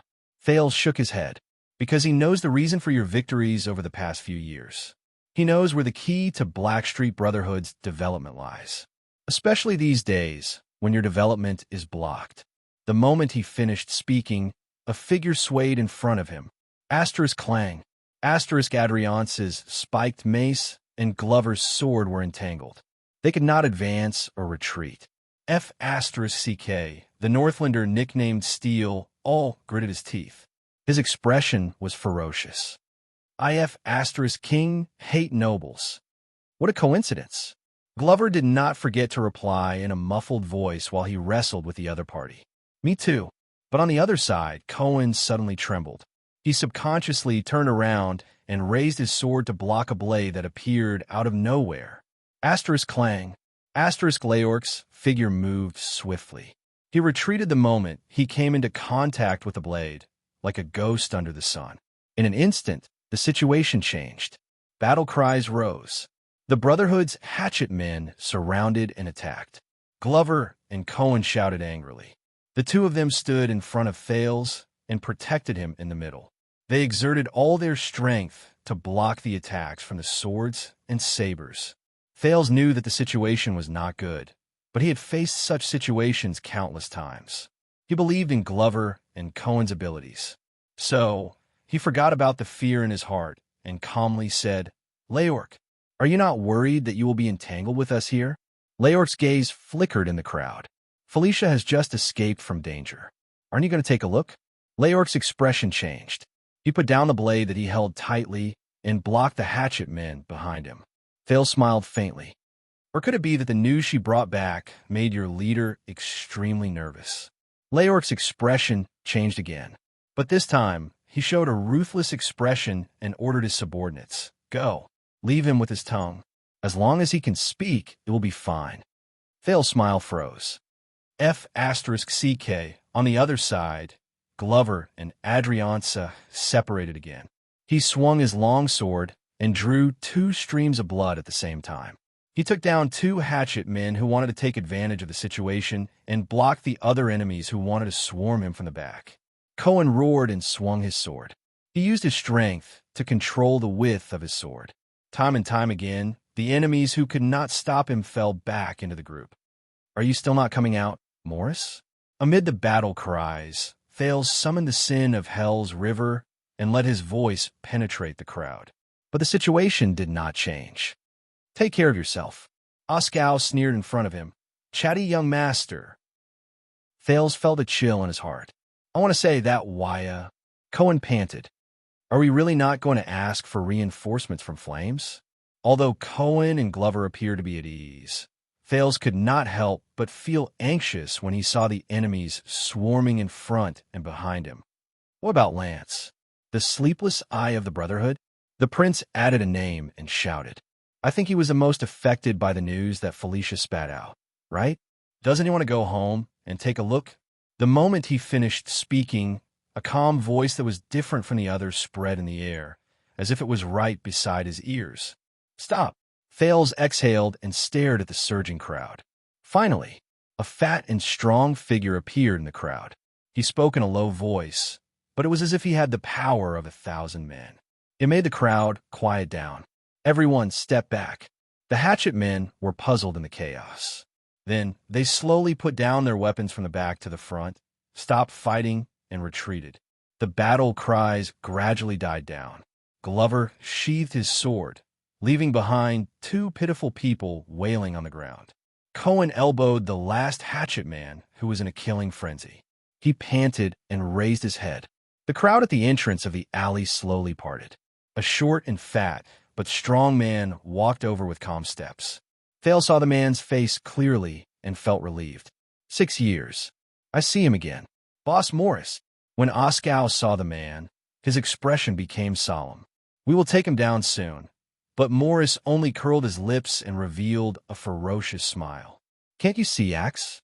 One of the 6 powerhouses of the Brotherhood, Morris, who occupied lower city of the capital, patted Oskow's shoulder. He turned his head coldly and looked straight at Thales. He is not one of those cowards you kidnapped.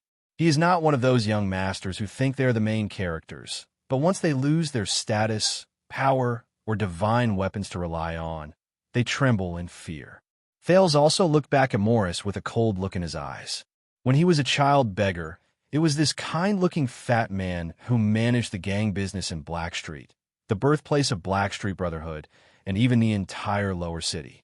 Every time he appeared, Leork, Felicia, Rick, Lockquide, Beth, and most of the Brotherhood members Thales had met had to obey his orders. And he would occasionally appear in Sunset Pub. Every time he appeared, Jayla would be cautious, and the boss would not look good. Oh, right, Morris also raised a ferocious, angry wolfhound, which almost killed Thales. But this could not be compared to Morris' other crime. He once suffocated an escaped child beggar to death in front of everyone. Since then, the Brotherhood's own people and their opponents were all in awe of Morris. No matter who it was, when they looked into the eyes of this smiling fat man, who could even lay his hands on children, without the slightest bit of pity, they would feel a chill down their spine. The child beggars even hid and cowered under Quide's warning, afraid that they would be unlucky. But at this moment, Thales suddenly realized that he was already standing there, looking straight into Morris's eyes. This is a noble. Morris continued to move forward, passing through the crowd. The thugs of the Brotherhood all lowered their heads and retreated. The real kind, not the useless foppish young masters that the Red Turban likes to cling to. Morris finally arrived in front of Thales. Cohen and Glover dutifully stood in front of Thales and warned the seemingly ordinary fat man. Morris looked at the 2 bodyguards in front of him and revealed a shrewd smile unique to businessmen. At that moment, Thales suddenly felt a chill down his spine. Enough! The teenager suddenly spoke, and he seemed to have lost his composure. It's close enough. Thales reminded his 2 subordinates. Be careful, this guy's psionic ability. But before Thales could finish, Morris raised his eyebrows and smiled with his eyes squinted. Yes, it's close enough. In the next second, Cohen and Glover's expressions changed drastically, and they swayed at the same time. 2 dull sounds were heard, and both of their weapons were pressed against the ground at the same time. Thales was shocked. Glover was seen trembling as he pulled his collar open and panted in pain. Breathe.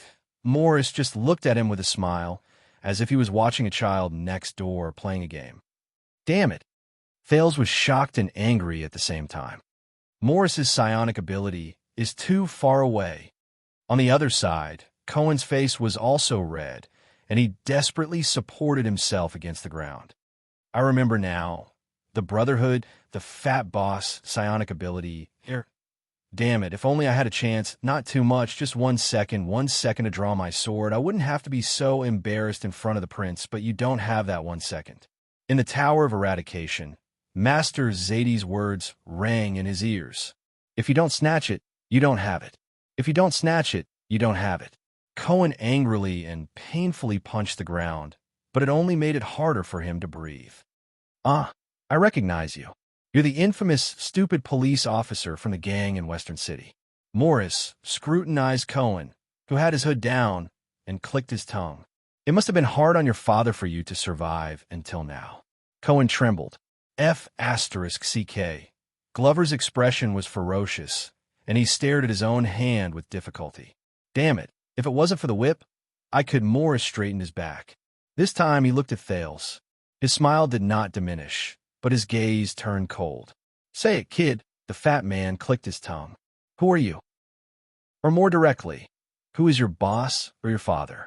Thales took a deep breath and realized that he was not among the targets of Morris's psionic ability. But he raised his head and looked at the smiling Morris. Behind him, there was Oskow, who had a ferocious grin on his face, Adrianza, who was unhappy, and Leork, who had a cold expression. He had underestimated Morris. He was not the butler of the Brotherhood who rarely fought. On the contrary, as long as he used it properly, his psionic ability could even defeat 2 superclass elites. But Thales closed his eyes and took a deep breath. 6 years ago, he did not even have the chance to face him, did he? At that time, one of his dogs could bite him to death. But now Thales opened his eyes. His gaze was calm and clear. This is an interesting show. Morris hummed in agreement and looked at the teenager with great interest. You're quite brave. But Thales' next words made Morris' smile disappear. So, this is how Blacksword was trained. Thales curled his lips. Because of your air psionic ability, he simulated similar situations countless times.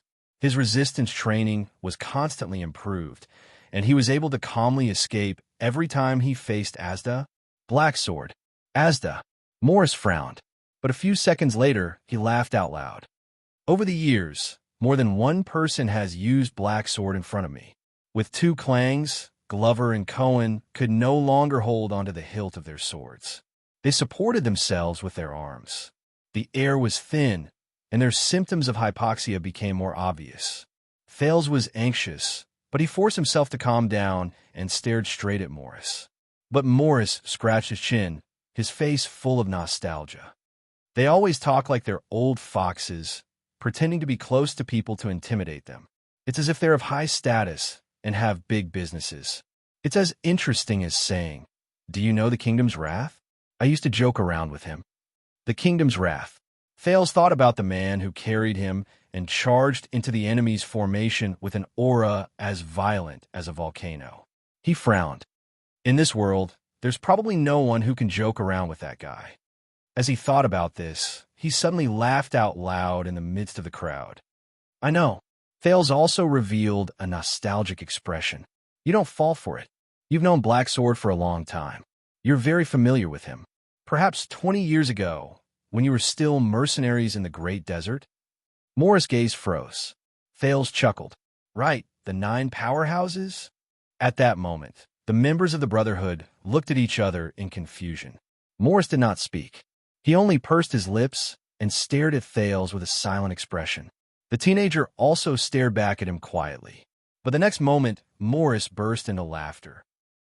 Pretending to be profound and revealing some superficial secrets to make people think that you're well-informed and that you're at an unfathomable level. I've seen this pretentious act before. Thales' expression did not change. He looked at Morris and shook his head. Very childish. Morris swung his arm, unconcerned. Tie him up and bring him back. But at that moment, there was another commotion in the Brotherhood.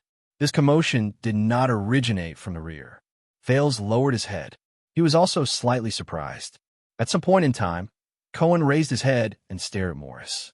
The glory of the stars surged madly, gushing out of his heart without any regard for the cost.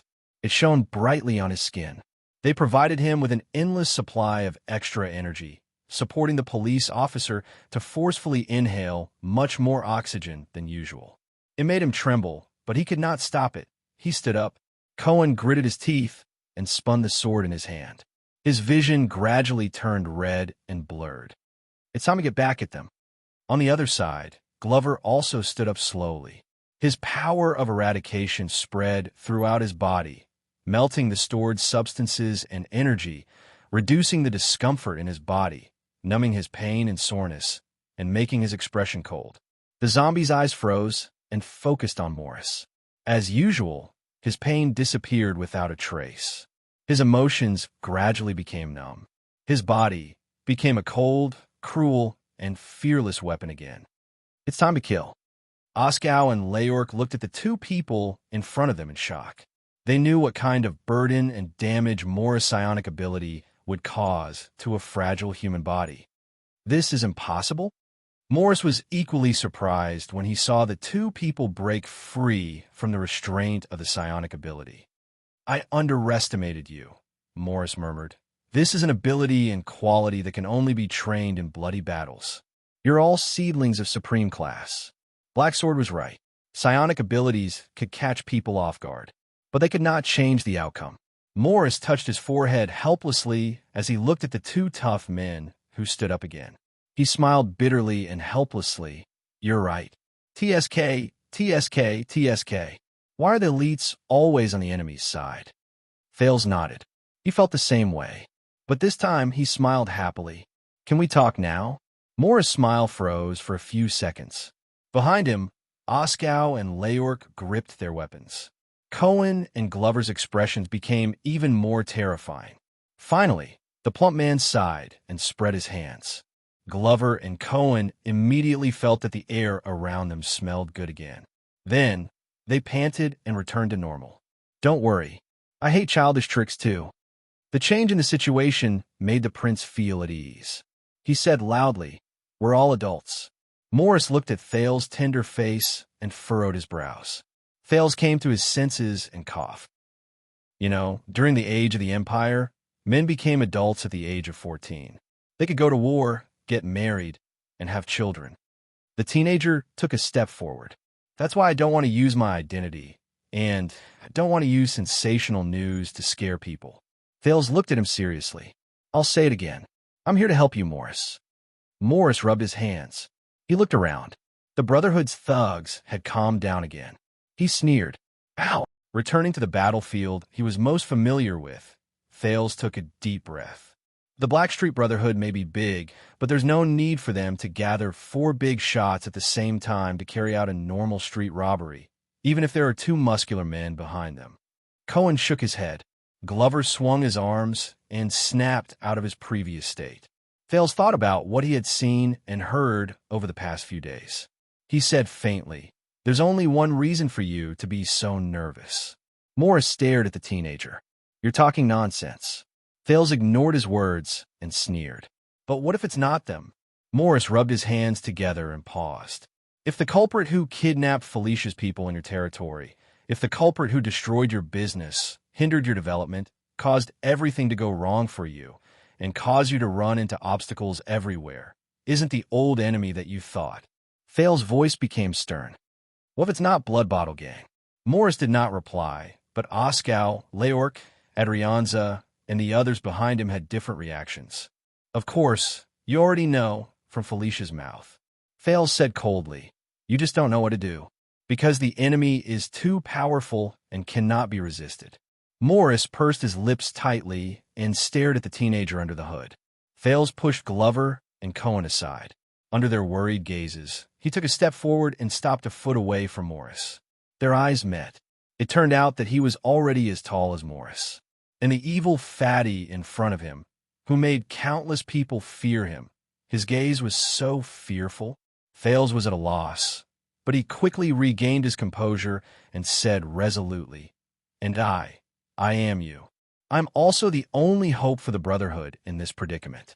Now, can we talk? Thales finished speaking and waited quietly. The air became quiet. Morris did not say a word. His gaze became dark. Everyone subconsciously clenched their fists or weapons. Leork's cold gaze met Cohen's. Glover and Adrianza looked at each other and exchanged a provocative gaze. Finally, Amidst the unbearable silence, Morris suddenly burst into laughter. Ha ha ha ha! Perhaps it was because of the heir's psionic ability, his laughter shook the alleyway and made people uncomfortable. Leork pressed his ears in discomfort and said through gritted teeth, "Boss." But Morris suddenly turned around. "Retreat." The fatty had an elated look on his face as he waved his arms around happily. Go home, go home. Do what you need to do." The people in the Brotherhood were stunned. Thales exhaled and smiled. In the next second, Leork, who had followed Morris for many years, turned around and gave his order without hesitation. Amidst the rustling of footsteps, the people who belonged to Morris behind him dispersed. Redmore and his sleepless were expressionless, but they quietly melted into the shadows and disappeared into the messy and hidden alleyway. Adrianza hesitated for a moment, but he nodded and turned around with his subordinates. Glover and Cohen finally breathed a sigh of relief. More than half of the people in the alleyway immediately dispersed. Only the last few people were left. Boss Morris, Aoshchak looked at Thales unwillingly. Are we still going to Red Street Market today? Morris did not even look at him. He only looked at the prince with interest and repeated, "Retreat." Aoshchak took a deep breath. Boss Morris, since we have mobilized so many people, we should not return empty-handed. We should at least go to Red Street Market and give the Red Turbans a warning. When Morris heard this, he seemed to have suddenly thought of something. Oh, you're right. That's good. He waved his hand in a sluggish manner. Go, it's all up to you. Aoshchak was stunned. He looked at the thin team behind him. But we're going to blood bottle gang. We need numbers. Boss Rhoda here. Oh, Rhoda, my old friend. Morris was like an old man who was hard of hearing. He slowly dug his ears. Is he here too? Aoshchak pursed his lips. No, boss, but... Morris's face fell. Then why are you still talking nonsense? The plump man turned around slightly. His eyes were filled with coldness. Is your surname Rhoda too? Aoshchak's face immediately turned pale. However, he judged the situation and did not continue to pester him. He turned around decisively and left with his subordinates. The Brotherhood's forces, which were originally heavily surrounded, were suddenly left with 3 people. Morris, Leork, and another subordinate who had opened up a path. Then, in the empty alleyway, Morris rubbed his hands together and looked at Thales with a smile. This handsome, why? Thales suddenly interrupted him. Why did you say that this is a true noble? Morris paused. A thought appeared in his head. Because I have seen it before. Thales narrowed his eyes. The Brotherhood's kind-looking plump man laughed. A true noble has nothing to do with their outward bearing or even their birth or bloodline. Instead, it is the mark that is branded in their soul and bones. Morris' smile faded slightly. His small eyes shone brilliantly. Even if they are mired in mud, even if they are born despicable, even if they have nothing, they are also destined to be nobles. Thales was deep in thought. Morris rubbed his hands on his clothes. He walked forward and extended his hand politely. Let me introduce myself. I'm Morris. I do not have a surname. He chuckled. I'm just a street thug. Thales looked at the man's attitude and suddenly had mixed feelings. 6 years can indeed change a lot. The teenager did not think too much. He also put on a smile and held Morris' swollen fingers. I am Wyacasso. Morris' smile remained on his face until Thales said the next sentence. I am the attendant of the Prince of Constellation. I represent the noble, magnanimous, and wise Duke of Star Lake, the second prince. Thales' expression became solemn. Prince Thales Jadestar. Morris' hand froze. Glover and Cohen looked at each other. In the face of Thales' indifferent but prideful gaze, Morris seemed to be a little confused. He blinked, took a step back, and listened to another subordinate whisper something. A few seconds later, the plump man turned his head and his expression changed instantly. Oh my, you are the prince's attendant, right? Morris held Thales' hands again and shook them vigorously. He looked pleasantly surprised. It is my honor. It is also my honor. Thales let him shake his hands and sighed. You may not be able to imagine. Morris listened attentively. The teenager looked at the charmingly naive Morris before him and said sincerely with emotion, but a long time ago, I really did not expect that I would one day stand here like this and talk to you. Thales shook the plump man's hand back forcefully. Boss Morris. Morris' smile was so wide that it almost reached the back of his ears. He clicked his tongue and shook his head. Oh my, you are too polite. Glover and Cohen looked at each other's change in attitude and showed disdain at the same time. Just a little bit. Morris smiled obsequiously. Thales' lips curled up slightly. As the son of Count Gilbert Casso and the attendant of the prince from a prestigious family, His Excellency Wyatt Casso is 24 years old this year. Morris was in high spirits, but his words made Thales' expression change. And he doesn't look like you. At that moment, Thales' expression froze on his face. At least he is not as handsome and elegant as you. Morris happily patted the back of the teenager's hand and bowed clumsily. His eyes shone brilliantly. Lofty and honorable, generous and wise. Prince Thales? Chapter 602. Underground Street, Grove's Pharmacy.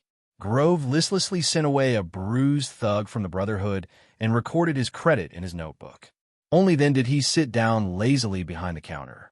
He warmed himself with a bottle of wine as he watched his wife take care of the shelves, not to mention the occasional street robberies and petty thefts. Even if everything went smoothly, there was basically no profit to be made from opening a pharmacy in Lower City District. But he, the slick Grove, still managed to take root in this notoriously chaotic place. He had been doing business peacefully for more than a decade. This was not something an ordinary person could do. Aside from the good connections his father had made while he was still alive, his good working relationship with the Blackstreet Brotherhood was also one of the reasons. Now, in the underground street, he was considered a big shot. Who would be stupid enough to give him a hard time? Every time he thought of this, Grove felt a little proud, which made him look around his shop even more contentedly. Occasionally, he would take a sip of the warm wine. Dad, this business of mine is much better than when you swindled people back then, isn't it? The door of the shop was pushed open, and the bell behind the door rang. A gust of cold wind seeped in from the street. There's a customer. Grove shivered in the cold and raised his head reluctantly from behind the counter. Don't tell me it's those ignorant thieves. They haven't stopped for more than a decade. It's winter now, and there's a shortage of herbs. We don't have enough typhoid medicine. If you must buy it, the price won't be cheap. Grove, who was repeating himself mechanically, was stunned when he saw the customer. The person who opened the door was a strong man with a stiff expression. He lifted his cloak to reveal the sword hilt at his waist. He looked down at Grove from above. Behind him was another large man who was about the same size. The latter was unlucky enough to be caught by the doorbell's rope. He was shocked. Then he held the weapon at his waist and looked around unhappily. Grove was a little puzzled. He had never heard of these two people in the Brotherhood. Were they new? Or robbers? Having lived in Lower City District for a long time, Grove's first reaction was to reach for a knife under the counter. But the appearance of a third person made him change his mind. It was an average-sized man with a childish face. He was clearly a teenager who was still growing. He lifted his hood and scanned the shop in a daze. This was strange. Grove mumbled.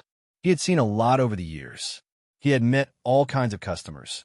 Those who were just shopping, those who were sincere in bargaining, those who were poor but pretended to be rich, those who were rich but stingy. However, he couldn't tell the background of this young man. He couldn't tell if he was a second-generation noble from a wealthy family or a commoner from the lower city who was used to living a hard life. He couldn't tell if he was a gangster who had been beaten up, or if he was a harmless and adorable hedonistic young master. The young customer did not pay any attention to him. He just stretched out his hand and stroked the rows of shelves like a wanderer who had just returned home. Of his two muscular attendants, one was extremely vigilant and kept looking back, while the other lowered his hood and stared straight at Grove, hesitating to speak. When Grove saw the latter's face clearly, his expression changed drastically. F***CK, it's you again. The owner of the pharmacy looked disgusted and annoyed. Stupid police officer. Cohen, who was about to greet his boss, paused. What did you say? Grove coughed, but the disdain in his eyes did not diminish. I mean, police officer Caribbean. Cohen's eyes lit up. He ignored the young man who was walking around in the shop and moved closer to the counter. I'm here today, do a good deed. Don't come here and stir up sh*t again. I really don't sell any illegal drugs here. Before he spoke, Grove let out a long sigh. I have nothing to do with those gangsters either. Asterisk thud. Asterisk with another arm pushing against the door. A short and stout fatty walked into Grove's pharmacy and looked around with interest. When he saw who it was, Grove shuddered, and he choked on his words. Ah, M.O. Morris? Grove stared at the new customer in front of him in horror. But he reacted quickly and quickly adjusted himself before walking out of the counter. He forced a smile and spread his arms as if he wanted to hug him. Morris, Morris, Morris. Welcome, my good friend. But Morris extended his hand mercilessly and pressed down on Grove's chest, preventing him from hugging him. Grove, the leader of the Brotherhood, only nodded faintly and pushed Grove back behind the counter slowly but firmly. The latter could only smile awkwardly and nervously. Cohen widened his eyes. Didn't you say that you don't know him? You and this scum of the Brotherhood, Cohen said angrily. But the two of them, who were just exchanging pleasantries, ignored him. Welcome, Morris. Is there anything special? Grove looked nervously at the calm-looking fatty. His words were filled with humbleness and fawning. Relax. Morris narrowed his eyes and patted the shoulder of the owner of the pharmacy. Old friend, I'm here for a walk. Grove was shocked when he was patted. Then he reacted and squeezed out a smile. Of course. Come, take a walk. My dear, clean up the floor, then bring out your gang. Grove's wife nervously grabbed the broom beside the shelf. But Morris grabbed the owner's shoulder. Don't worry about it. Just accompany your friend and leave in a while, Morris said calmly.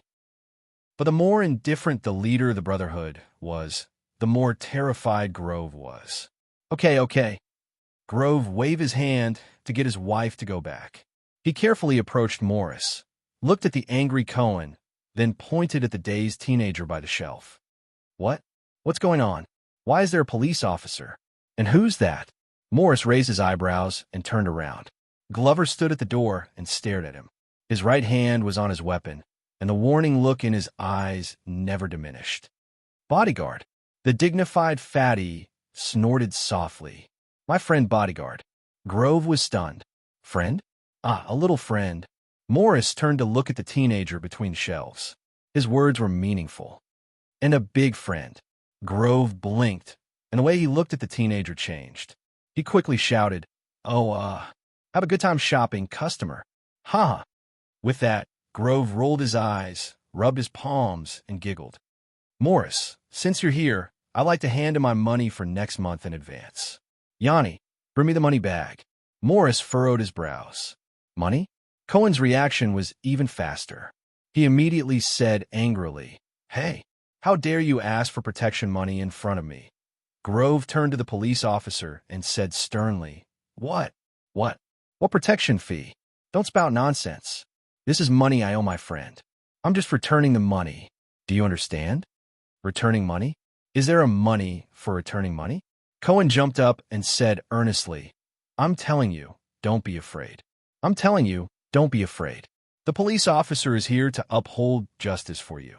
On the other shelf, the shopkeeper's young wife walked over shakily. But dear, didn't you just hand in the money last month? Grove seemed to have found a breakthrough. He turned around and said fiercely, Why are you spouting so much nonsense? Be*tsh. His wife cowered a little from his roar. Morris is our good friend. Why would you be so calculative? Grove waved his hand with a look of extravagance. Just hand it over. He then turned to look at Morris, who had a complicated expression on his face.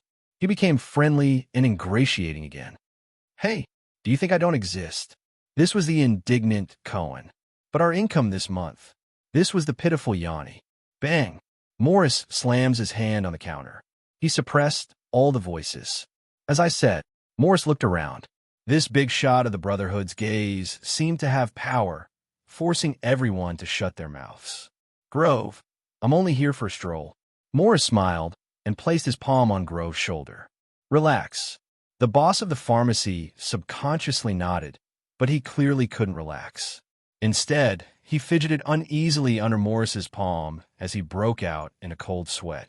Morris curled his lips and chuckled. "We have a rule. Since it's next month's money, you'll have to pay it next month."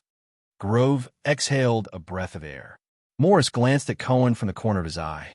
"Or not pay." The moment he said that, Grove broke out in a cold sweat again. That's not what I meant." However, Morris chuckled and released him. He turned around and walked between the shelves. He followed the youth's footsteps. "Rules?" Cohen came to the front of the counter and gritted his teeth in disbelief. "Hey, Grove, you don't have to pay, and you don't have to be afraid of him. I guarantee that as long as you are willing to testify against Morris and his gang for their crimes of bullying and extortion, I'll definitely send him to prison." Grove, who was at a loss for words, looked at him in a daze. At that moment, another figure floated past the counter, but it brought with it a hint of coldness. Grove shuddered. "Hi, Leyork." Grove looked nervously at the back of the person who passed by and forced himself to squeeze out a smile. "The medicine I sent the other time is still useful."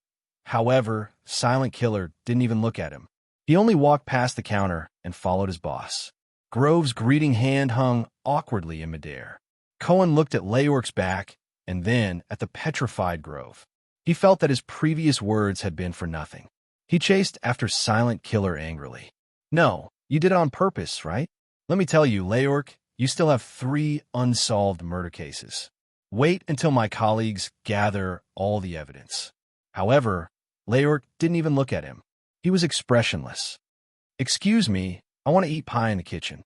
Cohen was stunned. "Eat pie? You're really here to seize people's wealth." However, before he could do anything, Glover, who was beside him, covered Cohen's mouth. Ugh. No, I want ugh." The zombie's expression didn't change as he pushed and shoved the police officer into a dark corner. The shop finally quietened down. At this moment, the young man who was quietly looking around the Grove pharmacy on the other side of the shelf suddenly turned around and called out to the owner's wife. "You're Yanni, right?" The boss wife, who was tidying up the shelves with her head lowered after being wronged, was shocked and raised her head. Yes. This customer. How can I help you?" The youth, who was leisurely touring, saw the other party's appearance clearly. It was a young woman with gentle eyes and gentle brows. "You're a helper here?" The young boss wife obviously knew that the person in the shop was someone from the Brotherhood. She had yet to recover from the atmosphere just now. She spoke carefully. "Yes, I've always been a helper here," separated by a shelf. Thales looked at the familiar yet unfamiliar young woman in front of him. There was a moment of confusion in his eyes. "But the boss called you darling and B*TCH?" Thales felt that Morris was walking towards them through the shelves. The other people in the shop also shifted their attention to their strange conversation. However, Thales didn't care.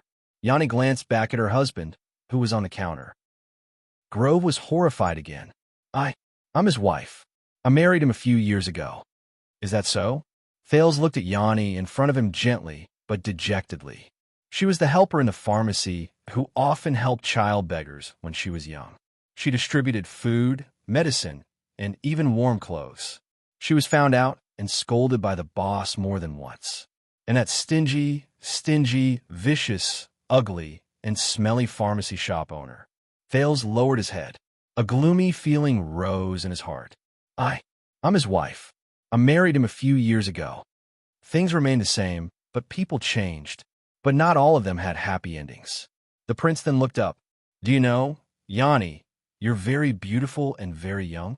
Yanni was taken aback and startled. But Thales remembered the past. His gaze when he looked at her was extremely warm. Gentle, kind, hard-working, and capable. Yanni blushed at first.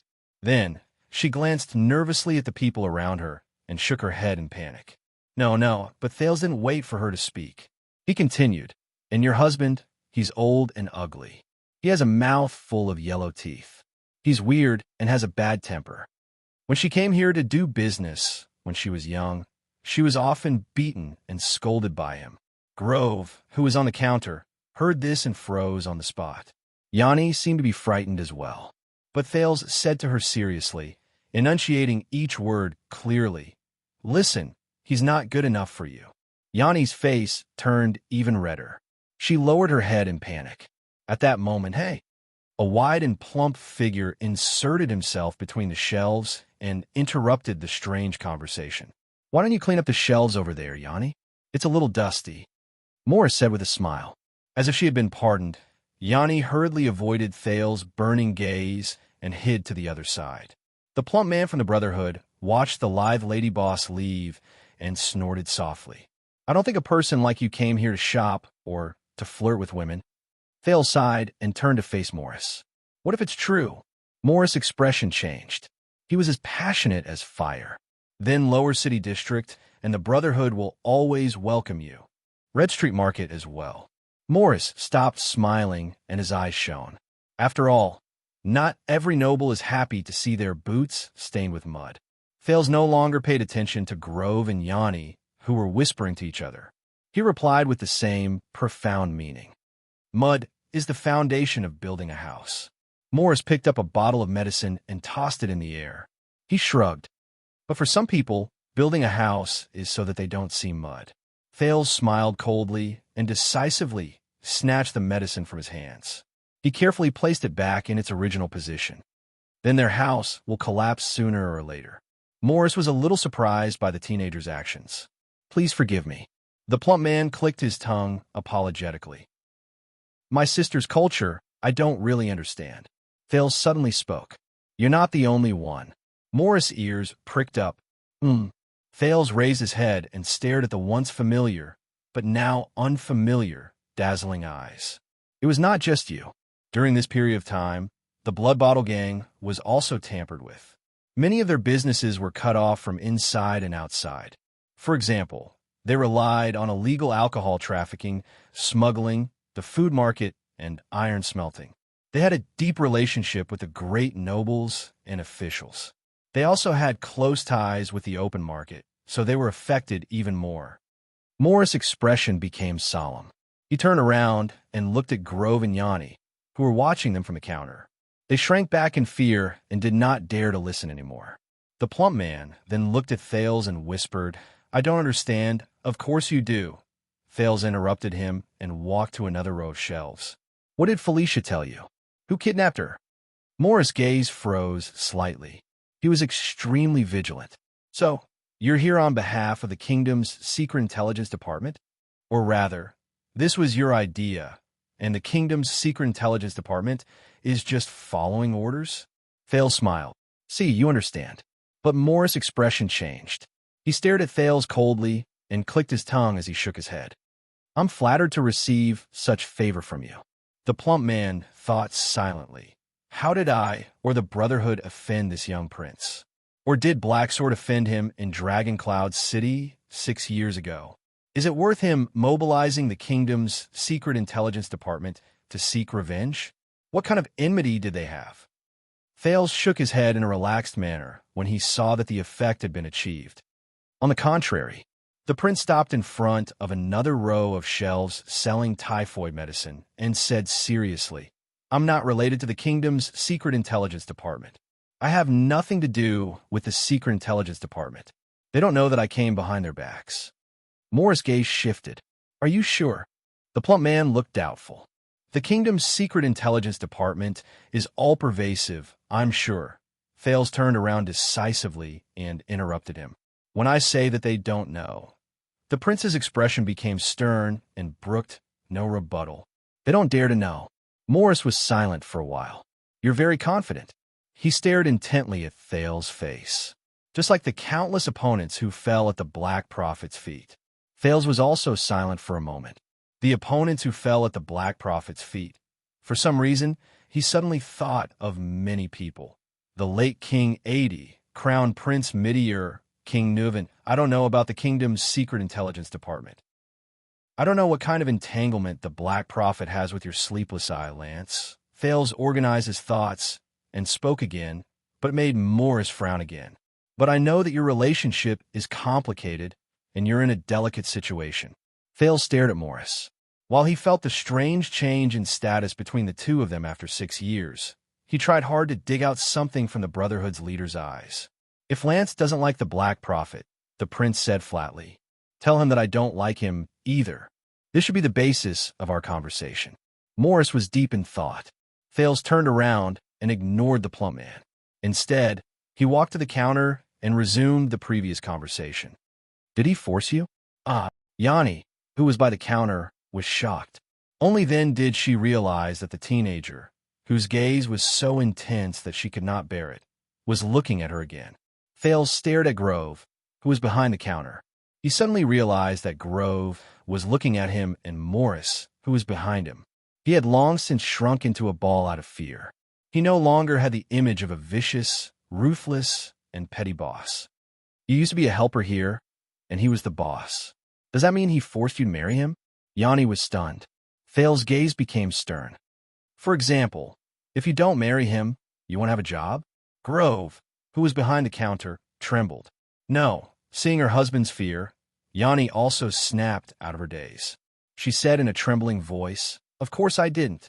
I volunteered." "Volunteered?" Thales raised his voice and stared at Grove, but it gave him the illusion that he was looking down on him. "You could have made a better choice. It didn't have to be him." Cohen, who reappeared from a hidden corner, happened to see this scene. He was stunned for a second. Grove was about to speak, but when he saw Cohen and Glover's size, he was instantly terrified and could not even speak. Yanni bit her lower lip and grabbed her husband's hand. Thales turned around. His gaze on Yanni returned to being gentle. "It just so happens that I need a maid. You can have a better job, a better life, a more respectable environment, and even a better home." Yanni was stunned. Grove's face immediately turned pale. Thales smiled. "What do you say?" Cohen realized what was happening. "Hey, Ty, the police officer said in a righteous manner with a look of disbelief. "I'm going to have to talk about it. What you're doing is considered kidnapping." But he could not finish his sentence. With a glance from Thales, Cohen's mouth was once again covered by Glover, who had the advantage of capturing him. He was dragged into a corner and became silent again. At that moment, the voice of another troublemaker came from behind. "Cough, cough, cough. King, Ty, Palace, Morris coughed. He finally found a suitable form of address after much difficulty. "My little friend." He walked forward with a face full of smiles. "You know, the customs here are different from those in Northland. We don't do this," but Thales ignored him. He only stared at the stunned young woman. "What do you say?" the prince said softly. Yanni was stunned. Fear, surprise, and countless other emotions flooded her at the same time. She could not seem to react. Morris frowned. On the other side, Grove was about to cry. "Don't rush. Take your time to think. I'll shop for a while more." Thales smiled and turned to walk back to the shelves. Morris frowned and looked at Yanni and Grove, then at Thales. "What?" The fat man followed Thales. His tone was displeased, revealing the displeasure of a boss whose authority was being interfered with. Thales, who was between the shelves, did not turn his head. He chuckled and said, "I like it." Morris took a few deep breaths, and his expression returned to normal. "No, I'm asking." The fat man narrowed his eyes, revealing the shrewdness of a businessman. "Why did the Black Prophet do this? What does the kingdom's secret intelligence department want?" The dignified kingdom's intelligence department did not investigate Extet's military movements or understand the political trends of the Fog Three Kingdoms. Instead, they mobilized manpower and resources to deal with the gang business of a few street thugs. Thales turned around and was somewhat impressed by the gang leader's ability to control his emotions. His quality was comparable to that of a high-ranking person. The prince stared at him. "You really don't know?" Morris shook his head. "Just like how I don't understand why a dignified prince of a country would condescend to a muddy place like ours to talk with us bumpkins." His tone revealed his suspicion. Thales met his gaze quietly and recalled the moment when the man had exposed his identity. Even if he was born in a humble family and mingled in the streets, there were still people he could not underestimate. Moreover, strictly speaking, this was Black Street Brotherhood. It was Black Sword's territory. Black Sword. Thinking of a man who was strong enough to fight a mystic, Thales shed his contempt and did not dare to be negligent. First of all, although the Black Prophet is still alive, the specific affairs of the kingdom's secret intelligence department are no longer under his control. The prince returned to his negotiating mode and said solemnly, "The successor is not well known, but he is young and full of vigor. He is determined to forge ahead and unpredictable." Morris frowned and rubbed his chin as he began to think. Secondly, we all understand that perhaps Blackstreet Brotherhood rose too quickly, and their members are mixed with good and bad people. Perhaps Blood Bottle Gang is too old to rise again and is not as powerful as before. Thale's gaze turned cold. But both of you are not simple thugs on the streets, be it Black Sword or the people behind Blood Bottle Gang. Morris' fingers froze as he rubbed his chin. This damned prince. How much does he know? As for why the kingdom's secret intelligence department did this, and why they attacked the two gangs that are closer to the bottom of society, I don't know either. Thale stood between the shelves coldly and crossed his arms. I neither care nor care about the details of the kingdom's secret intelligence department's actions. He disliked it even more. Morris' eyes darted around. You don't know? He sneered. Then what do you want to talk to me about? What can you help me with? Did you really come here just to say a few harsh words, stroll around, admire the scenery, and flirt with women like an ordinary rich playboy? Morris glanced at the counter, and a flash of viciousness appeared in his eyes. A day trip to Lower City District? But Thales just smiled. I'm here to look for medicine. Morris was stunned. What? Winter is coming again. Thales sighed. Prepare clothes to ward off the cold, and prepare medicine to treat illnesses. Morris was silent for a moment before he smiled again. He looked tacky, honest, rude, and straightforward. Don't talk in riddles. We are really cultured. At this moment, Thales suddenly raised his head and spoke loudly to Yanni, who was whispering to Grove. Are all the typhoid medicine here? Yanni and Grove jumped in fright. Yes, there is still some in the storeroom, Yanni said while trembling with fear. Thales smiled. Very good. The teenager lowered his head again and picked up the goods.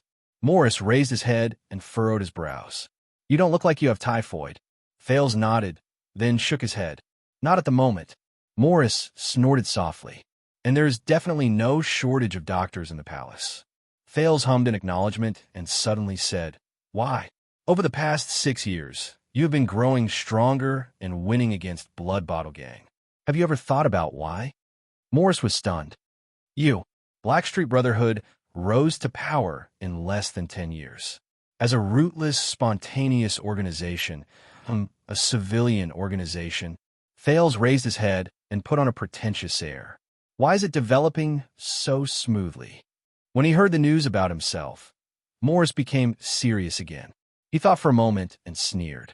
We are young, better organized, less burdened, stronger willpower, and at the same time, we have a greater strategic vision.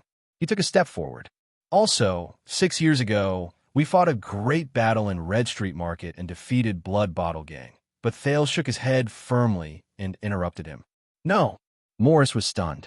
The prince also took a step forward and met Morris's gaze. His tone was resolute and decisive.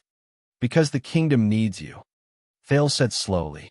The situation needs you. The era needs you. Morris was stunned. What?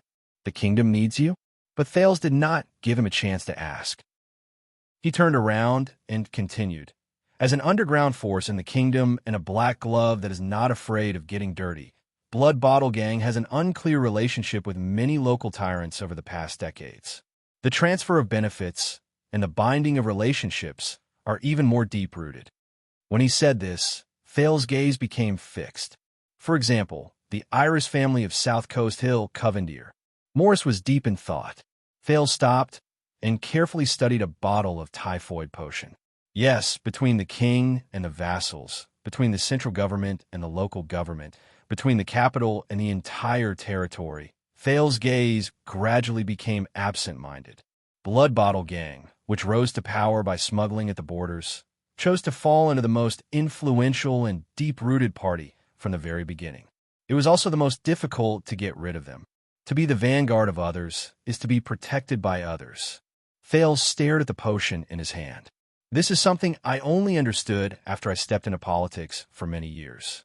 It is also the reason why they have been able to flourish and stand tall even though they have suffered heavy blows from the kingdom's officials for decades. Morris did not speak. He only furrowed his eyebrows and pondered deeply. Otherwise, you would have seized the entire Red Street market during the one-night war 6 years ago. You could have even followed up on your victory and seized more. Thales put the potion back and remembered the experience that changed his fate that night. He sneered and said, "Why did you have to give up half of the territory you seized and make peace with Blood Bottle Gang, which was greatly weakened? Why did you draw a line between us?" Morris scratched his chin. His dazed gaze became clear again. "It's interesting to hear. It's more interesting to play with them," Thales said decisively. He turned around abruptly and looked straight at Morris. "Although we are both gangsters who live on the streets and fight for our lives, Blood Bottle Gang has a large business and a deep foundation, while the Brotherhood started from the grassroots." Thales' eyes were bright and piercing, as if they were burning the air. "Logically speaking, you are not their match. When the referee and the banker are on the same side, how can you still play?" Morris pursed his lips and looked serious. "But we are winning," he retorted with a hiss. "Yes," Thales nodded and admitted. "You are winning." But his gaze immediately became brighter. His voice was like a blade, and each word was like a knife. "Not for anything else. It's precisely because of a series of events that happened in recent years. The Duke of Star Lake's voice seemed to have magic. Because there is already a successor to the throne, because the royal family's rule is gradually stabilizing, because the kingdom's political situation is gradually becoming clearer, because Constellation's national strength is recovering, because Extet's inevitable decline, because the borders are no longer in turmoil, Constellation will be free from the heavy pressure. You will be victorious," Thales said resolutely. 6 years, or even 18 years after the Bloody Year, the entire chess game in Constellation will change drastically, and the offensive and defensive positions will change. Central, South Coast, Northern Territory, Eastern Sea, Western Desert, and Blade Edge. When the traditional tyrants in these places will either lower their heads and admit defeat, restrain themselves, or fall from exhaustion. Morris was a little absent-minded at first, but as Thales went deeper, he gradually became serious. When agriculture, sea trade, iron smelting, wine production, salt production, tobacco production, and other huge chains of interest that were once scattered all over the kingdom because the royal family was weak and the kingdom was in chaos, they were reorganized and redistributed when places like Blade Fang's camp, when the local suzerains, nobles, and officials' power were shuffled again and again with the royal family's regular army and the king's officials stationed there. Morris' eyebrows moved back and forth, and he could not stop. When Blood Bottle Gang, who had been drawing grain nutrients from these empty spaces, when they lost their local connections and protection, when they lost their source of flesh, blood, and food, when they lost their backing and confidence, when the letters they wrote to the Covenanter family for help never came back after the iris flowers submitted to the 9-pointed star, Thales' voice became calmer and more solemn. How can Blood Bottle Gang, the gang nobles who have been at the top for 100 years, not become weak, not rot, and not fall? He stared at Morris' eyes, which had clearly wavered. How can you, the new challengers, not win and become stronger? Morris gulped. His eyebrows were solemn. Thales turned his gaze away and exhaled. He stared at the exquisite decorations in the small pharmacy, which he knew was made by the mistress at first glance. After the kingdom's war chariot ran over you, Blackstreet Brotherhood, as the representative of the desire and struggle of the bottom of the kingdom, as a new underground force without roots or foundation, as an external force outside of the official departments that have long been corrupted by the local nobles, as the most unruly force, Thales raised his hand and slowly clenched it in the air. It was as if he was crushing something. With the tacit consent of the royal power, it was only natural and unimpeded for you to nibble away at Blood Bottle Gang's body after it fell. When the conditions were right, success would come naturally, and you would be able to destroy it easily. Morris stared at Thales' hand in a daze. This is the truth behind how Black Street Brotherhood was able to completely shake their underground hegemony in the past 10 years and usher in a golden age. Thales clenched his fists, and his voice tightened. You won, not for anything else. The prince's gaze was as sharp as a sword. It is precisely because the kingdom needs you that you're tuning in to the Eternal Immortal Ballad YouTube channel. Don't forget to subscribe and join us on this journey to catch the most captivating stories.